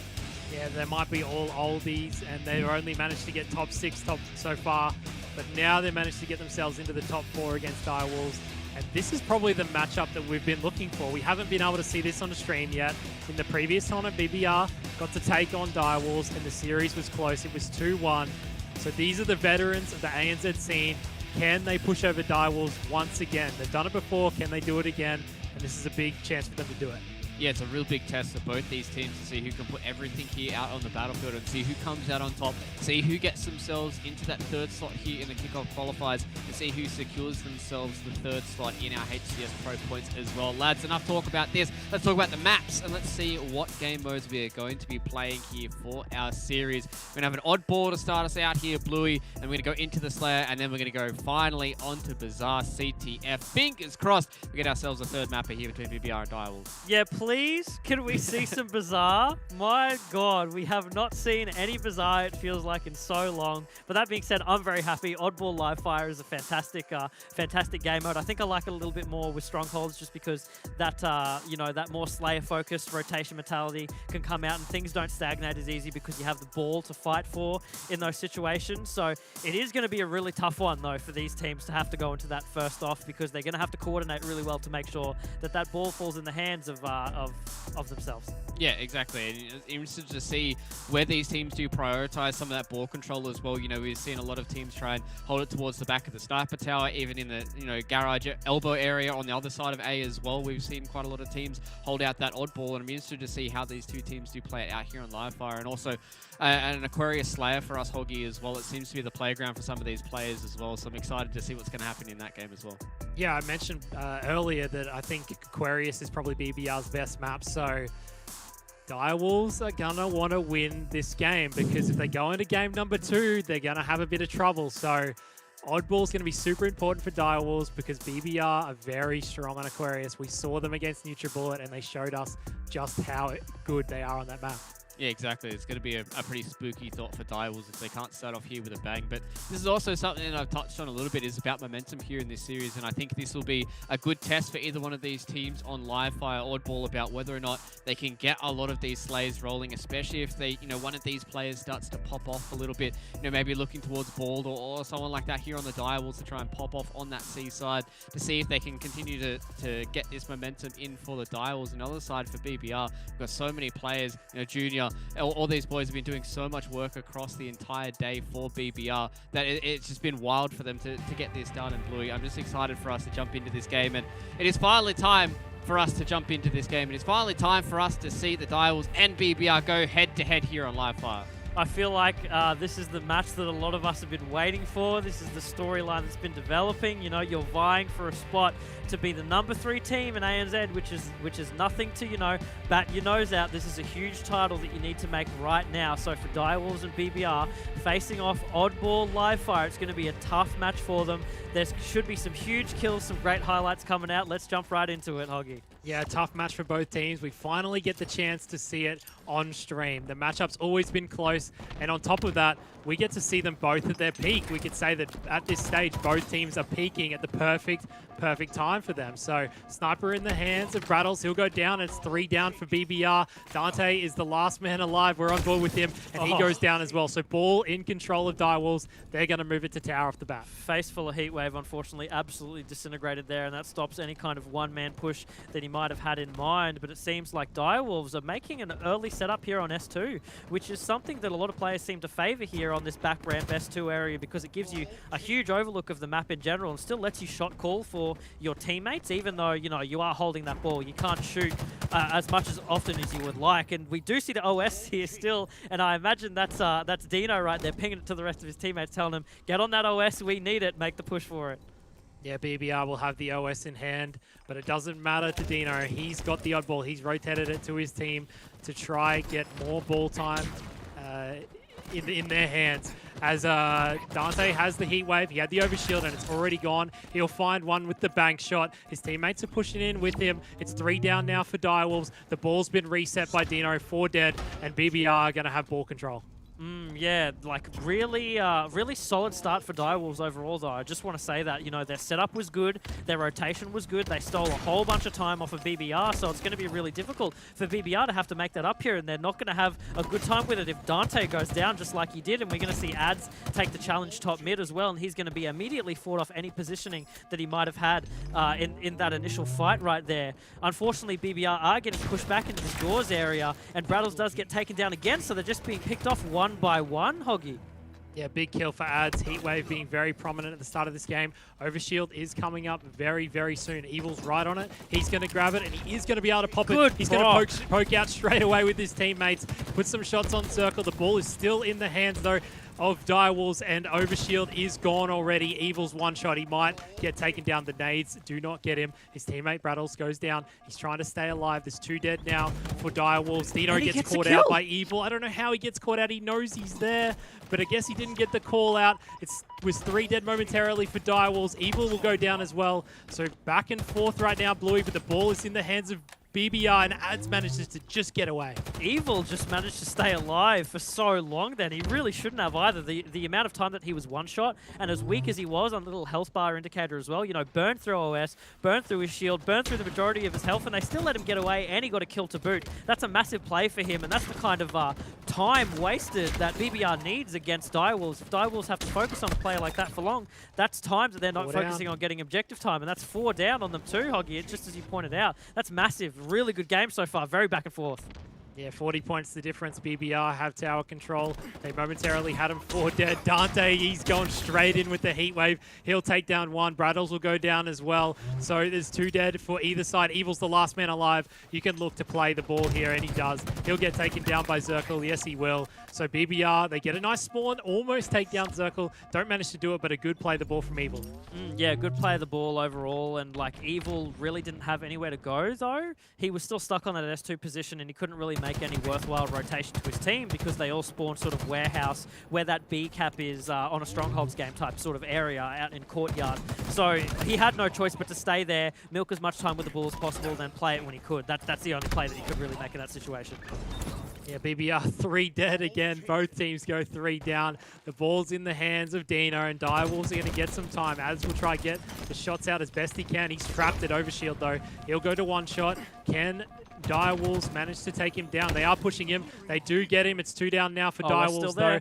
The Overshield is still there, and it'll be in the hands of Ads. So Dante, sorry. So Dante has the Overshield. Evil and Brads are trying to do work with the ball. They might be able to take down Zirkle as well. He's doing a beautiful job to stay alive. He gets 2. No, he doesn't. He gets 1. So BBR still have the ball. The ball didn't get played, but Direwolves get a favorable spawn. Yeah, Dante needs to use this OS to the best of his advantage as possible. Maybe milk a little bit of time with that ball, which looks like he's going to do on this back ramp area. But in a moment's notice, you know, Direwolves are going to be able to make the push on them. You can see where they're situated on the map. If you look clearly, one of them's making a push through bottom ramp, top mid, but they do go two down for each side, evenly matched. You know, now at this point, BBR should be looking to make up for a little ball time, but I don't think that Dante has that much space to move when he knows that Balds is right on his tail at S1. Yeah, I'm not sure what happened to Vamped, but he fell off the map, and that's not really what you want to see from Direwolves when it's 2 dead on each team, and Vamp's going to jump himself off the map. That's not ideal, but ball's still in the hands of Dante. They're ringing up the points. They're only 20 points behind now. Dante might look to play this as 2 of his players go down. 3 down, 4 down now for BBR. Yeah, good play there. You do see Dino with the snipe, so, you know, if he didn't play that ball, that would have meant total control, as if they could have just taken that S2 position with both Snipe and Ball, and then from that point on, it makes it such an easy hold because you have so many angles to watch on that Snipe tower, plus the power weapon in and of itself. So, you know, what can you do? Really good response from BBR, though. We do see, like, some wipes come out from either side. We do see 2-2, and Ball's here just trying to milk some time. He only needs 5 seconds left for the rest of this match, and instead of playing the ball totally, he's going to manage to get away with it. How did Ball survive there? Evil came in, but Evil got taken down by the rest of Direwolves, so they managed to take the first round and get up on BBR. Great start for Direwolves. It's exactly what they need going into round number 2. Bluey, let's see how it starts out. Smart play from Balls at the end. I got a little bit like too hyped, too inquisitive, but all he did at the end there was, I feel like a lot of what we would have done in that position as sort of more rookie players is we just would have played the ball and then sacked our life. But instead he thought, no, let me try to milk as much time as possible. And because he did that, he managed to stay alive and just hold for those like 10 seconds that he needed at the end, which was crucial to them winning that round, of course. So a really smart play from Balls overall. Yep, Overshield in the hands of Direwolves, Ball in the hands of Direwolves, so they're racking up the points. They'll grab themselves an Overshield. They got BBR 3 down early on, and that's why they have control of Overshield. Vant will go down. All players of BBR finding the Overshield as well. Dante, he wants some scrap time. He's going to let his teammates clean up the Overshield player. So BBR with a great push. They just look like they swarmed the side of Direwolves. They do get 2 taken down, though, because members from Direwolves, Dino just rotated bottom in and was able to pinch them at scoreboard, take out 2, and then that's all she wrote. You know, that push of 3 to 4 players goes down to 2, and they can't do much with that because Direwolves literally just spawned. They have spawn advantage in that they're fresh up, so they get to make the call of what momentum, what pacing that BBR needs to make, and especially when they go 2 down, there's no pacing or momentum to have. Yeah, ball thrown away by Dino. It's 2 dead for either team. Dino's just going to stay alive, try work with his team, drop bottom middle. Nice little sneaky route for him to take, especially with the Heat Wave in his hand. Heat Wave is something that can be utilized beautifully on this map. He is behind Evil. He will use the Heat Wave to make him one shot. He's behind Brattles as well. He'll get a shot on him. The call out comes from BBR though, and Dino gets taken down. Overshield will be up very, very soon. Ball is forced to back down. Ball in the hands of Direwolves, and they're just scrapping time as 2 of them are down. 10 seconds on that OS, and I think BBR are probably going to try and want to make this territory, but when you have Ball make a perfect like that, he's going to challenge Brattles. He doesn't quite make it, but Brattles still goes down though. So again, it's 2-2, but Direwolves does get that OS, and we're going to see when they pop it though, because they probably don't want to enter straight away and make a clear for that warehouse. They are aware that the members of BBR did spawn in there. He does unfortunately get it pretty much all taken out, and that is not a good look for Dino because that Overshield could have really come in handy for this push. Yeah, he got caught off guard by the player from BBR, but Bald, he's in there and he's taking the ball. He's getting some scrap time. He runs it away from BBR. They don't even realize the ball's gone. But Brattles goes down there to try to take him out, and he manages to get 2 dead for either team. Dino's going back to bottom middle. He loves it down here. He'll get perfect flank. Vance will get a double, and the ball's back in the hands of Direwolves. They're running it straight into BBR, though, and they don't even know it. They don't know the spawns are right there. They spawned S2. We're going to see Vamped 180 as quickly as possible and then just try to get out of here. You know, that play wouldn't have been possible, though, with Balls just making his way into that warehouse area, grabbing the ball and just be like, oh, okay, well, I'll be off with this, and the rest of you guys can worry about everything else, though. So another sneaky little play coming out from Balls. He seems to find Oddball a bit of his playground. Yeah, Direwolves just seem to be catching out the members of BBR. We saw in the first round that they lost by quite a few kills and quite a few points, sorry. And in this game, it was also getting away from them a little bit. Seems very, very scrappy from BBR when they push in. All 4 push in, and they sort of get taken out very easily by the spawners of Direwolves. It's 2 dead now, 3 dead now for Direwolves. BBR have the ball, so they've done good work, and they do have the sniper in their hands, but they get taken down again every time. They seem to manage to get a few kills. They always lose 1 or 2 of their own. Dante rocking that Croc Gang snipe right now. Let's see if he makes any use of it. He does manage to get a beat down, but he doesn't connect with any of those shots, which is unfortunate because that would have been absolutely monumental turning for the team. Even making one of the members of Direwolves their one shot pretty much stops their push because they've got so many other players to have to answer for. And now Dino just manages to pick up that snipe and sort of just like scurry away with it. They're heading OS, and they've got that OS timing down pat if one of them can actually manage to pick it up, but they seem to be just getting swarmed by the members of BBR right now. They do not get OS. It is still on the field. Yeah, Dante will pick up Overshield. He'll pick up Sniper. He's got Zerka. Will he challenge him? He does. He only hits the body shot, though. Won't be able to kill him. So this is the chance that BBR have. Now that they have the Sniper, they have the Overshield. A player bottom middle, though, and he will lose the Overshield straight away. Perfect flank from Vamp. Vamp will take him down. And this is what I'm talking about, Bluey. Every time BBR seem to get in the lead or in control of the map, they lose one, and then it ends up turning into a 3 or 4 dead as Brattles goes down as well. Evil's in trouble at the back. Oh, no! Vamp with a huge You win hate and to the body see smack. it. Exactly what I'm talking about. Direwolves are working perfectly together. BBR are just struggling every time they get the setup, though. The game is still close, though. Direwolves aren't making long rotations, though. I don't know if you've noticed, Hoggy. They seem to be just cutting down through bottom mid and top mid each and every time. And BBR doesn't seem to be answering for that, especially for a team in BBR that seems to be making their holds mainly on warehouse. They can peek top mid without really being challenged. They can look bottom mid and know that they're coming from that bottom mid doorway, but they never seem to get it every single time. They get punished for it every single time. Direwolves are just making really good plays with such small space. Yeah, Evil's struggling a little bit with 5 kills. Brattles is doing the best he can to keep his team in the game with 13. The game still is close. Direwolves just scrap every second that they can get. Dante on the flank.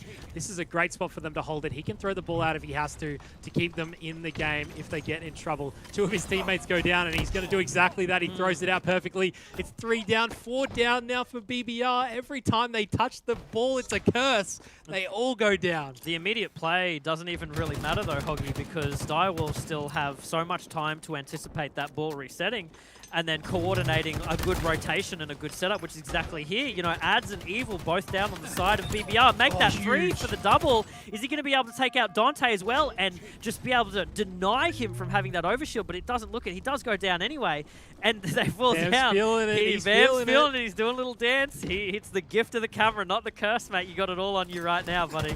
Circle's got the overshield. There's only 20 points remaining in the game. He'll find Brattles. He'll push him. He's not afraid with the overshield. Picks up the heat wave, and he's going to play corners now as he finds 2 in front of him. He takes down 1. His teammate gets the other. Shot, They're still alive, though. They managed to do it. He takes down 2. Vamped. He's on fire. He knows the game's over. He gets a free double kill for himself. He's going to take the ball up to the Needler, and he's going to just sit here and try to play out the rest of the time. There's only 10 seconds remaining. Nade's coming in. He's running the ball to his teammates. He's calling it out to his teammates to pick it up. A BBR member, that's Evil coming in. 7 seconds still left on the board for Direwolves. Evil's playing his life as best he can. He manages to get away. No, he doesn't. Bald takes him down. It's 2 dead now for BBR. No. They have the ball, though, and they're running it away from Direwolves. Snipe did manage to come up there, and I think BBR did grab it, but it's not really going to matter if there's only 1 second left of ball time in order for Direwolves to have to get, and they have everything in their favor. It looks like they're going to be pitching them now. What a perfect! Grab He's it. going to be He's able got to it. get it. That's it. That perfect marks the end of that oddball game, and what a way to finish it. What a good rotation. What a solid rotation coming out from the members of Direwolves there. Great match. Man, what an opener. Yeah, very smart from Bald. Gets 1 kill. Just grab the ball and run away. That's all he needed to do. Just 1 second in it. But they won that 2 rounds to 0, so pretty comfortable win in the end for them.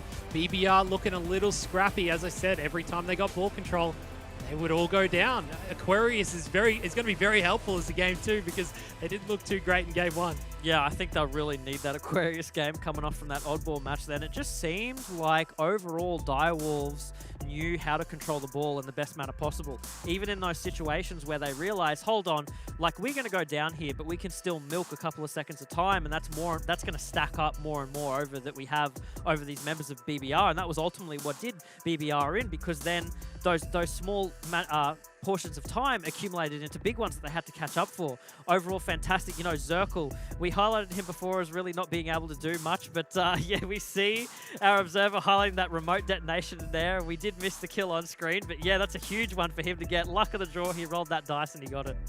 Yeah, I've got a couple of those in matchmaking before, and I've thought, how did I kill that guy? I'm not even sure what happened, but I feel like most of the time you do it, it's by accident, but it's definitely something that you can utilize in this game. The nades are there to be shot, and you can use them to your advantage. Bald Brattles with the snipe, and going through the highlights, we're probably going to see a lot of players dead on the side of BBR in this highlight.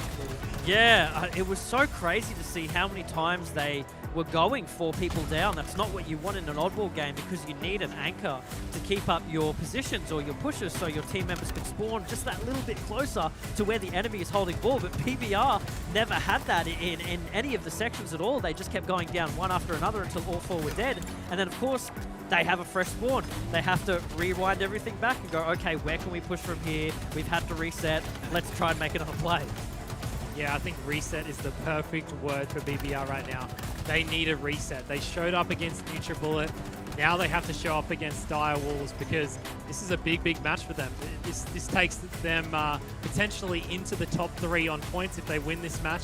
And not only that, but I know that they want to be in the top echelon of Halo esports in Australia. And by winning this matchup, it puts them into the top 3 when they've never even got past top 6.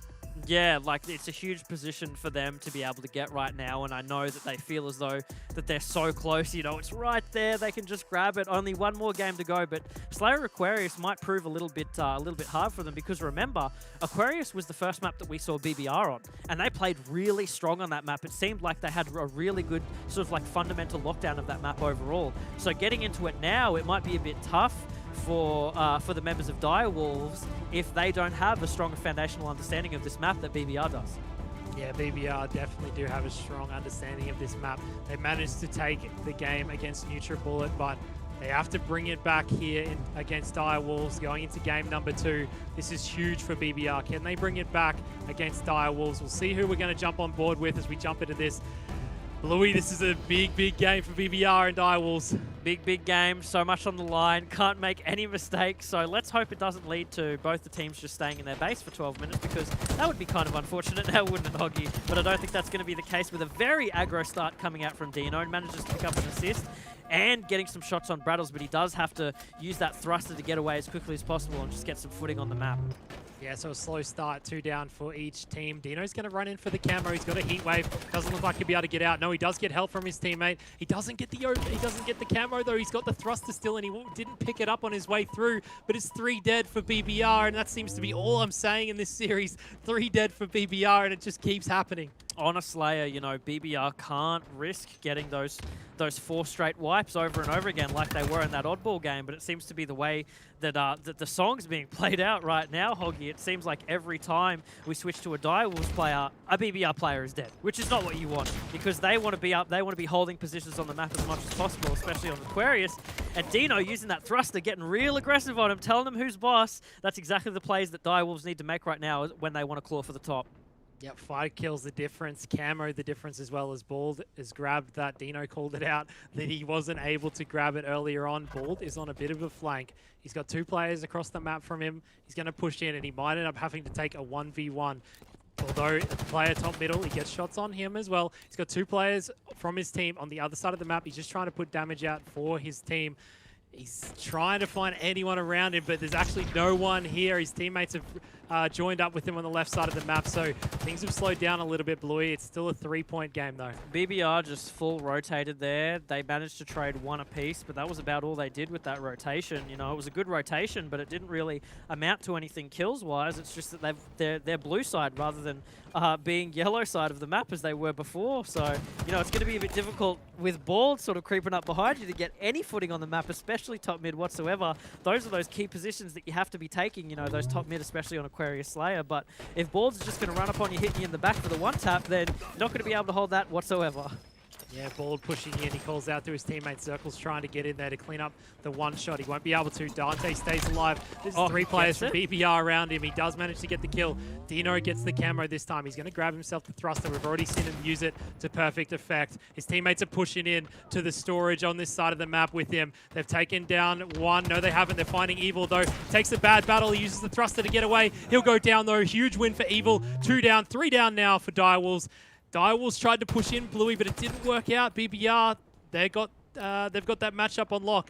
Yeah, not a great push for Dire Wolves in the end there. You know, none of the strategies that they seem to be placing as we were watching it sort of unfold, that pinch movement, seemed to work out. At one point, Ads was down there on his own pinch between 2 players, but he still managed to get out with his life, which is not what you want when you're making that pinch, right? That's the whole point of the pinch, to get 2 players on either side of one and just get a quick kill, but Ads still managed to get out, and then another member of Dire Wolves went down, so that's just a fail. That's a failed push. That's not good whatsoever. Dire Wolves really need to straighten up on those kind of movements if they want to make it successful and get a good snowball starting to roll. Ball takes down one. His teammate trades with the other. Brattles comes in, though, to try to get the cleanup. He won't be able to do it. 3 of them are down. They're up by 7 kills. Direwolves running away with it a little bit. All players from BBR spawning up in the base together. Can they work together?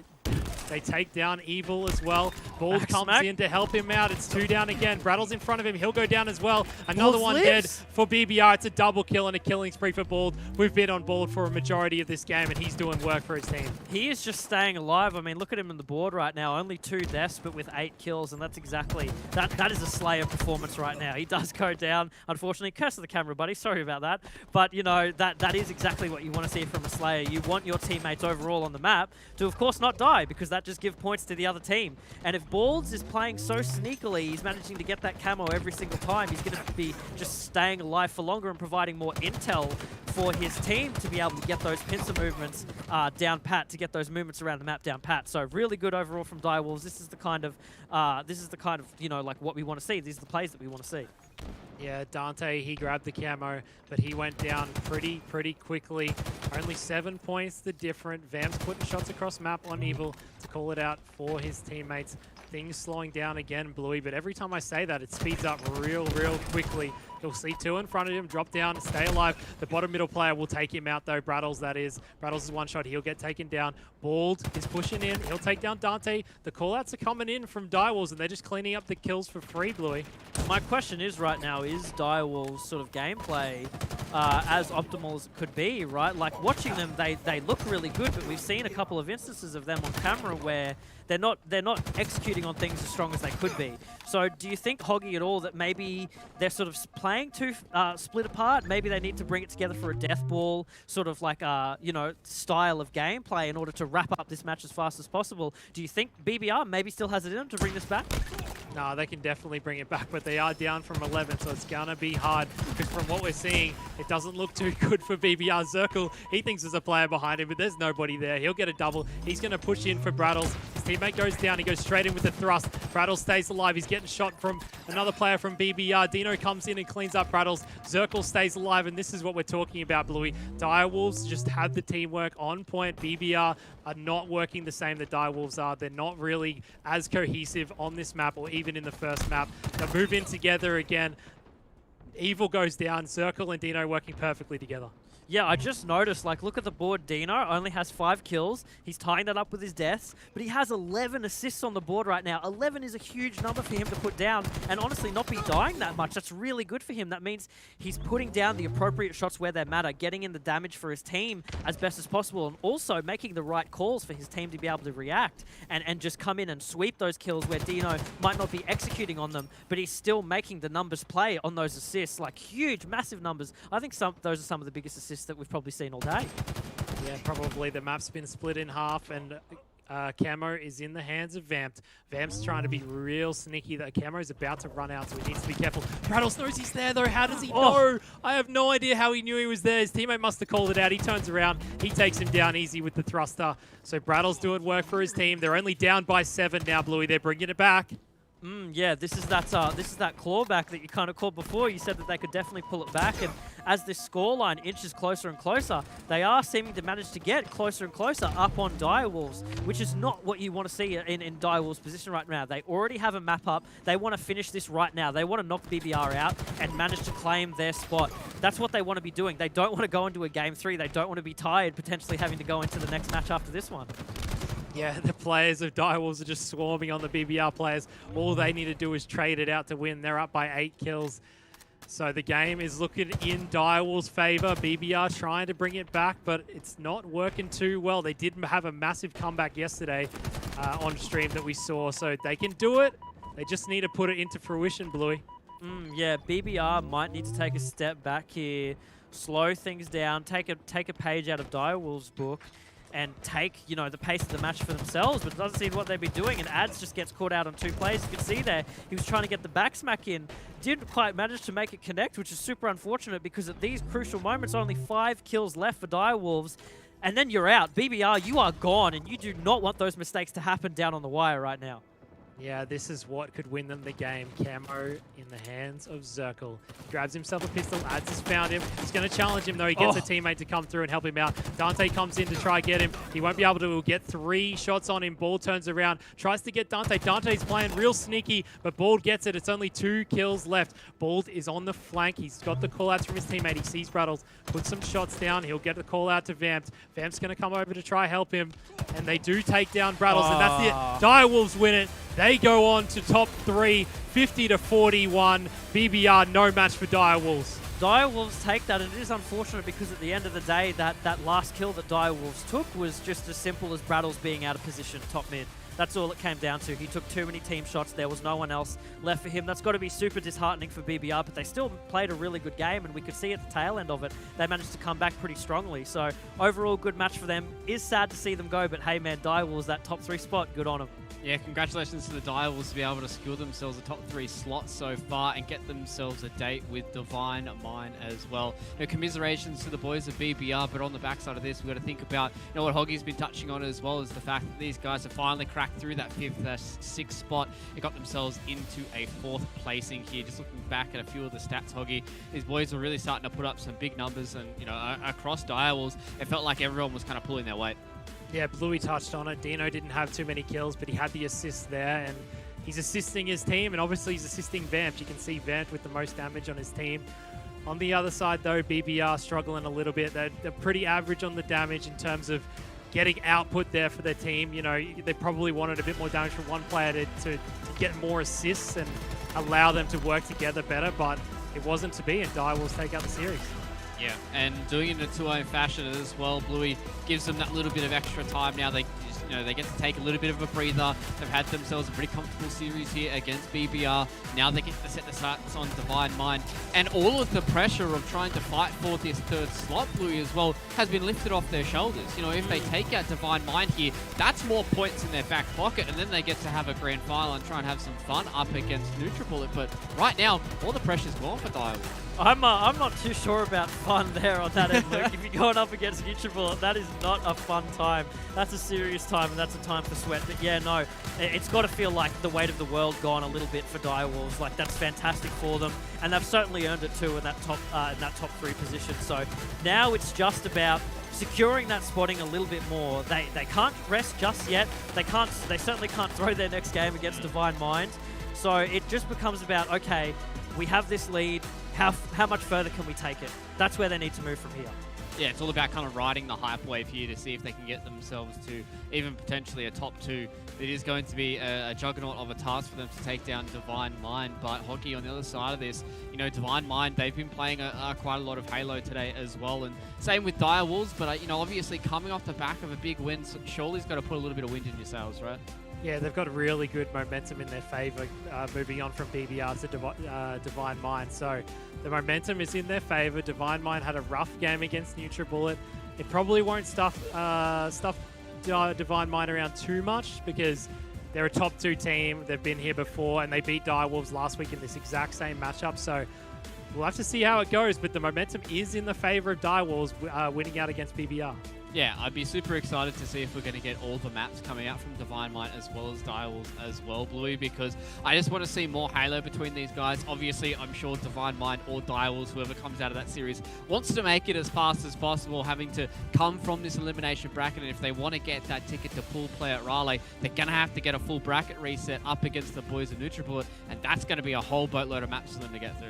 Oh, that's a massive task ahead of them, truly daunting, a David and Goliath tale, but I do just want to point out, guys, Bazaar mod check. Can we please get a Bazaar game? What is going on? We have not seen this map nearly all day, but yeah, Direwolves have a huge few games up against them next, and if they do manage to take out Divine Mind, they are going to have to go up against NutriBullet. Momentous task for them. They're really going to have to bring their A game from here on. Now there's no time to rest. This is where they need to punch it through. Yeah, it's going to be a big slog for the boys from New Zealand. But lads, we might be able to get a little bit more input here because we have Dino on the line from the Direwolves. Let's have a quick chat to him about this series. Dino, mate, congratulations on getting yourselves a top 3 here. I'm sure that's a whole lot of pressure off the back of you guys. Do you feel like that series meant a little bit more to you guys than, what you've played so far because there was so much online with the amount of HCS points you guys could have got from it? Look, we're just going into every comp, and our main goal is to win and improve as a team. So we're not really looking at it as points. We just take it series by series, and ultimately we're here to win. We don't care about top 3, top 2. At the end of the day, we're competitors and we want to win. Yeah, Dino, now that you've secured your top 3 spot, that must feel like a little bit of weight lifted off of your shoulders. But that being said, where do you plan to take it from here? Not with anything to do with like Raleigh, but next year, where do you guys plan to evolve from this point on? You've got a huge roadmap ahead of you. Well, firstly, we need to start practicing more consistently, but our schedule at the moment is really busy at work, so we're trying to find the time to play, but I think after that Christmas, we'll be able to nut it out and actually get some hours on the game and start really improving as a team and finding our consistency as a team, because I think we're lacking there at the moment. Very hot cold. Yeah, do you think that since the game's come out, you're saying that you guys haven't really had too much time, and is that one of the reasons why you think you guys weren't at the top in the first tournament? That lack of experience in the first tournament, and then second tournament, obviously we see top 3. We see top 3 again. Do you think that extra bit of time is really what's put you guys into the top 3? Yeah, definitely. I think that the main point is that we've got time to actually, well, not a lot of time, but the time that we're using it effectively. We're actually talking about strategy and maps, and we're just getting the game time as well. Like, everyone's shots improving. So I think it just more comes down to just learning the game and just playing more often to find that consistency. And Dino, mate, you've been around for a whole boatload of time. So, what are your kind of thoughts so far on Halo Infinite? What have you guys really been enjoying the most about the game? The most is the support. Like, this is awesome. Like, we've never had such a high quality sort of system in place that can showcase the talent in the ANZ region.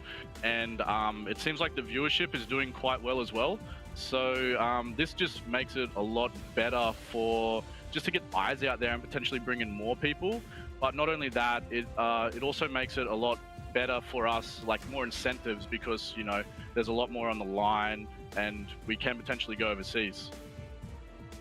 Yeah, I mean, it's been a beautiful story from 343 to be able to give you guys such a good platform to perform. And you guys have been doing a great job so far to be putting up some sick Halo for us to watch as well. So congratulations, Dino, on getting the top 3, and good luck for your series here against Divine Minds. Cheers, boys. Thanks, mate. Hearing from Dino there from the Direwolves after their victory into the top 3. And Hoggy, it's been a big road here for the Direwolves, and I think it's something for us to touch on. Is now they're starting to hit that consistency, and I think Dino hit it on the nail on the head, right? Just feels like these guys are just starting to get their shots going, and once they start getting a bit more time into Infinite, they will be able to get that consistency going. Yeah, exactly. And if he's saying that they still haven't had enough time and they're the top 3, I don't know what's going to happen next year, but obviously they're expecting to do even better. So you're right. The fact that he's mentioned about having more and more time, I think that's something that's going to bode in their favor, because we've already seen time, even this little amount of time, they've gotten a lot better. So who knows what another month could do for them. Yeah, there might be some scary wolves to look at in the future. But ladies and gentlemen, it is time for us to go to a break here ahead of our elimination final. This will be the final that determines who is going to be facing NutriBullet in the grand final. Will it be Divine Minds or will it be the Direwolves? Stay and find out.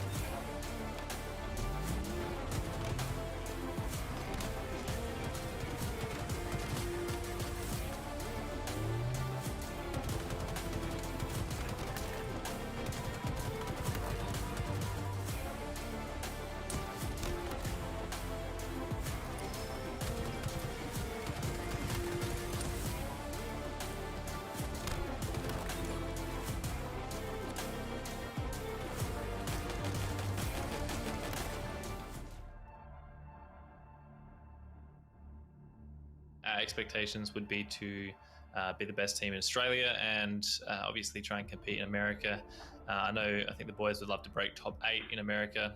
So as a team, we'd like to get back to being the #1 team in the country, really. That's probably our main goal, and probably take it from there. It would obviously be great to place well at Worlds, but yeah, our main goal is to be the #1 in Australia. Obviously, our biggest focus is Worlds, but also any overseas event. That is our end goal. We want to place well overseas, just put ANZ on the map. I want to prove to everyone that we can compete with the best, and we are one of the best. That's what I want to do. I feel like that's our goal as a team. So our expectations are pretty much win pretty much every single thing in Australia, and we also want to break top 8 at an international event because it's never been done. Our expectations for this team are very high, honestly, very high. We want to dominate this region, and when I say it, I really do mean it. We really do just want to take this scene over by storm. Our expectations are to win everything. Every competition, every tournament that's in ANZ at least, we want to come out first. In North America as well, we want to give our absolute best. Honestly, I believe ANZ is a very strong region. They have quite a lot of potential to upset a lot of teams, especially in the EU scene. I feel like we have a lot of talent in our scene, but obviously we're behind in the infrastructure. The ANZ talent that we have here is really starting to really show its feet here. We're really got to put in the time and prove to the rest of the world that we are here to play. I've always thought, being the team that's gone over there a lot of the time, I've always thought that Australia, we've always had a really good chance at competing at the highest level. This game does actually present a really good opportunity for a team to do really well. I think the way Australian teams, particularly the top 2 or 3 teams, stack up to North America and Europe is that we are still a long way from where we need to be able to perform consistently over there and to even be a major threat. Now, does that mean we can't do it? No. I think we've got heaps of up-and-coming talent and some, strong rosters. In Australia, our top players are just as good as the best players in Europe and America and Mexico. It's just we don't get the opportunities that those guys get. But with this roadmap that just came out, I think it's a really good opportunity for us. Halo's been a pretty big part of my life for legit since I've ever been a kid. Halo's also brought me to all these awesome people that I literally would have never met otherwise. Our community is honestly pretty cool, man. There's a lot of awesome people in it involved. So Halo is pretty much my life. I've been playing it 18 years now, going to be 19 years, even though I've only been competing for 5 years. But it means a lot to me, and to do well, it means a lot. I appreciate the opportunities that HCS have given us, ESL have given us. Halo probably means a lot to me. Halo has been a very big part of my life. It has given me endless opportunities to travel over the world, to hang out with friends all over the world, and it's actually taught me a lot of skills in and out of the game. Halo is a very special place in my heart.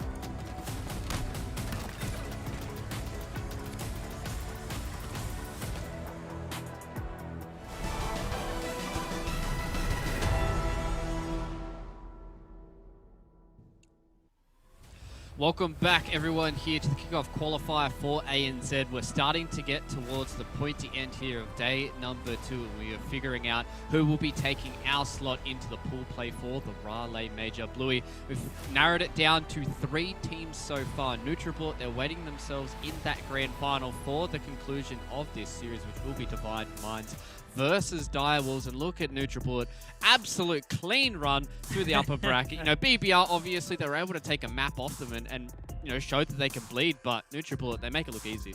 Yeah, I mean, NutriBullet, the reigning kings right now. They're king of the hill, and it's really hard to push that, push them off of the hill. Whatever team goes forth after this elimination bracket set is going to have a real tough time and a real tough set of matches on them right now, because even though NutriBullet are sitting quite comfortably atop that throne, they still want a game. They still want to put a show on and put a performance on, so they're not backing down and they're not slacking by any means. Yeah, it's going to be hard for whichever team comes out of this elimination final, Hoggy, because it will have to be a full bracket reset if they want to punch their ticket all the way to the pool play. All 3 of these teams that are competing so far are our top 3 teams with the HCS points. I'd imagine maybe we have to get the confirmation from the admins as well as we get into it. So it's going to be an interesting tale for us to tell for this as we start jumping into this series with Divine Mind versus Direwolves about who really gets to go up and have that taste against NutriBullet.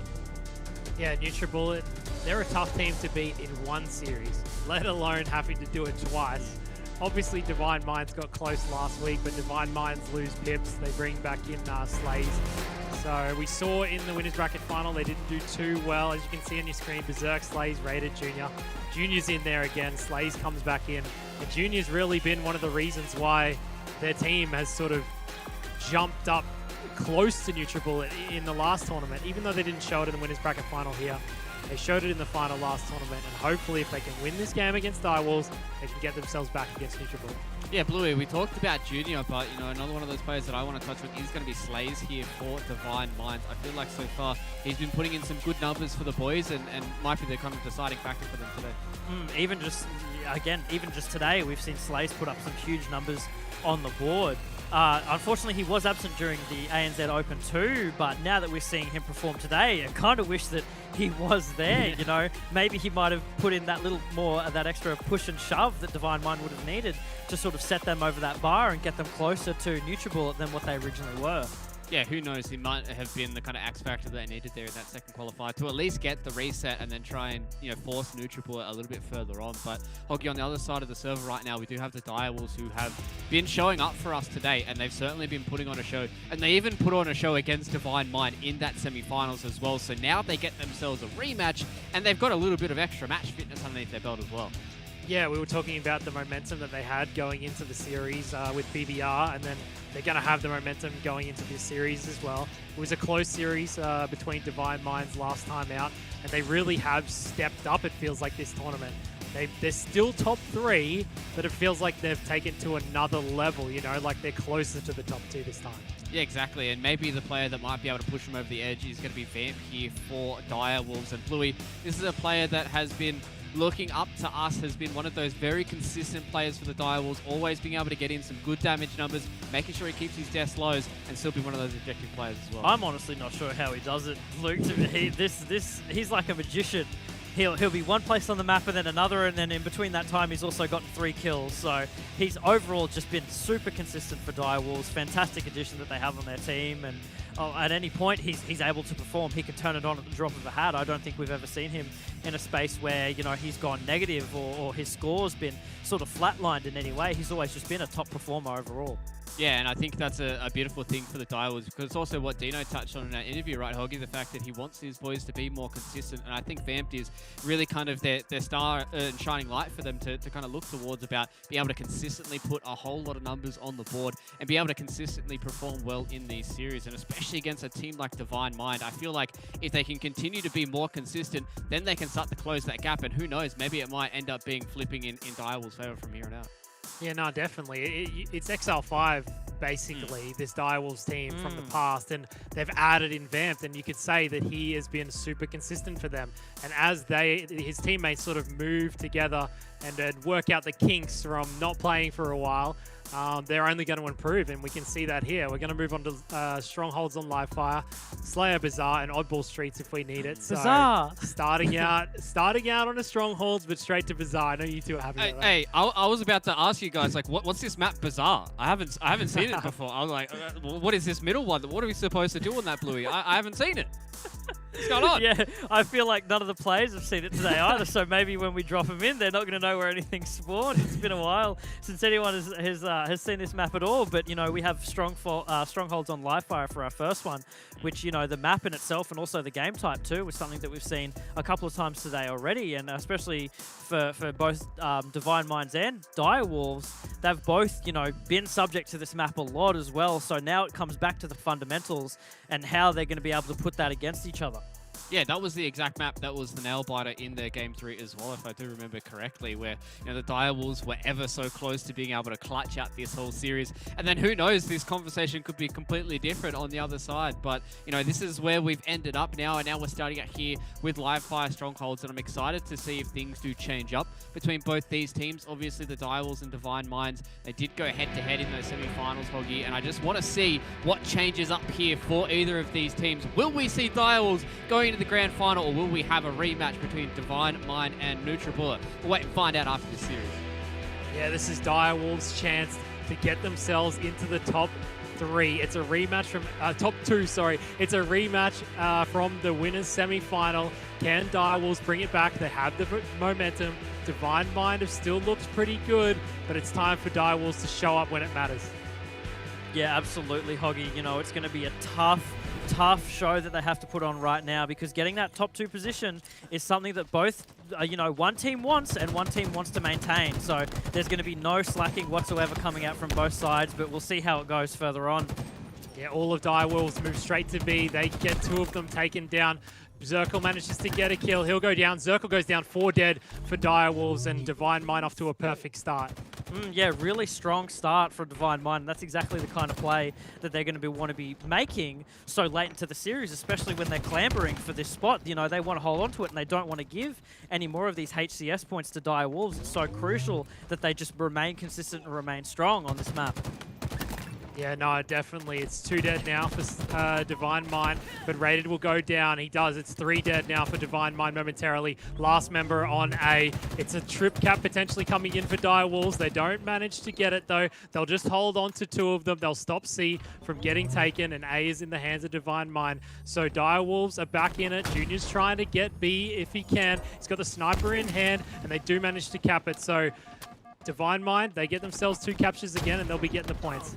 Wasting that sniper just Beautiful before he goes off. Yeah, and he manages to just scrap it straight off the map so it doesn't fall into the hands of Direwolves there. So the really good overall play to see from there. But Hoggy, I'm kind of wishing that I had a 1-for-1 photographic memory right now, because I wish I could sort of go back and look at the previous game that Divine Mind and Direwolves had facing off against each other on this map and on this game type, and see how their playstyles have changed in the early game and maybe what's working for them now that didn't before, because I feel like this is playing out very similarly to what was showcased just before. I mean, Berserk getting that triple kill, that's not something that I remember, but now he's got it on the board. Yeah, Zirkle trying to come in and get himself a capture, but obviously things are looking in the favor of Divine Mind, Bluey, so they've changed something up, and they're getting themselves the lead. They're trying to grab the overshield. They won't be able to do it. 1 player down, 2 down now for Divine Minds. Zirkle working well with his team to get control of overshield. He's going to go up and grab it. Will he be able to pop it? He does pop it. There's 2 players in front of him, though. He'll take on Rated. The other one comes around. His teammate helps him out. Rated back down, though. He doesn't want a piece of the overshield. Overshield's now gone, but Zirkle does work for his team to keep themselves in the game, and Divine Minds do manage to get 2 caps, though. Situations like that showcase how important the OS is, because Zirkle was surrounded then. He had, you know, 2 players from the members of Divine Mind. One of them just flanked around him, went in for the back smack. Fortunately, you had another member of Direwolves be able to catch up on that, but then they also spawned S2. They had direct line of sight on Zirkle, but he still managed to get out with his life because he burned through all of that OS and then managed to make that escape. So that's how important it is in those situations, even just to burn it, even just to keep your life so you can, so, you know, you've had it and it's done, but you still managed to get out. That's really important. Those are those huge plays that players of this caliber need to make. Yeah, Bald grabs the sniper, but he instantly gets killed. So the sniper will go into the hands of Slays. Oh! He'll find one instantly. So 2 dead for Direwolves. They are capping B as well. So Divine Minds, they were down, but now they're back in it, and they've got the sniper in the hands of Slays. He'll get a shot on the body of a player top middle. His teammates can't clean it up. He tries to do the best he can to clean it up. He won't be able to. They're pushing across top middle. He'll help out his teammate to clean up one. B is also in their hands, and he's going to push over to help out his teammate over here. So Divine Minds keeping Direwolves at bay for the moment. Yeah, these are the positions that they need to be holding right now to be able to rotate from C to Rat's Nest. But now, as I say that, Direwolves all over. Sorry. Yeah, no, Direwolves all over C. Sorry, I'm getting caught up in myself here. And they managed to just get him out of Rat's Nest quickly as possible with that sniper. I'm not entirely sure if he managed to waste the last few shots that he had in the chamber there, but you know, if he did, that's even better of a play for him on the side of Divine Mind. But it's just tough. It's tough at the moment to predict where this match is going. It's so back and forth, and players are dropping like flies.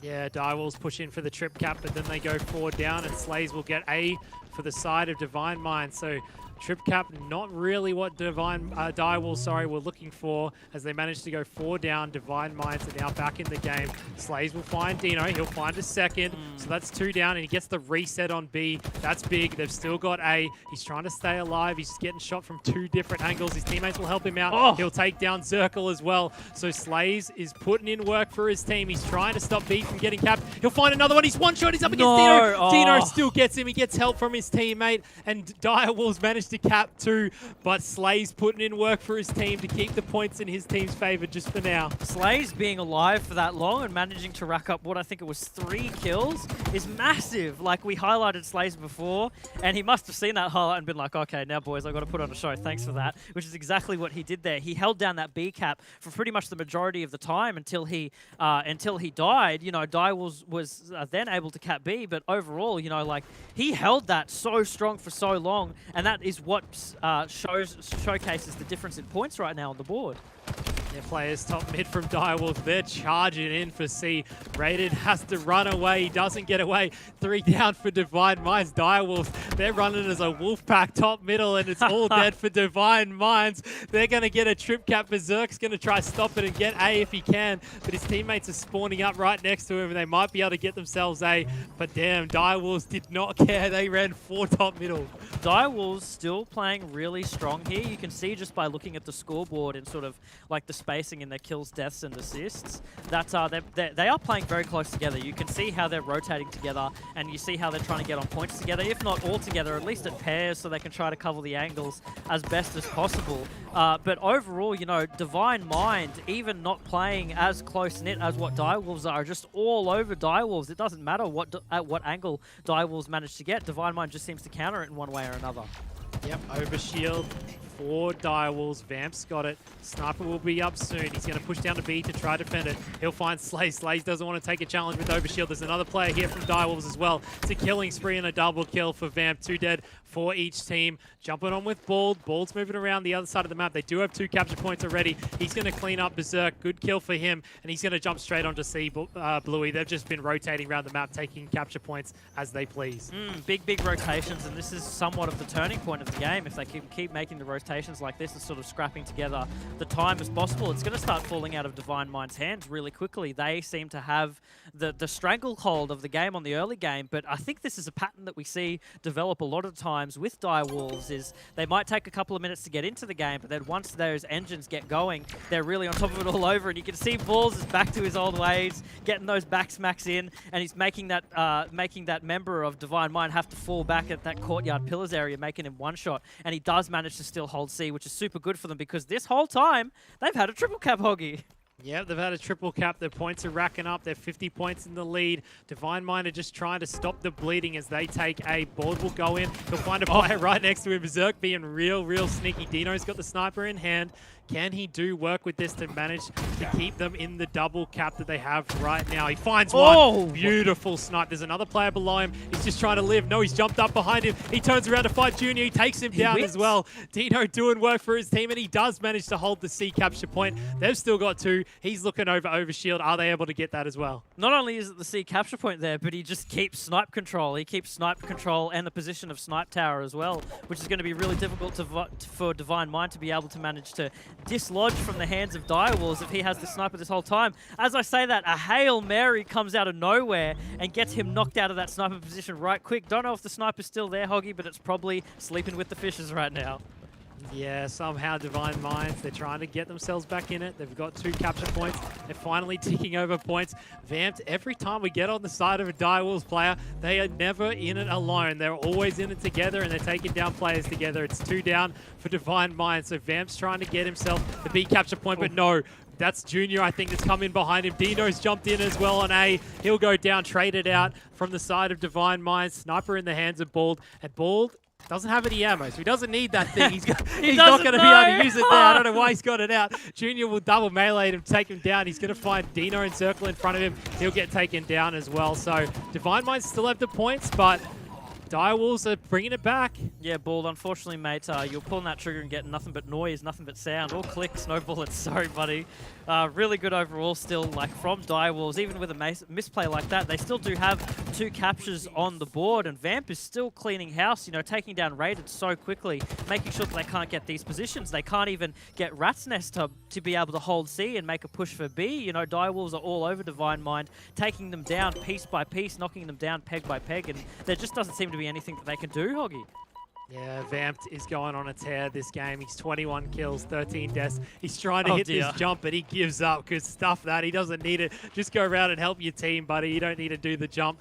Right, they are on C, though, so he's going to flank around. He's got 2 in front of him. They do spot him out. They turn around. He gets a double. So 2 down now for Divine Mind.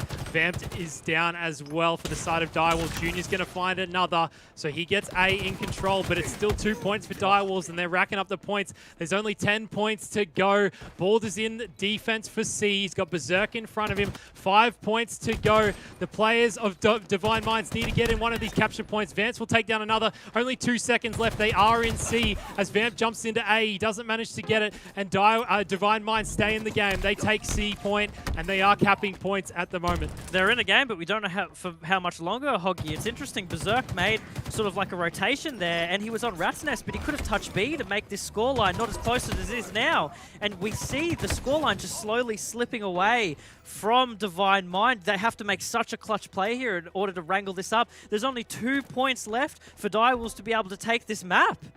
Yeah, it was 4 down momentarily for Direwolves. They're pushing into A to try secure this point. Berserk is trying to do what he can. Dino's being real sneaky, and Dino gets help from his teammate. Another player from Divine Minds was there, but Dino's pushing out. They just need to capture this B point once. But there is a player from Divine Minds right next to them. It is being contested. They need to stay alive. Dino goes down. Bald's still there. Another player from Divine Minds is coming in. They take down 3 of them, and it looks like they will all go down. So Direwolves are in trouble. A player disconnects, unfortunately, and Divine Mind are racking up the points. They've still got 2 capture points. Divine Mind is still in this. It doesn't matter about, you know, like the DC on the hands of Direwolves. Unfortunately, Divine Mind still have an opportunity to come back in this series. You know, if anything, that's advantageous for them. So they have to sort of focus in on now sort of taking this map for themselves and wrangling up a map to keep them in this series overall, because, again, they do not want to get knocked down a peg. Neither team do, and I think we're still going to see Direwolves put up a really strong fight here, even being a play down. Yeah, it's 3 down, and it's a trip cap for Divine Minds. This is not what you want to see for Direwolves. Direwolves are obviously trying to get the B point back, but they're not going to be able to do it. So game number 1 looks like it's going to go in the favor of Divine Minds. So unfortunate for Direwolves, but Divine Minds take the first game, Louis. Yeah, really unfortunate for Direwolves there, because both teams sort of had it on tooth and nail. You know, it was such a back and forth, but yeah, you know, there's not much you can do in situations like that. Direwolves still did the best that they could in those final moments of the game. They were still trying as much as they could, but ultimately, you know, it's really hard to scramble back in a position like that, being a whole man down, especially on strongholds. Numbers matter, rotations matter, and unfortunately, they couldn't really make that happen. Yeah, to be fair, right up until that point, they were playing a good game. They were rotating around the map absolutely. Every time Divine Minds took one, Direwolves took one back. So they were playing well in that game. It's super unfortunate. Vamped with 23 kills. He was popping off, and we were talking about him before the series, and he's one of the players that's so consistent for Direwolves. Yeah, really, just really tough overall for them, and I believe it was actually Vamp disconnecting, and that's not something you want in the final seconds of your game, because that's your main Slayer, and if he's gone, then you don't have that pressure to apply on the rest of the map. So we will see if that match actually does stand, just because of the situation in which the player just disconnected, if that still is the result that's happening. But for now on, this is how we're playing it. This is what's going to be happening. Divine Mind do take that map. Yeah, Direwolves were playing so well too. Vamped was popping off. The side of Divine Minds were not playing the map quite as well as Direwolves were. And I was saying it earlier in the game that every time we jumped on board with a Direwolves player, it felt like another one of their teammates was there to help them out. And that was one of the reasons why they were so far ahead, and their rotation was just so good in this Stronghold map. Yeah, super on point. Comms were on point. I think I mentioned it before, but we see this trend evolve with Direwolves, and it's not necessarily a bad one, where in those first few minutes of the match, they're just trying to get their footing going. They're just trying to see, they're like limit testing the other team, per se, and trying to see like what they can get away with, what they can't get away with, and then from those points on, they decide how they want to set the pace of the match. And I think that was particularly highlighted in this game, because that's what they seem to be doing for a lot, because Divine Mind came out super strong, but then Direwolves just seemed to match that even stronger. Yeah, another thing that we haven't talked about yet is how many times they had the overshield. I'm pretty sure they at least had it 3 times. They had the sniper, and Dino was doing work with it, but the fact that they got the overshield, Bluey, was so important for them to get the lead and, get ahead in the game. It was unfortunate towards the end, but the fact that they had the overshield going into game number 2, they're looking solid. They had a good game number 1. It is disheartening, but hopefully they don't take that too much to heart going into the next game. We have gotten the word that the result does stand, and that first map goes to Divine Mind. But that being said, Direwolves are really strong right now. If they can just take that mentality, don't let it bog them down too much, the unfortunate result of the last match, and take it into the second game, they absolutely can take this to 2 more maps and then take this from the hands of Divine Mind. Yeah, the thing about Direwolves, or the thing I know about Direwolves, is it feels like some of their players from when we've seen them at LAN and in the past, they are very emotional driven players. So that is going to sting. I don't know how they're going to be able to put it behind them, but they have to. They just have to put it behind them, because they're going into a Slayer. They just have to be confident that what they were doing in game number 1, they can bring it into game number 2, because they weren't playing that badly. They just need to push the emotions to the side. Oh yeah, but that's the thing. Like, it's got a sting, but then you take that and you formulate it into anger, right? You use the power of the dark side, and it makes you stronger. And that's how they need to come into this game. They need to come into it knowing that, okay, unfortunate results aside, we still played really well. If you guys don't believe it and you're listening right now, you guys still played really well. So take that mentality, go into the next game, and we know you're going to put on a show. We know that these players are strong enough to do that. And, that being said, they've been in these positions before. They are all long-time players, and they've experienced this kind of feeling of defeat some way or another. And on LAN, I feel like it's 10 times worse. So yeah, no, you're not wrong, but we're going into Slayer Bazaar. Can't quite remember how the Slays worked out in that game, but Direwolves showed that they're ready to play. They want to win this series. They want top 2. Dino even said it in the interview that they're looking to push even higher down the track, but maybe they can just do it today, Bluey. Who cares about later on? Maybe they can just do it now. Well, you're hoping that they do it today as well. And again, all jokes aside and all results aside, this is a strong team. They are a very competitive team, and they're one of the top teams that we see here in Australia currently. So it just depends on how they can take that into the future. And I actually want to ask Luke to come back and sort of weigh in on this. What does Luke think possibly that they can, how they can take it into the future, how they can take this game style, their gameplay, is if there's anything that you feel that they might need to refine just from an observer perspective? Yeah, I think they're doing a really good job, and obviously it's kind of something that Dino touched on in the interview, right? Is just kind of consistency out of some of these players, just making sure they're hitting these big highs that they want to, and kind of bringing up the floor of those lows. We've seen it quite a lot of time with some players. Some players and teams might have really high highs, but on the other end of it, they might also have really low lows. And I think about just bringing up that floor for the Direwolves so they can continually hit those high highs when they can try and take out some of these big teams. I think that'll be a big thing for them to try and work on, and consistently just try and get there, because I think Hoggy at this point, these Direwolves guys are really proving to us that they can take it to Divine Mind consistently. They've done it already today, and now in that Stronghold game, they really took it to Divine Mind. And I think across the series, especially if we start getting somewhere deeper into a best of 5, then it feels like the Direwolves may have Divine Mind's number. Yeah, Divine Mind, they're just ramping up. All it takes is 3 tournaments, but they've got there now. So the fact that Divine Mind struggled in that match, it makes it hard to see how game number 2 is going to go, because I'm sure Divine Mind will bounce back. I know I'm saying bounce back because they kind of got given the win a little bit, but in terms of bouncing back, I think Divine Mind will be able to do that in game number 2. They do happen to manage to get in game number 1, but they'll be able to bounce back in game number 2. But Direwolves are looking strong. And something interesting that we did just get wind of as well, apparently the Divine Mind boys did offer a replay to the Direwolves guys there for this first map. But Direwolves, they're taking it on the chin. They're putting this behind them. They just want to go into this map number 2. They just want to get this series underway. They want to brush it out, reset the mentality, come into this Slayer match and with all guns blazing. And I think that just kind of goes to show, obviously it's been a long day for these guys as well, Bluey. And, coming in here, having to play an extra map, maybe it's something you just go, hey, it's just luck of the draw sometimes. It wasn't our time this time around on this map number 1. We're going to come out all guns blazing on map number 2, and we're going to force it to a third anyways.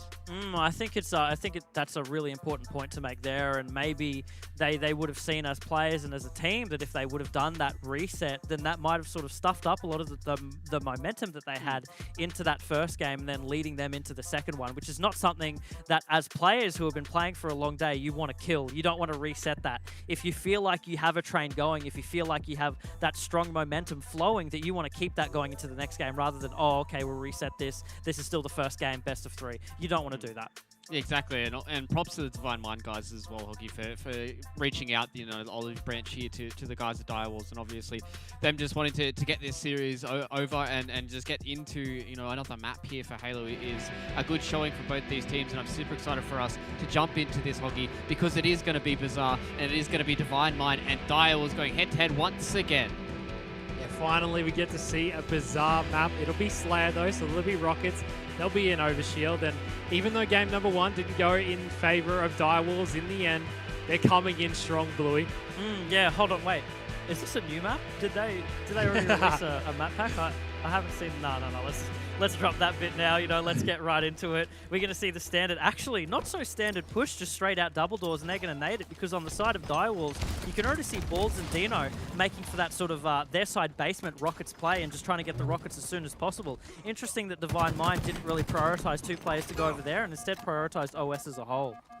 Yeah, Divine Minds, they have the Overshield, they have the Rockets, and it's in the hands of Slays. Here he is. He's got a player coming up right next to him, but it doesn't matter. He'll go for the double melee. Good trigger discipline. He also has the grapple hook as well, so we can put that to use to get up in the face with the Rockets, and he's going to do exactly that. He gets the call out that there's 2 in tree. He takes down one. There's another one in there, but he doesn't realize he's going to back down and get the shots on Dino for the double kill. Can he get the triple? He is getting chased, and he will go down. The team shot from Direwolves coming out. Vamps gets a double for himself.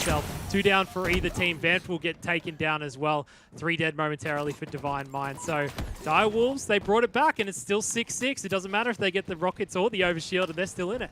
Yeah, Divine Mind, though, with that really strong initial push, they didn't really prioritize the Rockets so much, but it still fell in their favor anyway, because instead of that, they got the OS and the equipment, which means that they could use that grapple hook and the Rockets in combination and get, an angle that usually takes a lot more time to get without, that grapple hook, that piece of equipment. So actually really interesting play, sort of a bit of a newer development, I think, that we've seen on the Australian side, because usually I think our ANZ teams either split or prioritize one over another and sort of leave the equipment at the wayside, but that's different from what we see here from Divine Mind. Yeah, 10 kills to 8. We're only a minute and a half in. We got 21 seconds until this Overshield spawns. So Direwolves have control of the map. It's the potential that they could get the second Overshield as well. Junior, he's still on the donut, Bluey. He's struggling. Slays has 5 kills though. Yeah, but that being said, like Junior, even though he's a really strong player, he seems to be more of a captain when it comes to these roles. So, like, he has 0 kills, but he's also got 4 assists, which is nothing to, look past, because it means that he's given the right calls and he's putting the right shots down overall. And Slays, of course, he's on 7 kills, but he has 1 assist. So, do a little bit of brain work there and see how that's probably working out. You're sort of feeding 1 player overall. But, in Slays' position, that always works out perfectly because he's got the shots, he's got the BR, and we'll see if we can actually manage to get away from this instance right now. Yeah, only 2 kills the difference. Rockets are up in 28 seconds. Divine Mind have control of the middle of the map. map. Let's see if they can do a better job at keeping Direwolves stuck inside a base. Slays is going to push in and look for a kill. He does. He cleans up the weak player. Vamped is up top. He'll throw a nade. It won't be able to connect. Vamped playing it perfectly. He'll find Dino as well, and he'll take him down with the perfect 4-shot. Probably got the call out from his team. Rockets are about to come up, and it's 5 kills the difference, 6 kills the difference now. Divine Mind doing a better job at knowing how to play this map, Bluey. Yeah, Divine Mind still took the positions. They didn't exactly push Direwolves side bar, but they still sat more rockets and then held that basement position, which is usually something that a lot of teams don't do because, you know, you're on the low ground there, don't have a lot of advantages to take, but, you know, if you're one of these players of this caliber, you still have pure aim to rely on in that case. So there must have been a call there from, you know, the members of Divine Mind not to push in at all and just wait for the rockets to come up and use them, but it doesn't really matter because it seems that rockets have fallen into the hands of Direwolves. Yeah, Divine Mind managed to take down Direwolves, but as soon as Direwolves got taken down, they grouped up again and they managed to get the rockets in the hands of Zirkle. Things will slow down a little bit and Junior still doesn't have a kill, but it doesn't really matter. They're in the lead by 5 kills again. Rocket in the hands of Zirkle. He's putting shots across map and he will take down one. He's going to watch his back though because he's not sure. He's getting call-outs that there is a player behind him because his teammate did go down. He's going to help out his teammate behind him who is one shot. Junior is down bottom middle ready for the OS and Junior looks like he will be able to grab it. Zirkle doesn't want to poke out though to kill him, so Overshield's going to go on the hands of Junior. Can he use it to get a kill? He won't be able to though. No, Zirkle hits him with the double rocket. Junior still can't get his first kill even with the Overshield and the scores are only 1 kill the difference. Yeah, it is unfortunate there for Junior that he couldn't make much use out of that OS, but even on the side of Direwolves, he did have to burn 2 rockets just on the one player to get rid of that OS and secure the kill. So that's still an alright trade for them. It's kind of like power for power, right? But overall, that's not what you want to see from Rockets because the Rockets have so much potential to turn a game on its head and make it so much more in your favor. You know, it's a one and done kind of thing, but having to wait for the next set of Rockets to come up is a little bit unfortunate for the hands of Direwolves because they were probably putting a lot into those Rockets.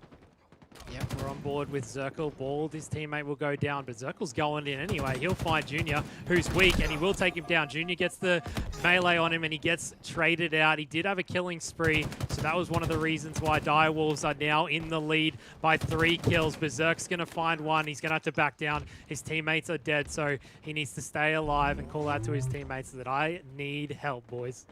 Direwolves have flipped this up a little bit here because it seemed like very early on, and again, we have hit past that 25 mark on a Slayer game. So this is where the rest of the game will typically become defined on the side of one team. But with how slow-paced things are going and how in control both these teams are playing, especially around both power-ups, it's going to be really hard to read. It doesn't matter when Vamps gets a thruster kill like that. He's the Batman and he is just flying everywhere. Yeah, that's a big kill from Berserk to take down one. He's going to find a second, trying to call it out to his teammates. They won't be able to get it, but Rockets are up in 8 seconds. He does manage to take down the kill. 5 seconds on Rockets and Overshield. Junior's moving towards the Overshield. Berserk's going to try look over the top of him. There's a player from the side of Direwolves going in for the Overshield. He doesn't get it. He gets taken down. Slays gets Rockets, but is he going to get taken down? He gets meleeed to death. He doesn't want to shoot, and he didn't do that earlier in the game, and it worked out, but this time it doesn't. And it looks like Overshield will be in the hands of Divine Minds. Rockets are down at Rockets.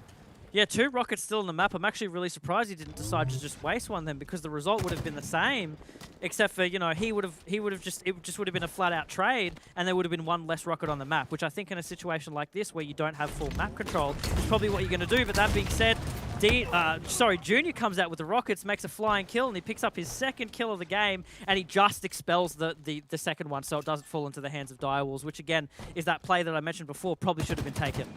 Yeah, it was 3 down for Direwolves. Slays finds 1 player, so now they know what side of the map they're on. They just need to keep them there. They are up by 2 kills. Power weapons are down. Overshield is down, so all they've got to work with is his Bulldog in his back pocket, and they have Direwolves trapped on one side of the map.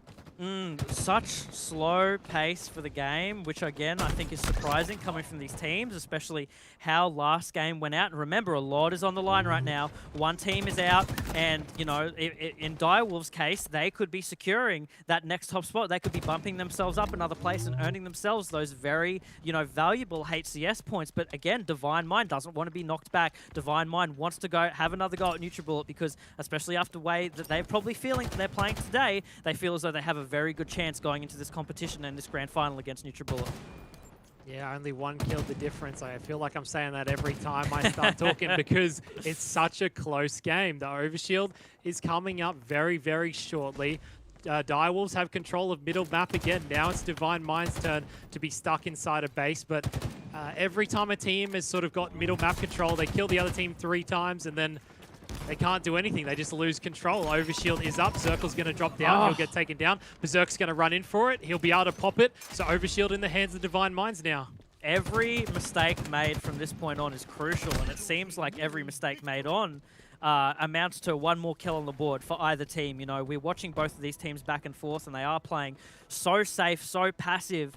But, you know, because of this level of play, all it takes for is one mistake to be corrected by the opposite team, and you're down another kill, and we're seeing that right now. We're going to see if Balls can... He can't finish the kill right there on Berserk, so Berserk is now just being able to push into the base, and he might be able to take out Vamped. You can see that ping coming out. He is calling out to his team, okay, I've spotted 2 members, this is the position that we need to move into, but him getting taken out right there is crucial, and just another instance of those micro mistakes being your undoing. Yeah, they try to pinch in, but not all of them are there, and Slays goes down as well. Rockets are about to spawn. This is a perfect chance for Direwolves to get back in it because the game is tied. Dino's right there ready for him. He's going to grab him. So this is perfect for Direwolves. This is their chance to get back in. He's got a player under him. He does hear him. He drops down. He'll take the free kill. He's got another rocket in his back pocket. Scores are still tied.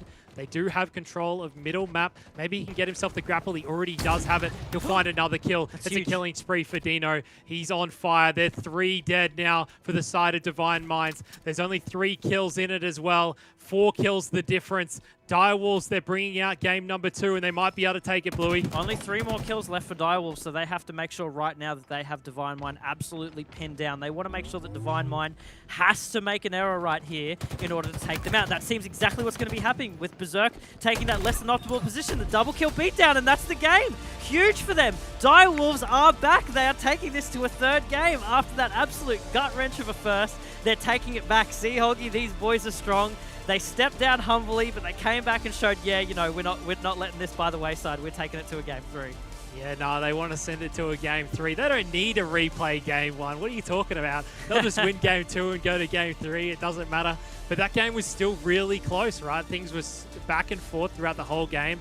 Every time a team seemed to have control of middle map, they always threw it away, and I think at the end there we saw that from Divine Mind. They kind of pushed in 2 members rather than 3 and 4 members, and they just kind of got caught out, and it just threw them out. Junior with only 4 kills. At the end, Divine Mind definitely made more mistakes. I mean, we saw just in that double kill alone that they just pushed 2 members out, and Berserk took like that less than optimal positioning, sort of having to take the animation to mantle up and got on that top position, which is more than enough time for a 4-shot to ring out across the map and take him down. So really even just scores all across the board from both teams, and I think that speaks volumes as to how the game in general went out. But, you know, a triple kill coming out from Zerkle here, though, you know, big for him. I think he played really well that match overall, and yeah, big plays all around, huge. It's hard to differentiate because both teams played so close to each other. It was neck and neck the whole thing, Hobby. Yeah, everyone was very passive with the rockets as well. Like every time we sort of saw them have rockets, they didn't want to push in too overly aggressive, and whenever they did get kills, it always got traded on the other side of the map. So the power weapons and power-ups weren't too much of a factor. It was more the way the teams were working together, although that was a big moment, to be honest. That the fact that they had the overshield and it was taken down by the rockets, you could say that was probably one of the bigger moments in the games in terms of how it could have swung in either favor. But I guess that's where you see that they didn't really have too much of an effect of the overall scoreline. It was just the way the teams worked together and had the teamwork, I guess. Yeah, even for like both sides, I think that's a key point to highlight there. The Rockets didn't actually make that much of a difference overall in the map, which for Bazaar, like they tend to. They're a huge swinging point, you know, literally if you have the grapple hook, but they're a huge swinging point overall in terms of we can get 2 kills, boom, really fast right now, and you know, even the scoreline or catch up to the scoreline in some way. But every single time, it didn't matter whether it was on Divine Mind or Direwolves, they got a kill with the Rockets, and that still amounted to another kill going up on the board somewhere else. So yeah, just a really neck and neck series. It's good to finally see Bazaar in play, and for that, man, oh man. Yeah, right at the end, we saw Dino pick up the Rockets and use it to perfect effect. He got 2 kills, got them 3 ahead. They found the spawners and they took them out. So I've mentioned that the Rockets and Overshield weren't too much of a factor, but right at the end is when it actually matters, right? You want to have them in your hands, and that's where Dino had it. We're going to go into game number 3, oddball on streets. We've seen this a few times in the tournament, and Direwolves have already, you could say that they're on fire right now, you know?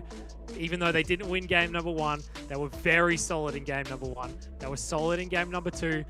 This is their chance to get into the top 2, and it's oddball on streets. Yeah, they've got one game left to make up the difference, and luckily for them, which I feel like it's playing to their strengths right now, is more of an objective, rotational-based game in oddball. I feel like that's where they've been excelling, not so much in the Slays game, just in the teamwork overall, and that's the kind of make or break in these objective types, especially oddball, because you need that coordination between the person who's carrying the ball and the rest of the team who's playing Slayer. You need to be able to inform your ball carrier at all times where the enemy team is coming from, and being able to give them enough notice to be able to drop into the gunfight, to drop the ball, be able to like sack time, gained on ball time for kills, so then you can make up that ball time gain. So yeah, I think it's going to be a hard one, because again, on the other end, Divine Mind is still playing really, really strong. That last game that we saw was really close. Yeah, Junior's really got to step it up in this next game. He only managed 4 kills in a Slayer, so he's got to step up in this game, because there was only 6 kills the difference, and the difference would have been him getting 1-2 kills here and there, and it could have been swayed in their favor. So Junior really needs to step up in game number 3, and he's one of the veteran players. You should see him be able to do that, you know? Yeah, you know, I highlighted his assists early on in last game, and sort of how they were playing into Slays sort of being top in the leaderboard for them. I think as he should be, as was highlighted before. But when those assists don't actually end up correlating into, kills that you should be making, really good point that you brought up. You need to be able to secure those, especially in a Slayer. You don't have time to sort of fumble around like that and get picked off as easily as maybe Junior was in the end there. So that's something that he can't take into this oddball game. He's got to shed that right now. Yeah, no, definitely. So a big game coming up for Direwolves. Their chance to get into the top 2, and I want to see it. I want to see them get there. Dino obviously said, we need a bit of time. No, they don't need any time. They've got, game number 1 that they almost won. They've won game number 2. So they don't need any time. What does it mean? Yeah, they've played so strongly now, and I think it's very humble of Dino to be saying, we're not ready, we're not ready for a spot like this, but we're watching you, man. Yes, you are. Luke, what do you think? Do you think that a player like Dino and the rest of Direwolves are ready for a spot like this? Yeah, I think they are. I think these guys have really kind of been showing up to us right now, and really kind of putting a whole lot in the server, and it's really exciting to see what these guys can do, especially now, boys. We get ourselves a game 3 between these guys once again, and I'm super excited for us to see how this does pan out, because it just goes to show the kind of mental fortitude. And I think I kind of want to change gears a little bit here as we touch on the map and waiting for ourselves to get into game number 3 here, Hoggy. It's all about this mentality, right, for a lot of these players. And obviously, a lot of these people who have been competing for such a long time, these guys are all veterans of the scene. Do you feel like either one of these kind of teams has a little bit of a mental advantage going into this 3rd and final game?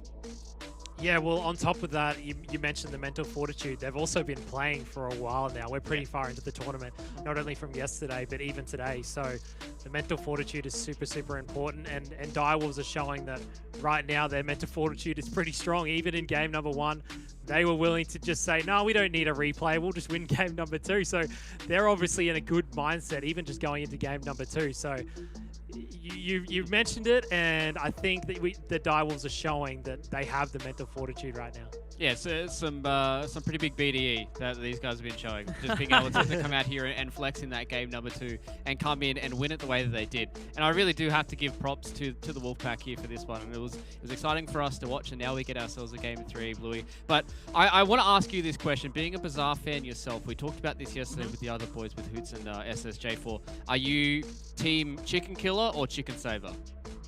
What? Are you kidding? I've never shot a chicken on Bazaar. Why would I?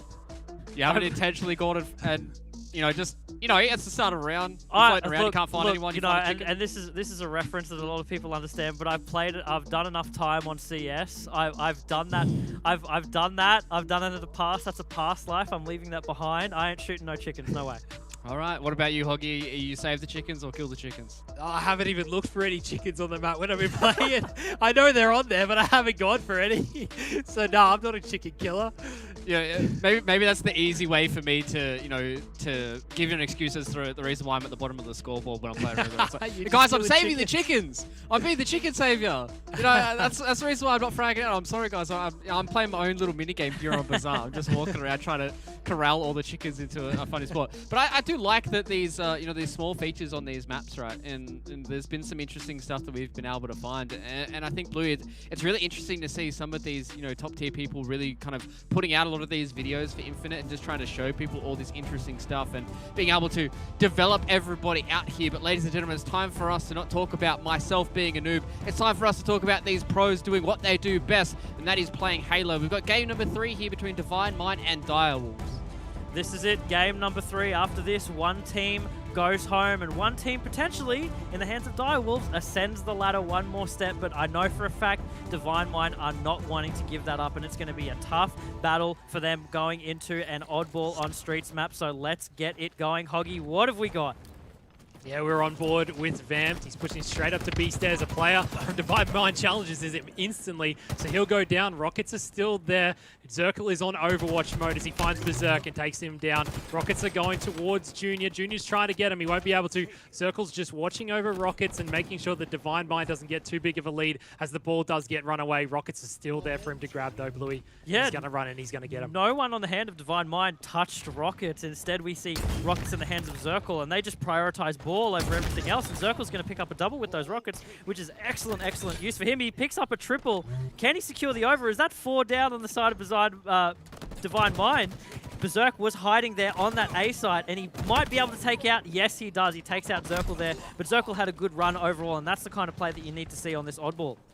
Yeah, we saw Divine Minds opting to take the oddball over the Rockets, and they shot themselves in the foot a little bit, but they are 2 down again, and Direwolves have just pushed over, grabbed the ball. They don't have any time yet in their favor, but Divine Minds are on their way back. They're on the respawn. Deraided's pushing in. He'll find one. He's getting shot from every single angle, though. He is so weak that Vamp takes him down. 3 of them go down. Slays is the last man alive. Direwolves, the ball gets reset, but Bald, he's ready to grab it, and they'll start getting some time. Yeah, we'll see what kind of rotation Direwolves make out. It looks like they're probably just going to play it safe and take it PD side instead of trying to make any other holes here. But unfortunately, you do see so many members of Divine Mind challenging any sort of setup that can be made, any sort of rotation that can be made. Ball's dropping the ball to take out a quick kill there, which is really good for them because now Divine Mind are 3 down. 3 down is massive for them because it gives them a setup time. It gives them appropriate setup time, Hoggy, and that's exactly what Direwolves needs. Yeah, Bulldog in the hands of Bald. He'll grab himself a thruster. He's got the ball.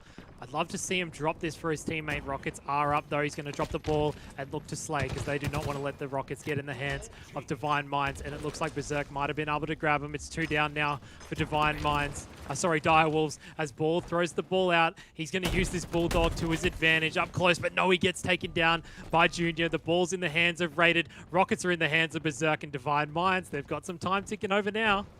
Divine Minds not only have the time ticking over, but they have the setup as well. They have the power weapon, and they have the ball. Some interesting rockets coming from Berserk there. He does manage to make contact with one, but it is by no means a kill, which is a little bit unfortunate because you want that to be your turning point for your game, and he's going to have to try and rack up some just extra kills here with the BR, lay down some suppressive fire on Vamped and Balls in order to make sure that they secure this hold position up on A point, Hoggy. Yeah, Berserk throws away 2 rockets, but it doesn't matter. He works well with his team to get the kills that they need. Direwolves are 3 down. Zirkel's the last man. He's just outside tires. He's got his teammates spawning up near him, so it's good that Direwolves get the spawn close, so they should be able to stop Divine Mind from getting too many points if they work together correctly. 3 minutes into the game, 3 minutes left in the round, sorry, and it's 10 points to the difference. Berserk gets challenged by Vamped. Vamps will go down from Junior. It's 1 dead for each team. 2 down now for Divine Minds. Zirkel's pushing in with Direwolves. The ball gets thrown bottom middle. It's 4 dead momentarily for Divine Minds, but the ball gets put bottom middle. Direwolves are going to grab it, and they're going to try to get some time. Divine Mind have seemed to go down 4 down, like 4 dead so many times, 3 or 4 dead so many times, which is not exactly what you want to see. You know, you want to give yourself and your team enough time to get the ball, get a good setup going, and get some points on the board. But if you're going down that quickly, then you're never going to have time for that, right, Hoggy? So it becomes now just a bit of a waiting game as to what team can manage to secure kills and like a setup position quickly enough, because at this point it seems like any setup position immediately gets thwarted. You know, it's counteracted super quickly. Yeah, rockets are about to spawn. Zirkle moves the ball perfectly to get a position for his team. Vamped goes in for rockets. Berserk takes down one. Vamped will trade the kill out with Berserk. He's going to find a second. He kills himself in the process. It doesn't matter. It's 3 down for Divine Minds. The last member is right next to Zirkle. Zirkle's trying to play his life because Rated is just around the corner. He'll jump out. His teammates got the shots. They've got the ball still. So great rotation from Direwolves. They knew where Divine Minds were. They got the rockets and they managed to keep the ball in control. It seems like they're just setting up their playstyle right now to just inch time with the ball instead of going out for a big full hole. They're making small rotations here and there, you know, from the back of where the save point here is, or where you can see Zirkle now, sort of taking it to in front of PD or in PD. But they do unfortunately get a bit cleared out right now, so that means any setup that they previously had is now gone in the favor of Divine Mind. There is nowhere there is no place to play this ball on the map, so it kind of just means, you know, where you fall with it, that's where it stays.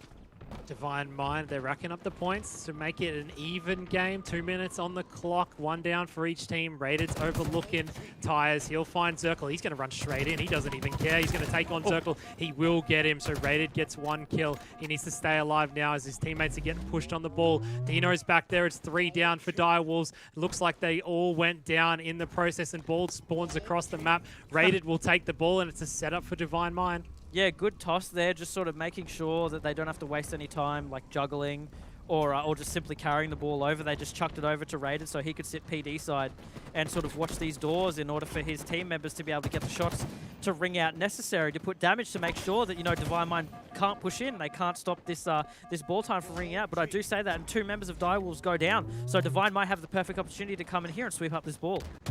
Yeah, it's time for Raided to drop the ball because he needs to slay. He'll see 2 in front of him, get some shots out. He'll go down, 2 down for Divine Minds. Slays is in trouble. He's got a player from behind him as well. He'll go down. Berserk's the last man alive. He'll kill the ball carrier to stop the bleeding, but they go down. So Direwolves have the ball in their control. Very back and forth, Bluey. No team can really hold a setup at this point. No, and you've only got about 1.5 minutes like left on the total clock. Reminder, when you do pick up that ball, that clock does stop, so it does give you a little more time than what you think. But when, you know, both teams are playing in the manner that they are, having to prioritize, you know, a 4-man wipe to start getting some of that scrap time on the board, that timer is going to run down and it's going to run dry very, very quickly. So from this point on, you know, the last minute to secure this first round, they're going to have to play a little bit more milky with that ball than what they probably would like. Yeah, Direwolves are about to tick over the points. They do drop the ball and they get slayed out. Divine Minds are all there. Ball's the last man alive. He'll take him down. He's going to try to grab the ball. Surely he can scrap 2 seconds here, and he does. They take round 1, sorry. Not the game, just the round. Very good round again from Ball. I don't know how this man manages to do it, but at the end of every round, he's always near the ball for those last few seconds, and he makes it count where it's necessary for him to hold that ball to get that time. Them now 1 round up on the board is massive for them. It's going to be super hard for Divine Mind to be able to take that momentum and come back around, turn it around, because Direwolves at the end there just seem to have like a lot of control and be able to answer back to whatever Divine Mind was throwing at them. Yeah, Berserk's looking over top middle. He's got 2 of his players running in top middle, and they still don't grab the rockets for some reason. I'm not sure why Divine Minds haven't been grabbing the rockets. They're 4 down, and the rockets are now in the hands of Divine Mind, and so is the ball, Bluey. I'm not really sure what Divine Mind is doing. They get control of middle. They just don't even grab the rockets. Yeah, they just can't capitalize on the space that's been made, but it might be, okay, a different turn of events here with them getting an arcade spawn, but it doesn't really matter when Dino's just got rockets behind him and can clear him out right quick. You know, we did already see 1 member of Divine Mind go down, which pretty much stops that push, but if he can take out another member, which he's going to with those rockets, then there's going to be no setup for a Tram here. He just has to back off and wait for his team to respawn so they can take control themselves. Yeah, Dino's the last man. Divine Mind are going to scrap some time with 2 of them. Dino goes in and takes himself out, though. Not the greatest play, considering he knows his teammates are on respawn. All he has to do is wait for them. Vamped gets a free kill on Junior. He'll put shots across the map for his teammates to potentially clean up. But Tram set up now for Divine Mind. Direwolves, they're trying to work together. A bit of a flank coming in from Dino on the other side of the map. Vamp goes in. He knows there's a 1-shot on Berserk. It's 2 down for Divine Minds. The third will go down here. It's a double kill. Last man is left on the side of Divine Minds, and that's Junior. Junior's getting sniffed out. They're trying to find him. They do take him down. Now Direwolves have the setup in Tram. So now Direwolves just needs to be able to hold this Tram setup better than Divine Mind did. They need to realize sort of where Divine Mind fell at the end of that Tram setup that they had and be like, okay, we can't make these same mistakes, because this Tram setup can give you a lot of free time if held correctly. So Direwolves just need to make sure that they are in the key positions to make it work at all times, but it's going to be tricky now because we have Junior with those rockets. It's going to make it so much easier for him to push in and get some wipes. Finally, Divine Mind realized that the game's a lot easier when you get rockets. Junior isn't able to take him down. He does get the melee. He's still full health. This is a perfect spot for him to have the rockets. He's going to rain it down from above. Bald's going to push in from behind him. He throws out a pocket rocket. He's got Bald next to him. Bald will take him down. 2 dead for Divine Minds again. And Direwolves have the ball at the back of Tram. So rockets in the hands of Divine Minds. Maybe that's why they weren't picking him up, Louis, because they can't use them that well, can they? Divine Mind had everything in place necessary there to just clean sweep through Tram and make sure that they had that set up for themselves. And of course, you know, rockets go back up on the spawn board, so Direwolves can't have them. All it takes is for Direwolves to be able to make a hold. Divine Mind are back in here now, but they only have 2 players up, and Direwolves are going to be able to just come in and make the spawns and sort of equal out, you know, what anything that Divine Mind had. And you can see Zirkle already has the ball. Like, he's already just trying to milk time. Any second matters. Yeah, Slaze is getting shots out for his teammates, but they aren't able to take him down. They do trade out. He'll find the kill of Zirkle, try to get some scrap time. He'll go down. His teammate comes in. That's raided. He's got an AR. With the melee, he gets a kill. Scraps some time. He's going to throw up bottom middle because he knows he's in trouble. The players of Direwolves are spawning up before them. Every time we change to a new player, they go down. Not Zirkle, though. He's getting the kills. He's making sure he stays alive. He's not keeping the curse going. 2 of the players on Divine Minds are on the other side of the map, and we've got 25 seconds on rockets, so Zirkle's going to try to play for those. He'll get shot in the side from Junior, and Junior will take him down. He'll look for Bald as well. He won't get him. Berserk's going to try push in and get him. He won't, though. So the game's pretty even. Ball's out the front. All the teams need to do now is just slay. Just play for Slays. Playing for Slays is probably the key right now, and I don't think any of us expected to see the way that the game is panning out right now. You know, Direwolves playing so strong overall against Divine Mind after that first game where they unfortunately lost, and I use unfortunately in big, bold capital letters there. For them to take the second game and come into the third game as strong as they are now is monumental for them, and this is exactly what they need to do going forward. They do wipe down 2, and if they can manage to get these rockets off of Junior, but he might just waste them, and that's going to be huge for them. They do take him down. Yeah, Ball chasing down Junior with the rockets. It's only 30 points to win, and they're up by 30. They've got a comfortable lead. Ball goes in to find another. He's got a player in his back. He will get taken down. It's 1 dead for each team. Dino pushes up way too far. They're going to lose the setup. The players from Divine Minds are going to be running in. Here's Berserk to find Zirkle. The ball gets thrown bottom middle. Zirkle is one shot, just trying to stay alive as long as possible, and we do see Berserk is back here on this setup, but he is one shot. All it would have taken is for a member of Direwolves to pick him off and get that kill, but it does not matter. We do see the rockets come out. We did see 3 down from Direwolves, which is not what they want at the moment. There is still potential for Divine Mind to turn this around. You know, you may look at the score differential and see that, oh, okay, you know, it's 30 points difference, but right now that does not matter. That can turn at the blink of an eye, and it seems to be what's happening. They're getting 55, near 60 on the board. That's not much space left for them to have to catch up to Direwolves, Hoggy.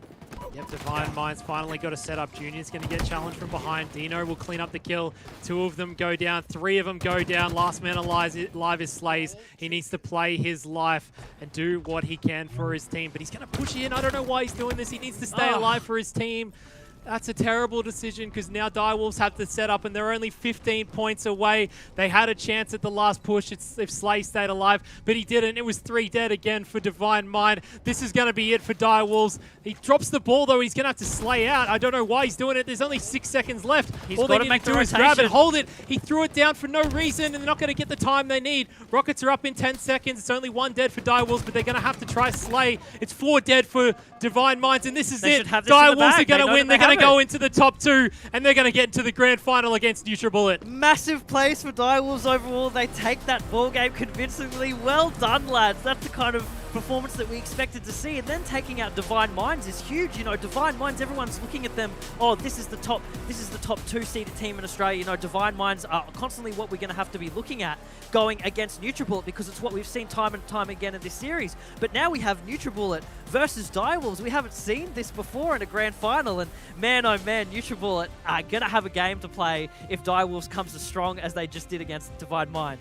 Yeah, dude, like, I imagine being NutriBullet right now. You're probably convinced with yourselves that you're going to be facing Divine Mind once again in a grand final, but the Direwolves have come in, all guns are blazing. Even when their backs were directly against the wall, Hoggy, after that game number 1, they come out swinging. They get map 2 and map 3, and now they're going into a grand final. I couldn't be more hyped for these guys as well, being able to jump into a grand final, get themselves an extra spot up in the leaderboard as well, because now they go into that second spot in this kickoff qualifier. They've improved from their open qualifier number 2.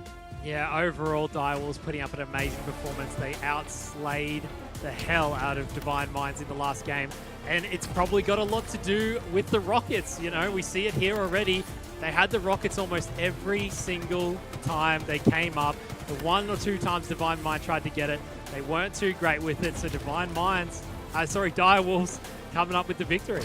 Yeah, and Direwolves being able to get it done. They now do have to face NutriBullet in a full best-of-5 grand final, and we've touched on it already, Bluey, but, you know, these guys, they've been playing so much Halo today. A lot of these guys are from New Zealand as well. I'd imagine it is starting to tick towards the latter stages of the morning for them here on Friday, and it's going to be a bit rough for them to get through this best-of-5, but you've already got to be chuffed if you're a Direwolves fan right now. Oh, you know, this is it. You got to hope that every member of Direwolves you know, took tomorrow off work, because they're going to be playing late, but this game matters for them. This is the game that's going to put them on the map up against NutriBullet. Already they're there, but if they manage to upset NutriBullet, that's going to be massive for them, because this so far in the ANZ scene is unprecedented. I think all of us have been looking at NutriBullet like, oh, you know, this is the #1 team. They're going to sweep everything, but they have it in for them today. You know, Direwolves have it. They're hungry. They're ready to pounce. Yeah, and, you know, if they're able to get themselves into a position where maybe they might be able to get a bracket reset against NutriBullet and we go all the way towards the end, that's going to be such a Cinderella story here for the Direwolves, Hoggy. And I'm just so excited that we've had a shake-up here in our kickoff qualifier, because, you know, coming into this qualifier 1 and 2, you know, was Divine Mind, NutriBullet, who were just kind of breezing through everybody, and everybody else was left behind in their dust. And now it really feels like the Direwolves, as they constantly get more and more of this competitive experience, these guys are really starting to find their flow in Infinite, and they're just starting to bring back that old form and some of that old magic. Yeah, it's so good to see these guys pushing at the top again. 3 of them are from a previous top team in Exile 5, and the fact that they're back here again shows that they still are on top of their game, even though it's been years down the track and they haven't had a lot of time. They're still getting to the top, and they're proving why that they deserve to be here, especially against a team like Divine Minds, who's already got second twice in a row, and we would say we're probably a top 2 team, and Direwolves have just knocked them off that perch, at least for today. Yeah, knocked them off that perch, got themselves some more HCS Pro points as well, and got a few more extra fans in chat as well, I'm sure. Ladies and gentlemen, it is time for us to go to a break as we get ready for our best-of-5 grand final. NutriBullet and Direwolves going head-to-head here for the kickoff qualifier.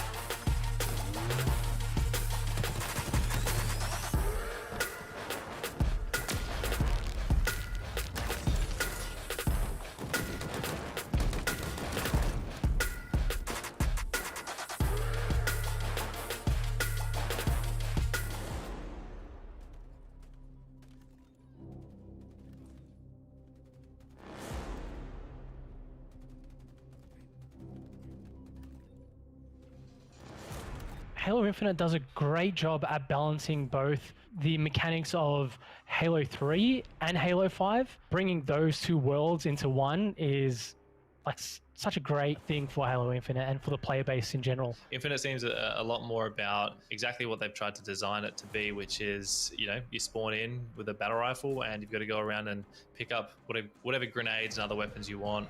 And then you're really just fighting for the best parts of the map and the power positions. Definitely the movement aspect. I'm glad they stuck with sprinting and sliding. So I feel like if you've got that cracked movement, it's just, yeah, you can be an absolute menace on the map. Seems a bit similar to Halo 3. Obviously, there's these new mechanics in there, but I'm really liking how it's a bit of a slower game. Your BR start seems a bit more strategy and sort of more of a calculated sort of team pushing. I'm really liking that aspect to it.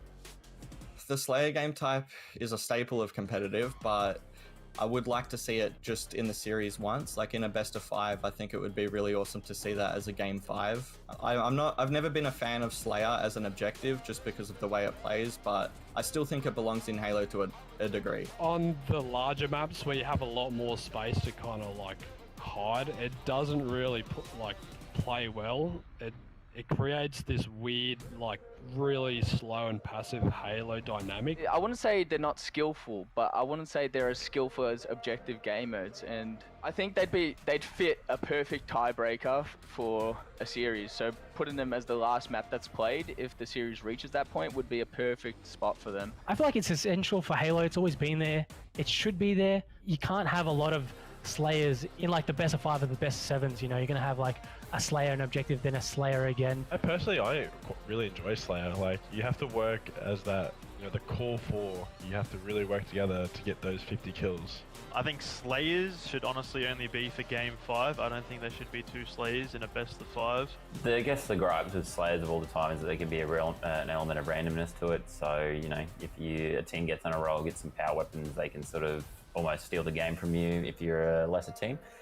In saying that, I do think it does belong. So far, though, it does seem to be a bit of a trade fest, and it has been hard to sort of get a bit of ascendancy and sort of set up. So it seems to be sort of going back and forth and just trading rather than, you know, getting it set up and, you know, focusing on power weapons. I love Slayers because, I mean, I still think it takes skill. I mean, you have to spawn in, you have to collect things around the map, whether that be grenades or weapons. You need to earn kills. I think it's fun.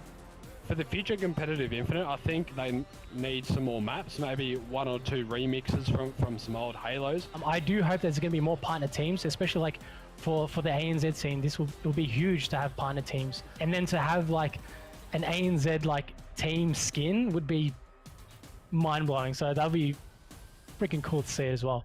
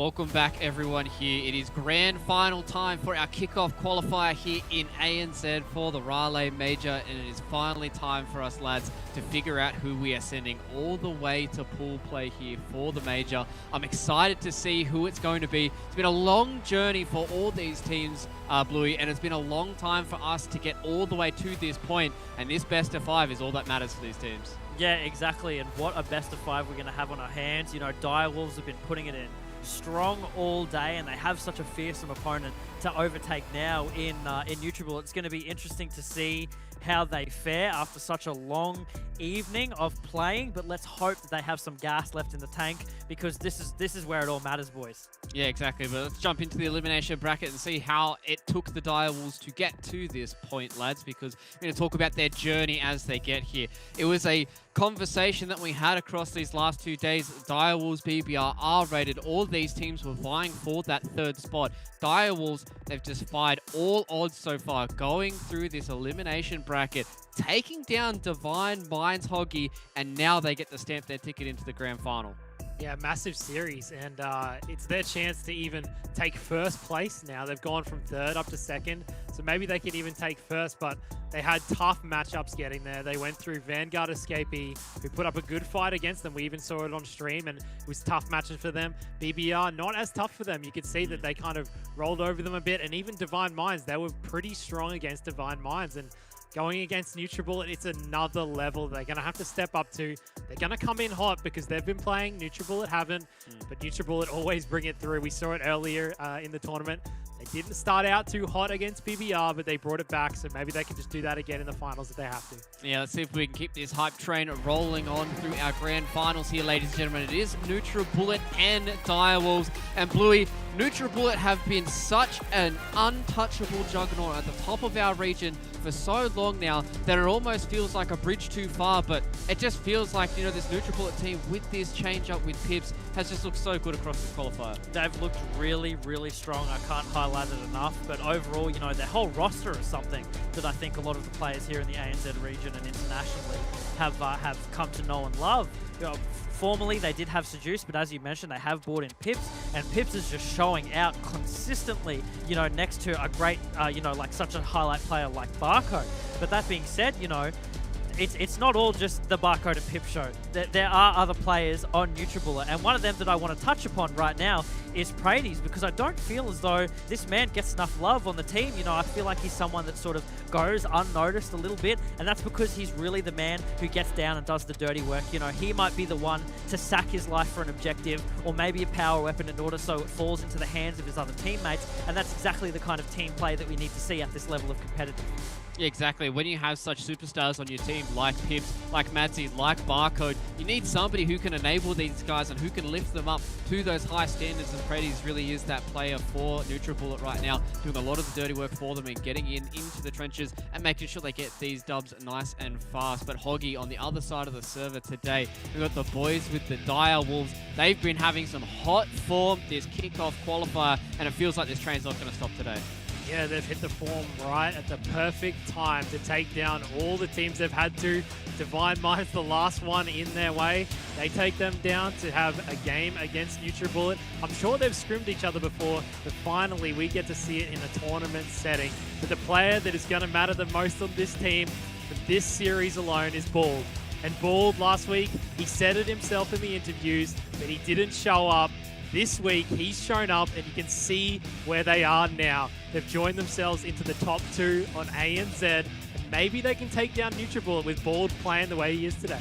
Yeah, it really feels like that everyone on the Direwolves has really started to hit those high numbers, and it's something we touched on in the previous series, lads, is about reaching those high highs and continuing to be consistent across a lot of these tournaments. And I really think the Direwolves right now, if they can keep this form, they can keep this magic dust, whatever it is for them today, they can continue to pop off. They're going to be such a big threat in this region, and especially if they can take down Nutribullet today, Bluey, this is going to be a tale that a lot of people are going to tell for forever. Oh, absolutely, especially with how convincingly Nutribullet have pretty much swept all these tournaments, the amount of highlights that they've received so so far, if a team like Direwolves, especially today, I want to highlight this importantly, with the amount of games that Direwolves has played, and they're coming up against NutriBullet, if they can give them a formidable fight, then that's going to be massive. Even if they do go down, they're going to go down swinging. Yeah, I think we have to give massive props to the guys over at Direwolves for being able to play so many maps of Halo today and still continue to put out a very, very high level of play as well. So lads, let's have a look at our grand final maps here. This will be the first best of 5. If the Direwolves win this, we get ourselves a reset and we go through it all again. Up first is we're going to have some CTF, Aquarius and Hoggy. This has been an interesting map for us to see because NutriBullet, to me, have really kind of had a lot of good showings on this CTF. Obviously today was the map that they lost, but CTF to me feels like one of those game modes that NutriBullet kind of excels at. Yeah, no, definitely. NutriBullet, we actually saw them on this map earlier today against BBR, and you could say that they struggled a little bit, but maybe that was just the nerves getting to them. That was the first game of the day. They're in the final now against Direwolves. They're going to have to show up at the start. So we've seen them struggle a little bit on this map, but maybe they can come out a lot better than they did at the start of the day because they've obviously been playing now. They've probably been playing a little bit of matchmaking in between. So they should be ready to go. Apologies, ladies and gentlemen. That was actually the reset map pool. So that's going to be the map pool that we're going to be seeing if we see a reset coming out from the Direwolves. So We'll get to that. We'll get to that. We'll get to we're just getting ahead of ourselves, We'll guys. We've already figured it out. We've seen it in the stars. You know, we know. I've It's got my the esports script right here, guys. You Yeah. know, it's all written down. You know, that's exactly how we're going to be going there. So I kind of just jumped a little bit forward of production here. But once we do get the regular maps, we'll be able to throw it up. And I think that might be interesting for us to touch on, right, Bluey, is because we've seen a lot from both these teams. And, you know, obviously they've been watching the broadcast, we've been watching the broadcast, and they might be able to pick apart a few things from either NutriBullet or Direwolves, right?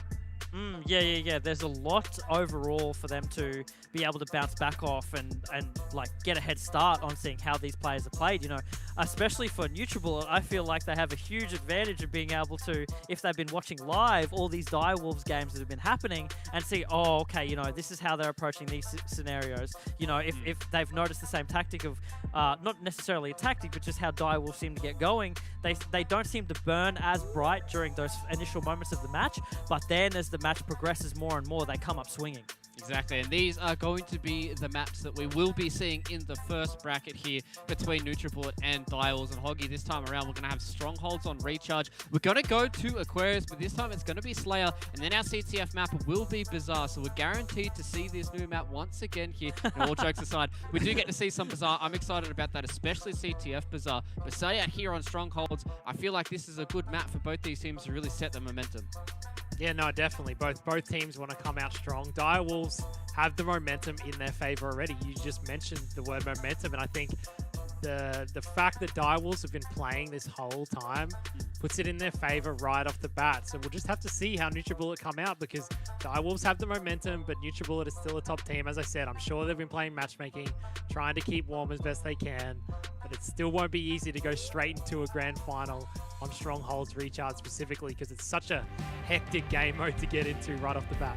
Exactly, and ladies and gentlemen, this is where everything is on the line. If NutriBullet can do this, they punch their ticket to pool play at the Raleigh Major. So let's jump into this grand final between NutriBullet and Direwolves. Game 1, baby. Let's see. I think this should set the precedent for how the rest of these matches are going to go. If we see a really strong outgoing match from Direwolves and they take this first match, then we will know we will have a set of matches on our hands against NutriBullet. That being said, you know, NutriBullet might be coming into this a little bit cold, but as we know, these guys are cold-blooded killers, so let's see how they handle this situation. Yep, on board with Dino. Vamps trades out a kill off the bat. Dino looks bottom middle to get himself a double kill. There's only one man remaining on NutriBullet. It's Prades, and he's on the flank, but Dino sniffs him out and takes him down. He'll get the reset on C. No, he doesn't even care. He just wants to go for B. He'll let it sit there. Yeah, this is huge for them early game to get position on B to make sure that they have that point. But that being said, Zirkle did just go down on it. So they do lose a lot of momentum in being able to catch that mid position and sort of wait it out for the rest of the match. They do manage to get it at the end there. We might see a triple cap come out here. Halfway on C, a little bit over halfway. But as I say that, you know, NutriBullet are right back on that B, making sure that Direwolves don't secure it. Yeah, Barcode's on the flank at A with Prades, and they're going to get themselves the A point. and managed to take a stranglehold on the game because it started out very back and forth. Direwolves look like they're in front. Barcode's got one right in front of him. There's a second one. His teammate takes him down. So it's 2 dead for Direwolves. Barcode's going to push straight in for Zirkle though. He's going to have to dodge a nade, and he does. He drops down. He'll manage to kill him. Perfect shots from Barcode. How did he know Zirkle was going to be there? The drop down, the kill that followed up. You know, I think time and time again, we are pointing to Barcode as our star boy, our star player, and those plays are exactly why. You know, there was no panic in that. You could see just how calm, cool, and collected he was in that moment. And, you know, from then on, he knew his mission. Straight after he got that kill, he was like, okay, this is where I know I need to rotate. This is the calls I'm being given. And with that being said, now they have a triple cap from that seed rotation. Yeah, Barcode finds himself a kill, and there's another player to his left. He's going to back down, 3 down for Direwolves. The last man alive is right in front of Barcode. Barcode finds him. Look at that nasty strafe with the perfect shot. He's on the killing spree. Barcode putting on a clinic as they have the 3 cap, and he's going to get himself a camo as well. Yeah, timing on that camo. You know, you take down 4 members of Direwolves, it pretty much means that they're going to have no control over any sort of power up on the map whatsoever. So super unfortunate for them, but what can you do when you're up against a Barcode in a long haul situation like that? And he does get whiffed off the map just like that. If they say, you know, can't beat you in a BR fight, how about I just send you to the Guardians? Yeah, that's how you do it. You just send him off the map. Headshot from Madzi with the shock rifle. He's going to go in to try stop B, and he does. He gets the reset. A is also going to need to be reset. He's trying to get over there. He's getting shot in the back. He'll go down. So 1 dead for each team. It's 2 points in the favor of NutriBullet. They're up by 120, 130 points already, Bluey. They are racking up points so quickly, and if you're Direwolves right now, you've got to be panicking a little bit because it's not an easy thing to be able to turn the score line from where they are now. To be able to go from 7 to 140, 150, that's a huge task, and that pretty much means that they're going to have to maintain a triple cap for a good chunk of time, which against a team like NutriBullet simply doesn't seem fathomable. Yeah, this is a rough start for Direwolves. They're on a trip cap again. Barcode's got 2 in front of him. His teammates clean him up for him. It's 2 dead for Direwolves. They've been split spawn. Madzi's trying to fight off Dino. Barcode's going to head up there now and see if he can clean up Dino. That Madzi was not able to. He won't be able to find him, and he's going to poke up at the perfect moment and take on Dino. The nade just clips him, though, and Dino gets the kill. They're going to manage to take B, but there's still 2 caps in the favor of NutriBullet, and they're past 200 points now. Hoggy, you curse Balds, man. He's 1-8. Like, what have you done to our boy? What have I done? He was supposed to take this, and all his teammates just seem to be dropping around him like flies. It's so unfortunate. But there is potential for them to bring it back here. They just need to get organized and set. But, you know, I say there's potential, but it's such a hard task to do at this point. Really not a good opening move for Direwolves to come into this first game. Yeah, almost a trip cap. A player from Direwolves jumps in to get the reset. They've got 2 capture points, only 10 seconds remaining. 10 seconds. A player from Direwolves is going to have to get over to C. He does manage to get there. Dino's there. Barcodes gets back smacked. Oh no, they do manage to get C. Madzi's going to try take B. They might be able to get it though because all the players from Direwolves are on the other side of the map, but they're going to fire across. Madzi's trying to stay alive. Can he get the capture point? A player from Direwolves comes in. It's Zirkle. Zirkle gets the reset, so that keeps them in the game. Bald gets camo as well, so maybe they can bring it back. Baldy, unlikely, but maybe they can do it, Bluey. Yeah, unfortunate for them because, you know, that whole time, Madzi was just denying them that objective of B, you know, not giving them time whatsoever just by dancing around on it. We do see 2 caps come in from Direwolves now, but ultimately, this isn't going to mean much unless they can get themselves a triple. It's going to be so easy, especially when they're going to be 3, potentially 4 down on the board. They do trade, so they are 4 down, and it's going to be so easy for NutriBullet to come in and clean them up. I think this might be the end of game 1 right now, Hoggy. Yeah, killing spree for Barcode. He's going to grab the grappler to end out this game. There's only 2 seconds left, and NutriBullet is going to take game number 1. Really, really dominating performance from NutriBullet in game 1 of this final.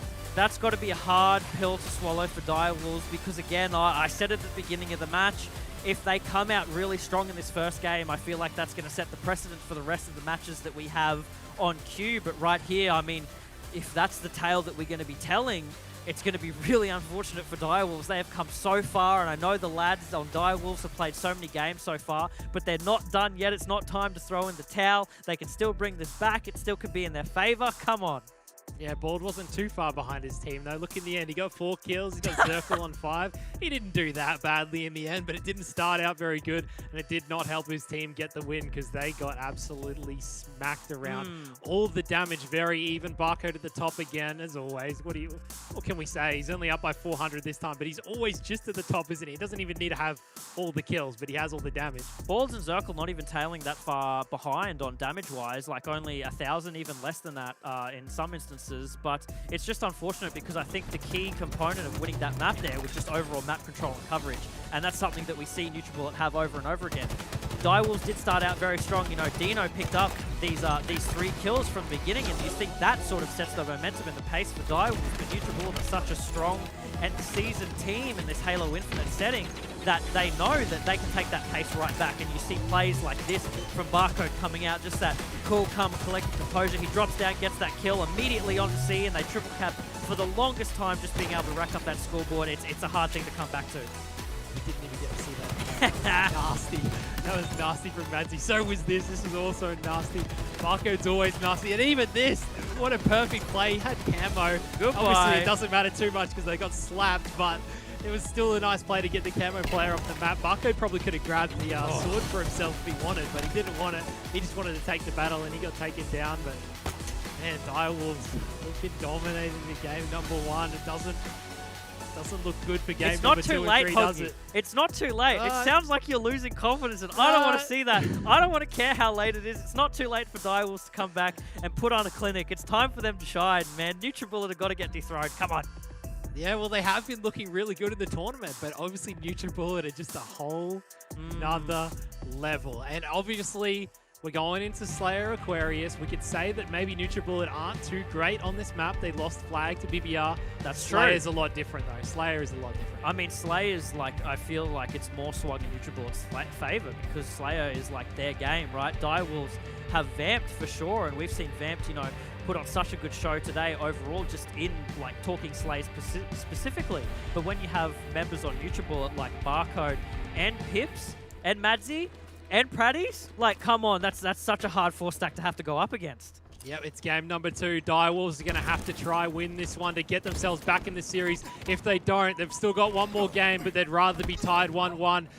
Pips goes down and it's 2 dead for either team. A player will be found out bottom middle. Dino finds him and gets him. His teammates back him up and he'll back down. So 3-2, pretty even start from both teams, Bluey.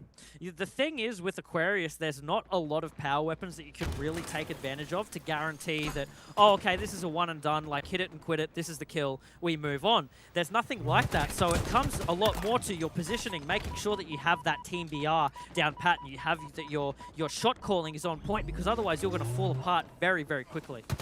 Barcode uses this camo to his advantage. They take down all of Direwolves. Direwolves are split spawn, so that's the time for Barcode to go in and try to take down Dino.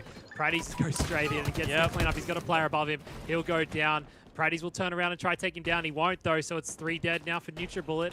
Direwolves are still in it. It's still a close game, and the game's only just begun, Bluey, but they're not getting away with it just yet. The game's only just begun, Hoggy, but I mean, look at Vamped. He's already 5-2 already on his team. Like, he's clearly doing a really good job. 6-2, make that. So they're doing good to keep up with the pace of NutriBullet, which, again, as I mentioned before, on a Slayer match, isn't the easiest task to do. You know, it takes a lot of gall to be able to stand up to big Slayers, especially like Barcode and Pips on the other team. So if they're able to match that, if they can funnel all of their energy into Vamped and he can kind of solo carry this game, then Direwolves might have this in the bag. Yep, Vamped moving in, down bottom pink. He'll get the call out that there's a player above him. His teammate will go down. He's going to turn around and try clean up Praddies. Will he be able to do it? He does. Camo's up in 6 seconds. He's got a killing spree. Okay. He takes down Barcode as well with the thruster. He's going to look for the triple. He'll back down as he knows that he's weak and he's going to try challenge him. But Vamped, he does not care. He's going to keep jumping back top middle and put the shots out for his team. He's playing amazing right now. Oh, how did he live that peak, though? Initially, there were like 3 players of NutriBullet looking down the barrels of their gun just immediately at his face, and Vamped was able to just be like, nah, that's good enough for me, and get out of there. He managed to stay alive for a really long time there, get some really good damage down there, and get some good kills, and that's exactly what we need to see. You know, Direwolves are up at the moment. You know, it's 19 in their favor. They could be hitting that 20, 25 kill mark here really soon, and that's exactly the turn. That's the snowball effect that we're going to start seeing. Yep, camo now for Direwolves though, and they're only up by 4 kills. They were up by 5, 6, or 7 before, but they have the camo in hand. Can they ring it out to a good chunk of the lead? He'll find Madzi. He's going to look for pips across map, take some shots. He'll get himself a double. Vamped is playing this game perfectly. He's got the camo in hand, and he is doing work for Direwolves. He'll find another as well. Vamped is not messing around. Interesting that he wanted to take that challenge there, even with camo, because that could have been a huge turning point. But I guess that just might have been the call right there. You know, they saw this player of NutriBullet down on bottom middle, and instead of, you know, taking the chance to dance around him with the camo, they just thought it'd be easier if they could just take him down. I know, look at the Barcode just on fire as usual. We saw that long haul play on the previous map, but man, oh man, like, they're throwing, both teams are throwing everything at the wall right now, making sure that no one is catching a break, that it's always constantly fighting. Yeah, another rough start for Bald. He's on 3 kills, but not a rough start for Barcode. He's got 10, and he's put a NutriBullet in his back right now. Thrusts away from Vamp. Vamp's going to have to run, but Barcode goes in and challenges him and takes him down. Camo in 11 seconds. Barcode is putting NutriBullet in his backpack. He's trying to carry them through to the grand final win as scores go tied 26-all. Yeah, Barcode is just putting on a show right now. 12 kills in the bag as he takes down poor, unfortunate Balls. Bald, who I will mention before, Hoggy, you have cursed. This is your fault. Bald could have been performing so much better if you didn't put all the pressure on him, but this is what we get. And now, you know, Direwolves are trying to match the pace that NutriBullet are quickly setting. It's just back and forth with these kills. Bald's being caught out once again, does trade a kill, but instantly vaporized. And I'm not entirely sure that positioning like that is worth it. Barcode in another fight with Vamped. He'll take him down. It's a battle of Vamped and Barcode in this match at the moment. They did have the camera in the hands of Madzi, but Madzi threw it away by running in with the heat wave and getting himself taken down. No. Barcode again. He's on a killing frenzy. Holy crap, this kid is a freak. Madzi takes down another. It was 3 dead for Direwolves momentarily, and Barcode is just running the game at the moment. It's still only a 2-point game though, Bluey. 14 kills, 5 deaths for Marco to be on a killing frenzy in a Slayer game against Direwolves of all teams. We've seen how Direwolves have just played in their previous matches, and it speaks volumes that Marco is be able to come in here on the second game, get out BRs like that, and get a killing frenzy. Who is this man? He's not human. 5 kills the lead. He beats down the ground. He could probably kill the ground if he wanted to. That's how good he is at the moment. There's 3 players of Direwolves on the other side of the map.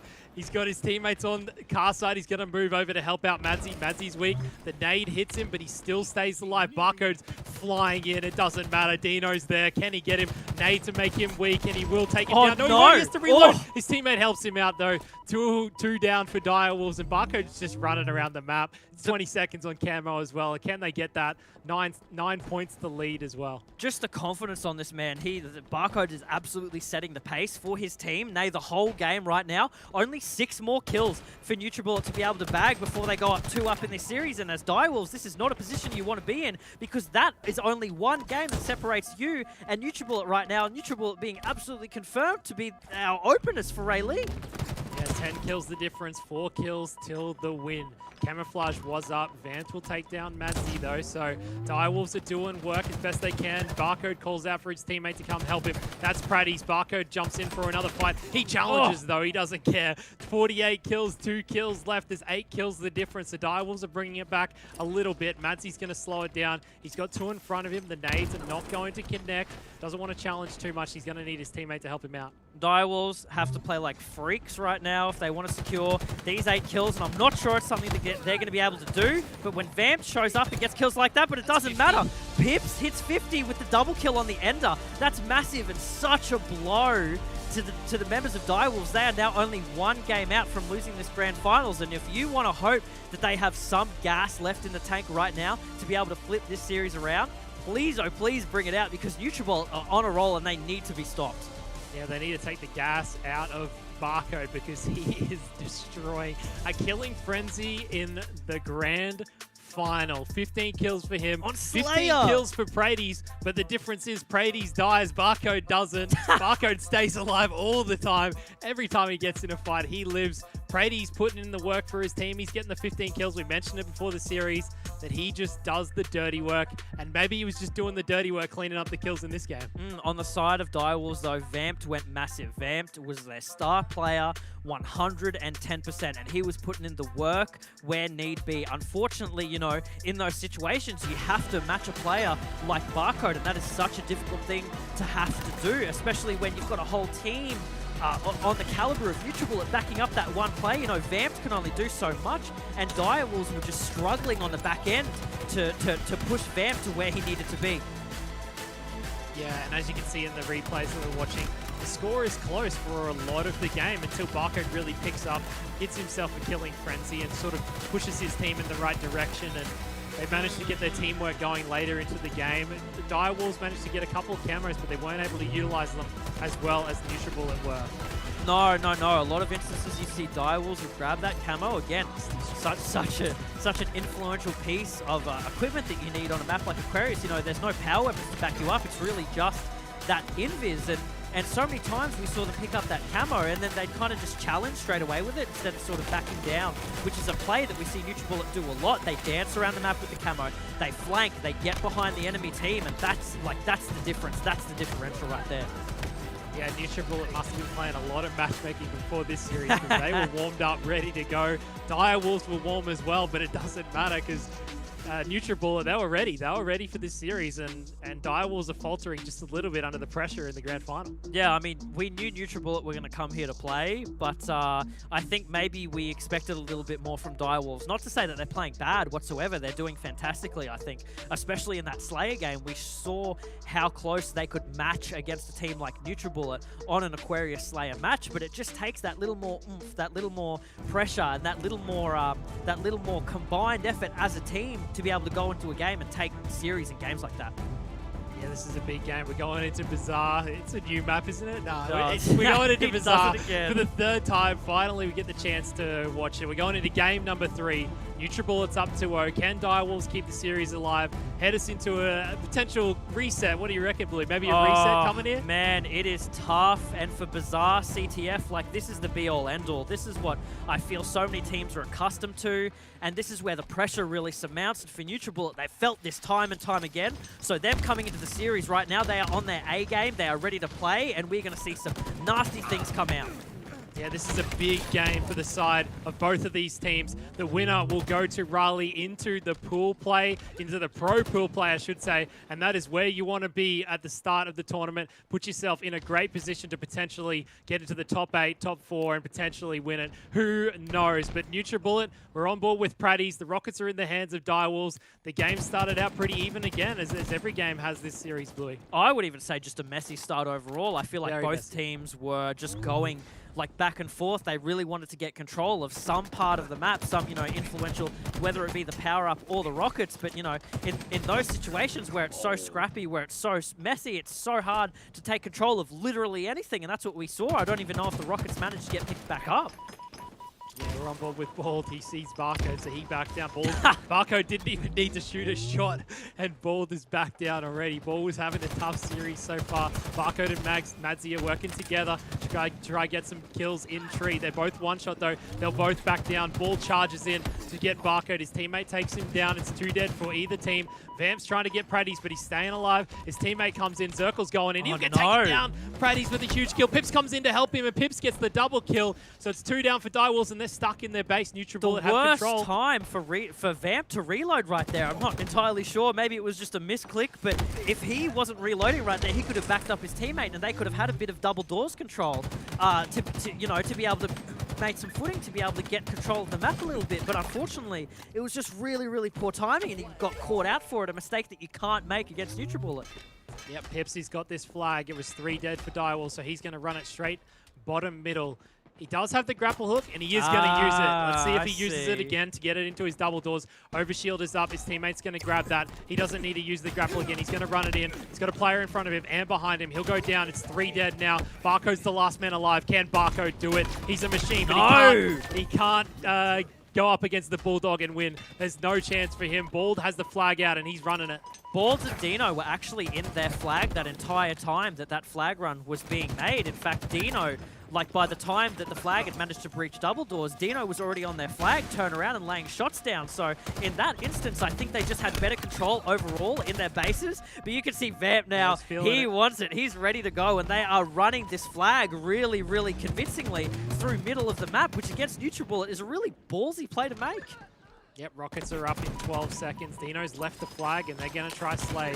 Good I think kill. It's better for them to try Slay. One of his teammates will grab the flag and continue moving it. So Dino doing a perfect job to turn around, get the Slays out. Looks like they will be able to get this cap, but the Rockets are up, and Barcode's going to grab them. So now Barcode has Rockets. They do get the cap. They're up 1-0. This is exactly what Direwolves need, but the Rockets are in the hands of Barcode, so maybe they can get themselves a counter cap. Yeah, good stuff coming out from Direwolves right now, and they do take out Barcode with those Rockets, so this could be a monumental turning point. But even as I said that, Prades was just hiding in basement, ready for the turn. Barcode would have made the call, I'm down with Rockets on my X, and Prades would have immediately responded to that and been like, okay, that's priority number one. We need to make sure that Direwolves don't get those Rockets into a situation like this because they are upper cap, and we're going to see Prades just go into their base, guns blazing, takes down Vamp, and he's challenging Dino right now, and it looks like 3 are stacked into Direwolves' base. This is going to be a very convincing flag pull.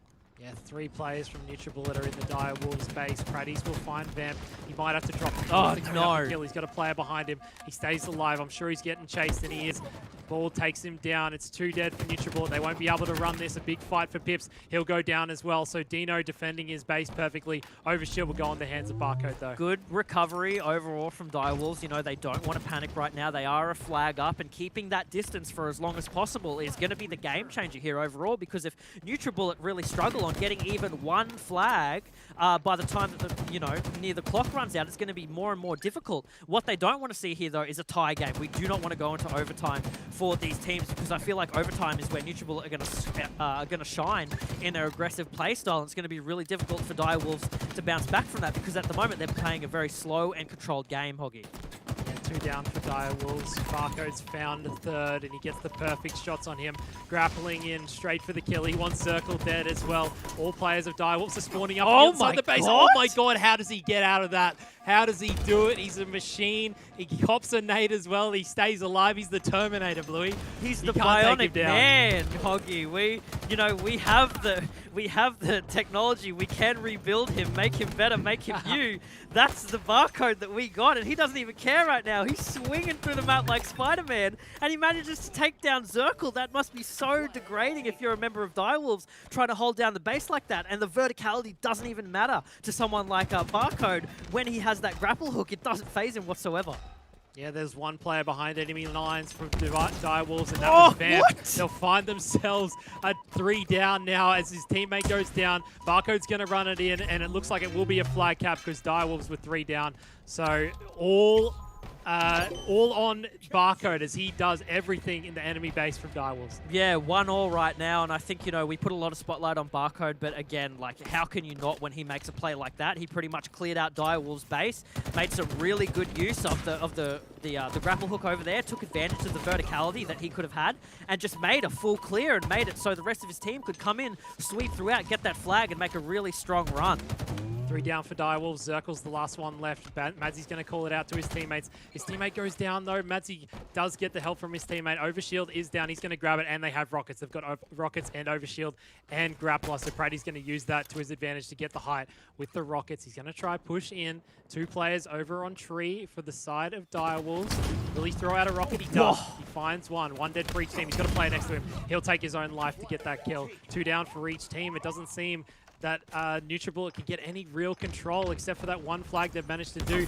They've managed to get every time they sort of kill 1, 2, or 3 of Direwolves. They can't really get too much going, Bluey. Oh, see, Barcode right Barcode's here. being sneaky. He's not sprinting. He's not being detected with the flag. And you can see on the scoreboard, Madsy and Prady's are just managing to take down 2. So this is probably going to be a flag cap in the name for Barcode. Direwolves originally, when that flag was pulled, they had a huge misread there, thinking that it would come from double doors. But that is not where it got taken. And Barcode played that so smart by just going through, not sprinting, not juggling, not doing anything to reveal himself to the members of Direwolves. Yeah, perfect play from Barcode to put his team in the lead 2-1. His teammates are up in Tree. It's Madsy, and he's going to join him. There's another one next to him. He's going to fly straight out with the thruster. He's gone straight into Circle and taking him down. Barcode, man. He just jumps in. He does not care about anyone else. He's got the shot. He's got the strafe.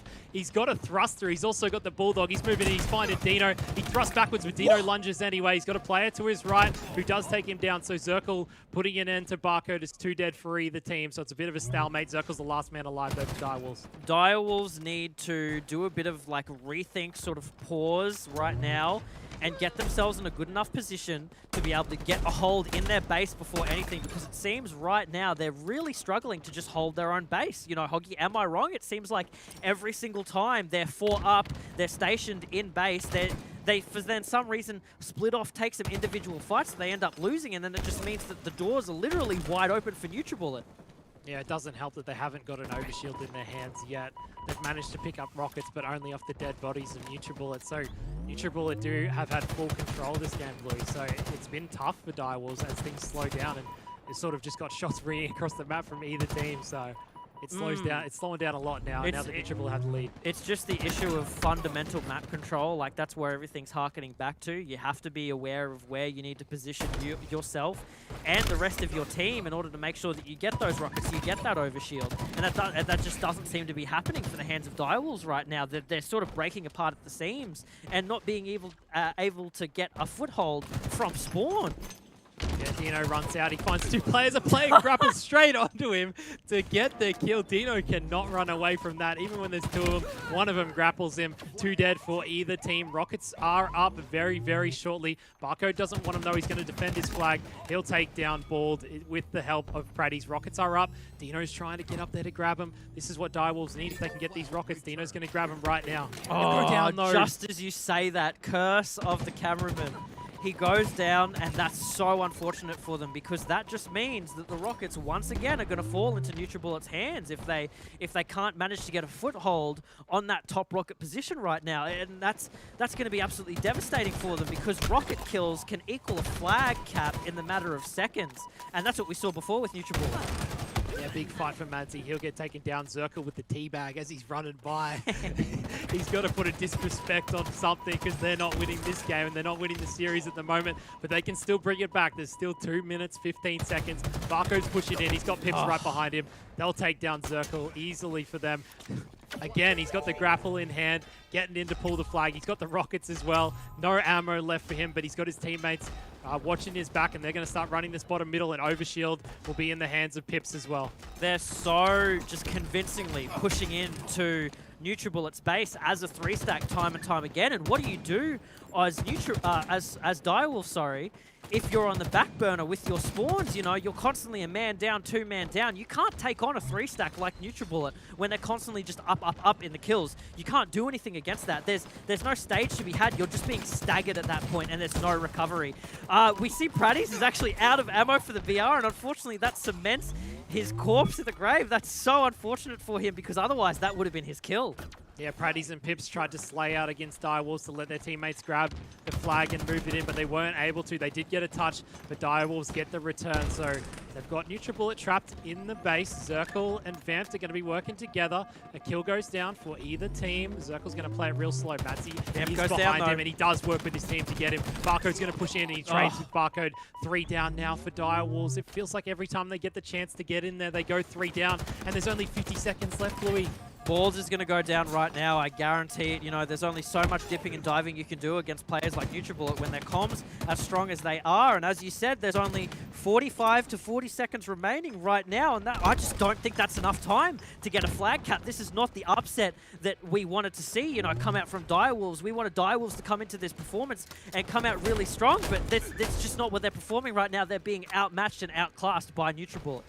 Yeah, they're going to push in together here to try get a flag run. Dino and Bald are going to push in. They just need to get it to at least overtime. There's 2 on them. Chance. 2 of them are pushing in behind Praddy's hand. Barcode nades coming out from Dino to stop the push. He's going to push back out. He does take down Praddy, so that's a big kill. It's 2 dead now for either team, though. Bald gets the flag out, but there's only 8 seconds left. Barcode's on the return. Pips is on the other side trying to overlook. Zirkle's going to have to get a touch. Dino's just pushing in. See what he can do. The flag is still not returned, so he's going to need to get another grab to keep it in overtime. Will he go down, though? He probably will. It's a 3 swarm from NutriBullet. They've got the overshield as well. NutriBullet will win the series 3-0. They'll get the return. Big clutch plays from them, and they'll win the kickoff qualifier in the ANZ region. They'll be headed to Pro Pools in Raleigh.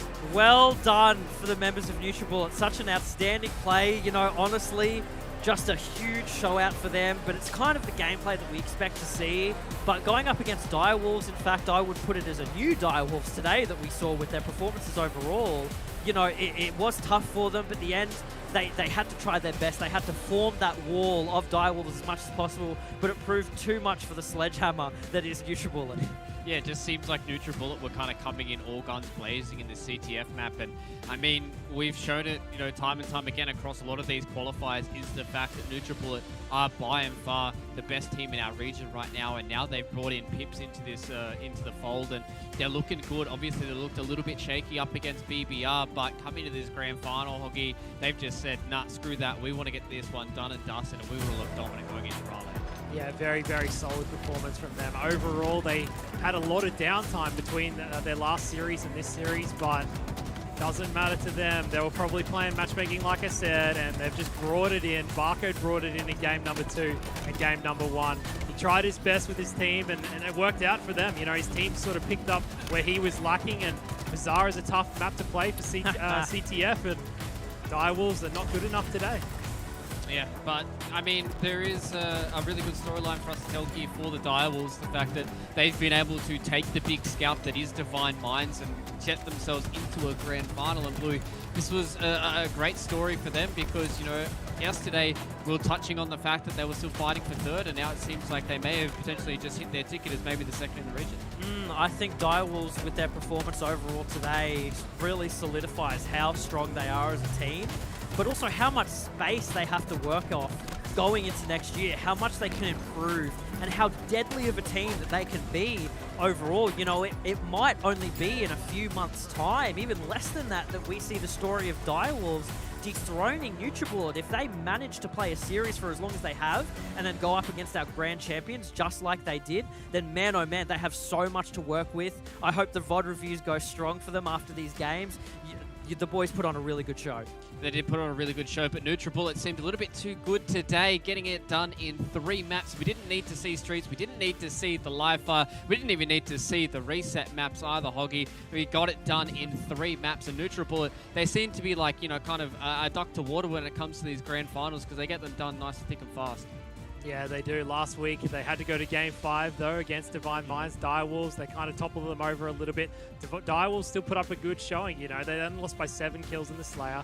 Then they lost by 1 kill in the Flag. They ran out of time in the Flag, so they kept it close, but it never really felt like they were fully in it. They sort of had their moments, but they weren't really quite there on the level of NutriBullet. Yeah, exactly. NutriBullet, I think, have just really kind of solidified the fact that they are, by and large, the best team in our region right now, and everyone needs to kind of look towards them and see what they're doing, and obviously seeing if they can emulate that. But I think, Bluey, we've kind of shown across this kickoff qualifier that there are a magnitude of teams that can start to throw hands with each other, and it's not just going to be NutriBullet, Divine Mind, every single qualifier, every single event that we're going to be seeing in the grand finals. All these other teams can scrap as well.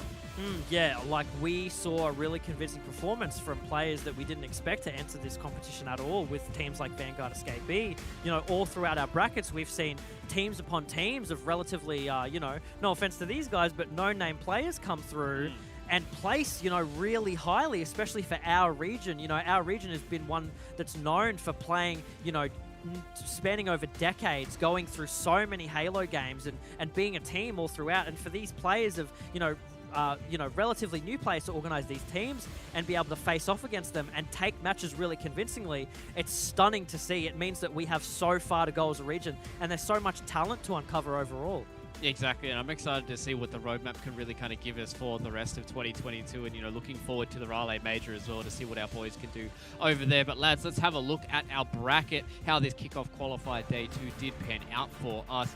This is the winners bracket, Hoggy, and albeit a lot of 2s and 0s, we got to see where a lot of these teams kind of standed in these quarterfinals. You know, Direwolves, they looked nice and clean. Divine Mind, yes, they did put away Australian Rush, but there was still a few shaky moments, and a big one for us to touch on is BBR. They looked dominant. They looked like they found some form in that quarterfinals, and they brought it to the semis as well. Yeah, no, they definitely did. Taking a game from NutriBullet, that's massive for them. And Obviously, Divine Mind lacking a little bit in this tournament, and Direwolves really stepping up to the mark, to the top 2 teams in Divine Minds and NutriBullet. So you could see that NutriBullet had a rough start, but at the end, they're just toppling over everyone still. Yeah, absolutely dominant here in the winners bracket, and obviously all they've dropped so far has been a map. You know, I might have to go have a look at the bracket to see if that was the only map that they ever did lose here in this kickoff qualifier. But look in this elimination bracket, Bluey, this is where we saw the tail of the Direwolves. They lost that semi-final against Divine Mind. It was a very close nail-biter for them. They dropped into this elimination bracket, and they got through the Vanguard escapees who put up a good fight, and then the Direwolves just kept this hype train rolling. Yeah, for them to go as many games as they did back to back to back, and we even had that unfortunate situation where a player DC'd at the end of the match, and unfortunately they dropped a map because of that, but they came back swinging so strong and so confident. You know, for Divine Mind to lose that's got to be a bit of a kick in the gut for them, because they might have thought that at that point, okay, we have them in the bag, you know, their mental might be a bit boom, but Direwolves proved them wrong. Direwolves clawed back, they howled at the moon and said, nah, boys, we're taking this one.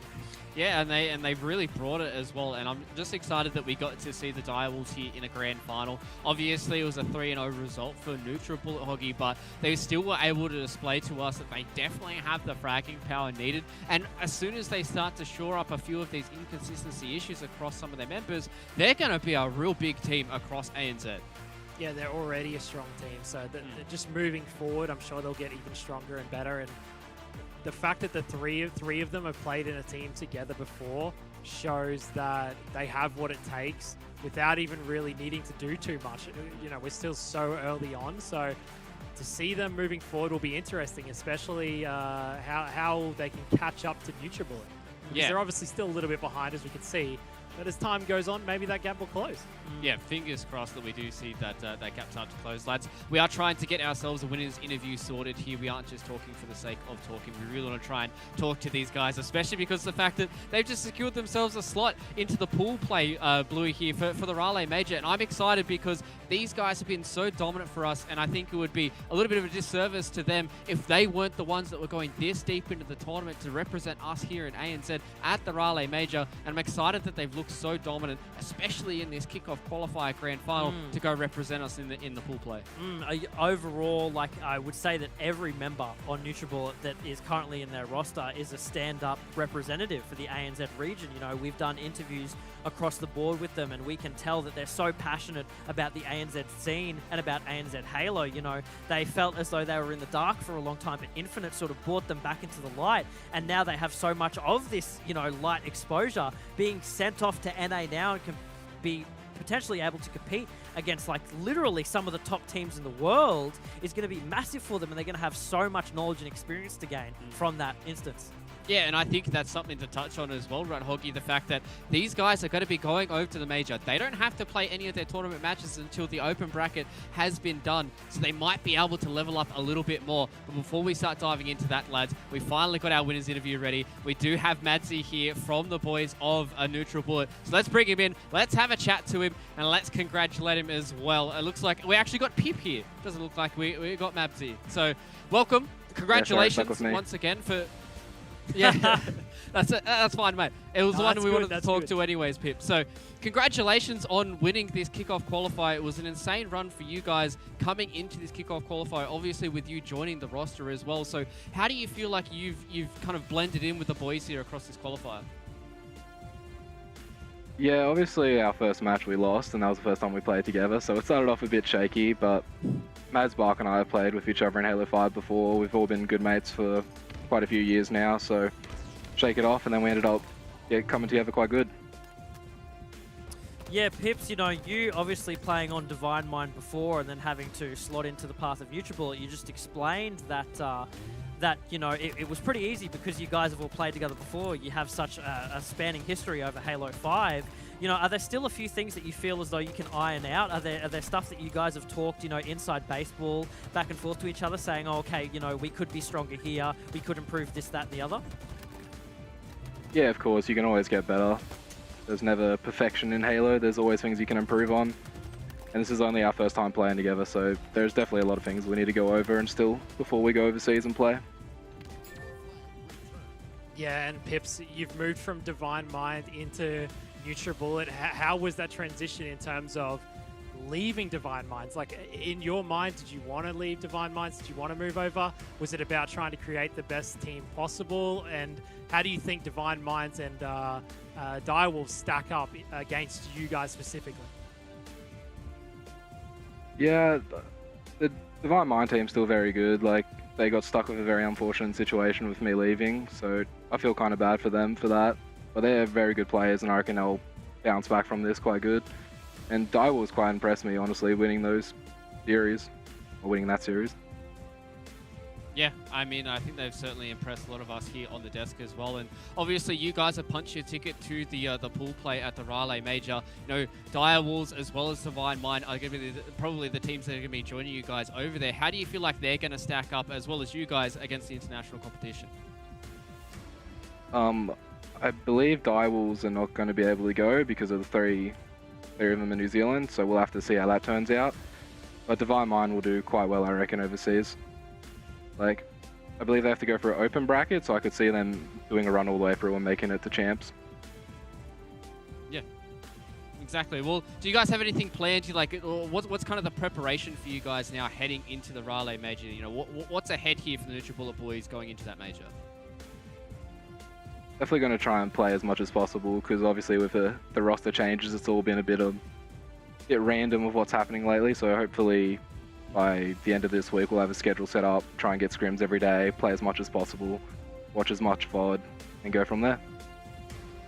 Yeah, well, it looks like you guys certainly have your work cut out for you. Congratulations once again, Pip, here for getting the qualification all the way to the Raleigh Major. You guys have been so dominant. You've fitted into this roster like absolutely seamlessly. And congratulations once again, and good luck at the Major as well. Thanks, guys. Thanks, mate. Congrats, buddy. Well done, man. Big congratulations to the boys of NutriBullet for getting their ticket all the way to the Pro Pool play at the Raleigh Major. Boys, I'm so excited that we actually get to send NutriBullet all the way to the Pro Play pools. You know, it's something that Justin was touching on yesterday. He feels like, you know, maybe being able to play through those open brackets might be a little bit of an advantage for these teams, but you also got to remember, these guys get to sit and watch everybody. They still get to scrim and practice with everybody who's in these open tournaments. They still get the same amount of Halo as everybody else does. They just don't have the pressure of having to play through an open bracket, Bluey, and I think that's just going to be a massive boon to these guys.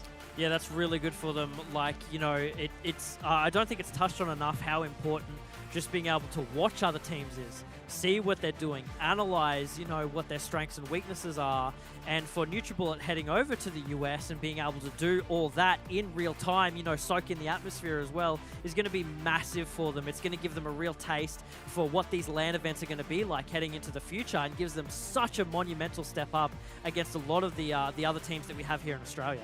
Yeah, exactly. It's just going to be so good to see those guys popping off on the international stage, and I hope they come out with a little bit more as well. Lads, we're getting ever close to closing out this show here. It's been a long few weeks of us to get to this point where we start to send off these teams to Raleigh as well. Hoggy, mate, before we start to go, you got any final thoughts for everybody out here over these last couple of weeks of Halo? I can't wait to see NutriBullet overseas. Obviously, Divine Minds, I want to see them as well, but NutriBullet being in the Pro Pool, that's a massive chance for them to take in their favor and use it and learn a lot. And then potentially, you know, who knows, maybe top 8. I'm sure that's what they want. I know that's what Barcode wants, but I just want to see them against the pro teams, and we'll be able to see that right off the bat at the start in the pool play. And things are only going to get better for the ANZ region. Obviously, we've got more tournaments coming up, and I just can't wait to see them overseas, and then I can't wait to see what they bring back to us, or all the teams do. Yeah, it's going to be super exciting for us at the Raleigh Major. Blue, what about you, mate? I just, from here on, just for the ANZ region itself, I want to see, especially after Christmas time, you know, as we head into our early year tournaments, I want to see so many fresh faces come into the game. We've already seen that already, but I can only imagine that that's going to grow exponentially with the more and more time that flows forward for Infinite. So that I'm super excited for that. I'm super excited to get back into it when we have our next competitions and see all these new teams, you know, on the list. Yeah, exactly. We're super giddy to jump into those next competitions. But ladies and gentlemen, it's a little ways away for us here in ANZ. I would like to thank everybody for joining us here over these last couple of weekends of Halo Infinite. It has been such a wonderful time for us to be a part of this. And I know personally, me jumping into this esport has been magnificent. And I'm super excited to bring you guys the rest of 2022 as well. So from everyone here on the desk, the boys out the back, everybody that does everything behind the scenes, and you guys as well in chat, thank you for joining us here for the Kickoff Qualifier. Congratulations to NutriBullet going into the Pro Pool play. I've been Fluke, and as always, stay safe, and we'll see you guys for the next one.